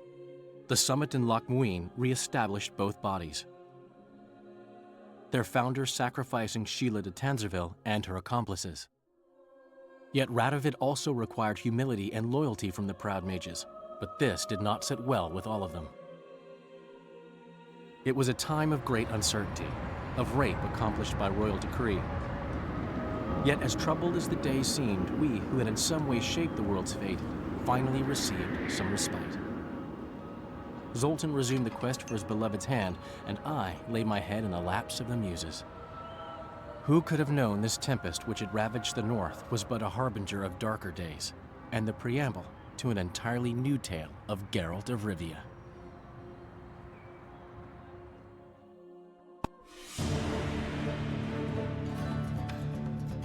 And just like that, thus ends the main story for The Witcher 2: Assassins of Kings. Similar to the first game, if you were to sit through the credits or just skip them entirely, you'd be met with an ending cutscene. It shows a villager out in the woods collecting wood and hunting small game. On his way back to the village, he sees riders in the distance. Concerned, he gets a better look and fear falls upon his face. The banner depicts a rising sun, a sign of the Nilfgaardian Empire. Lethos said that they had already begun to march north and that the invasion would begin any day now. Well, here it is. The entire might to the south has launched their attack on the scattered and disorganized northern kingdoms. Returning to his village, the man sees death and destruction, another symbol of what Nilfgaard will bring. He also sees the rest of the vast army marching their way through the land. The second last scene depicts a map of the continent burning from the bottom and making its way upward, another symbol of the Nilfgaardian invasion. Then the final shot shows an ominous quote: "The world as we know it nears its end, yet the past remains the key to the future." Something tells me that this quote relates to Geralt, as it always does, and that the impending war will be a major plot in the third game. Then with that, the events of The Witcher 2 are all wrapped up. Now, before I dove headfirst into this game, I did some light research on it. Avoiding spoilers, of course, I wanted to see how others compared it to the first installment. Was it just as long, detailed, and fleshed out as the first Witcher game? A lot of what I read was true. The Witcher 2 is nowhere near as long as the first one, at least that's how it felt. There are an additional 2 chapters or acts in The Witcher 1, plus the prologue and epilogue. Even though the chapters in The Witcher 2 were relatively lengthy, they were likely on par with the first games, and because of that, this adventure certainly felt shorter, or rather, a better term to use would be concise. I felt as though The Witcher 2's narrative was more forward, to the point, and remained focused on a central plot. I think the developers did an amazing job at tying in secondary characters and events with the primary plot and story.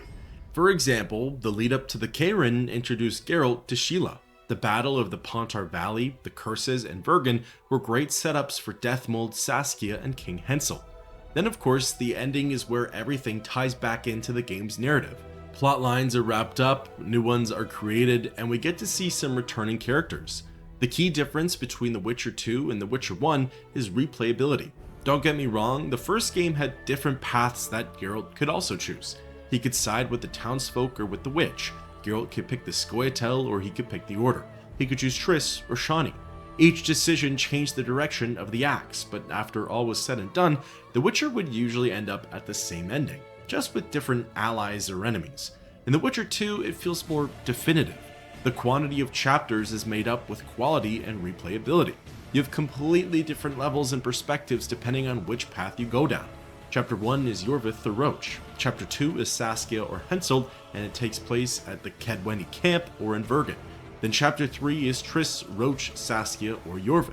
You could probably play through the main story 4 different times and you still wouldn't experience every outcome. That's the big reason why the title of this combined video isn't the full story of The Witcher 2, as it's just my version of the events. Maybe one day I'll play through the Assassins of Kings again and choose different storylines to explore. For now though, I'm content with my outcome. There's nothing that I would have changed for my playthrough. All of my decisions were based on intuition, curiosity, and emotions. Like I said, perhaps another time I'll side with the Scoia'tael, fight for a free Vergen, meet Philippa Eilhart, or track down Annias. For the time being though, my journey through The Witcher 2, Assassins of Kings comes to an end. What a fantastic game. I can completely understand why it's rated so highly. An amazing story, straight to the point, excellent characters, fun gameplay, a rewarding combat system. Honestly, very few complaints from me. Thank you all for coming along this journey. I hope to dive into The Witcher 3 soon, especially before the release of The Witcher 4. I'd love to know your thoughts on the story down below, and until next time, keep on adventuring.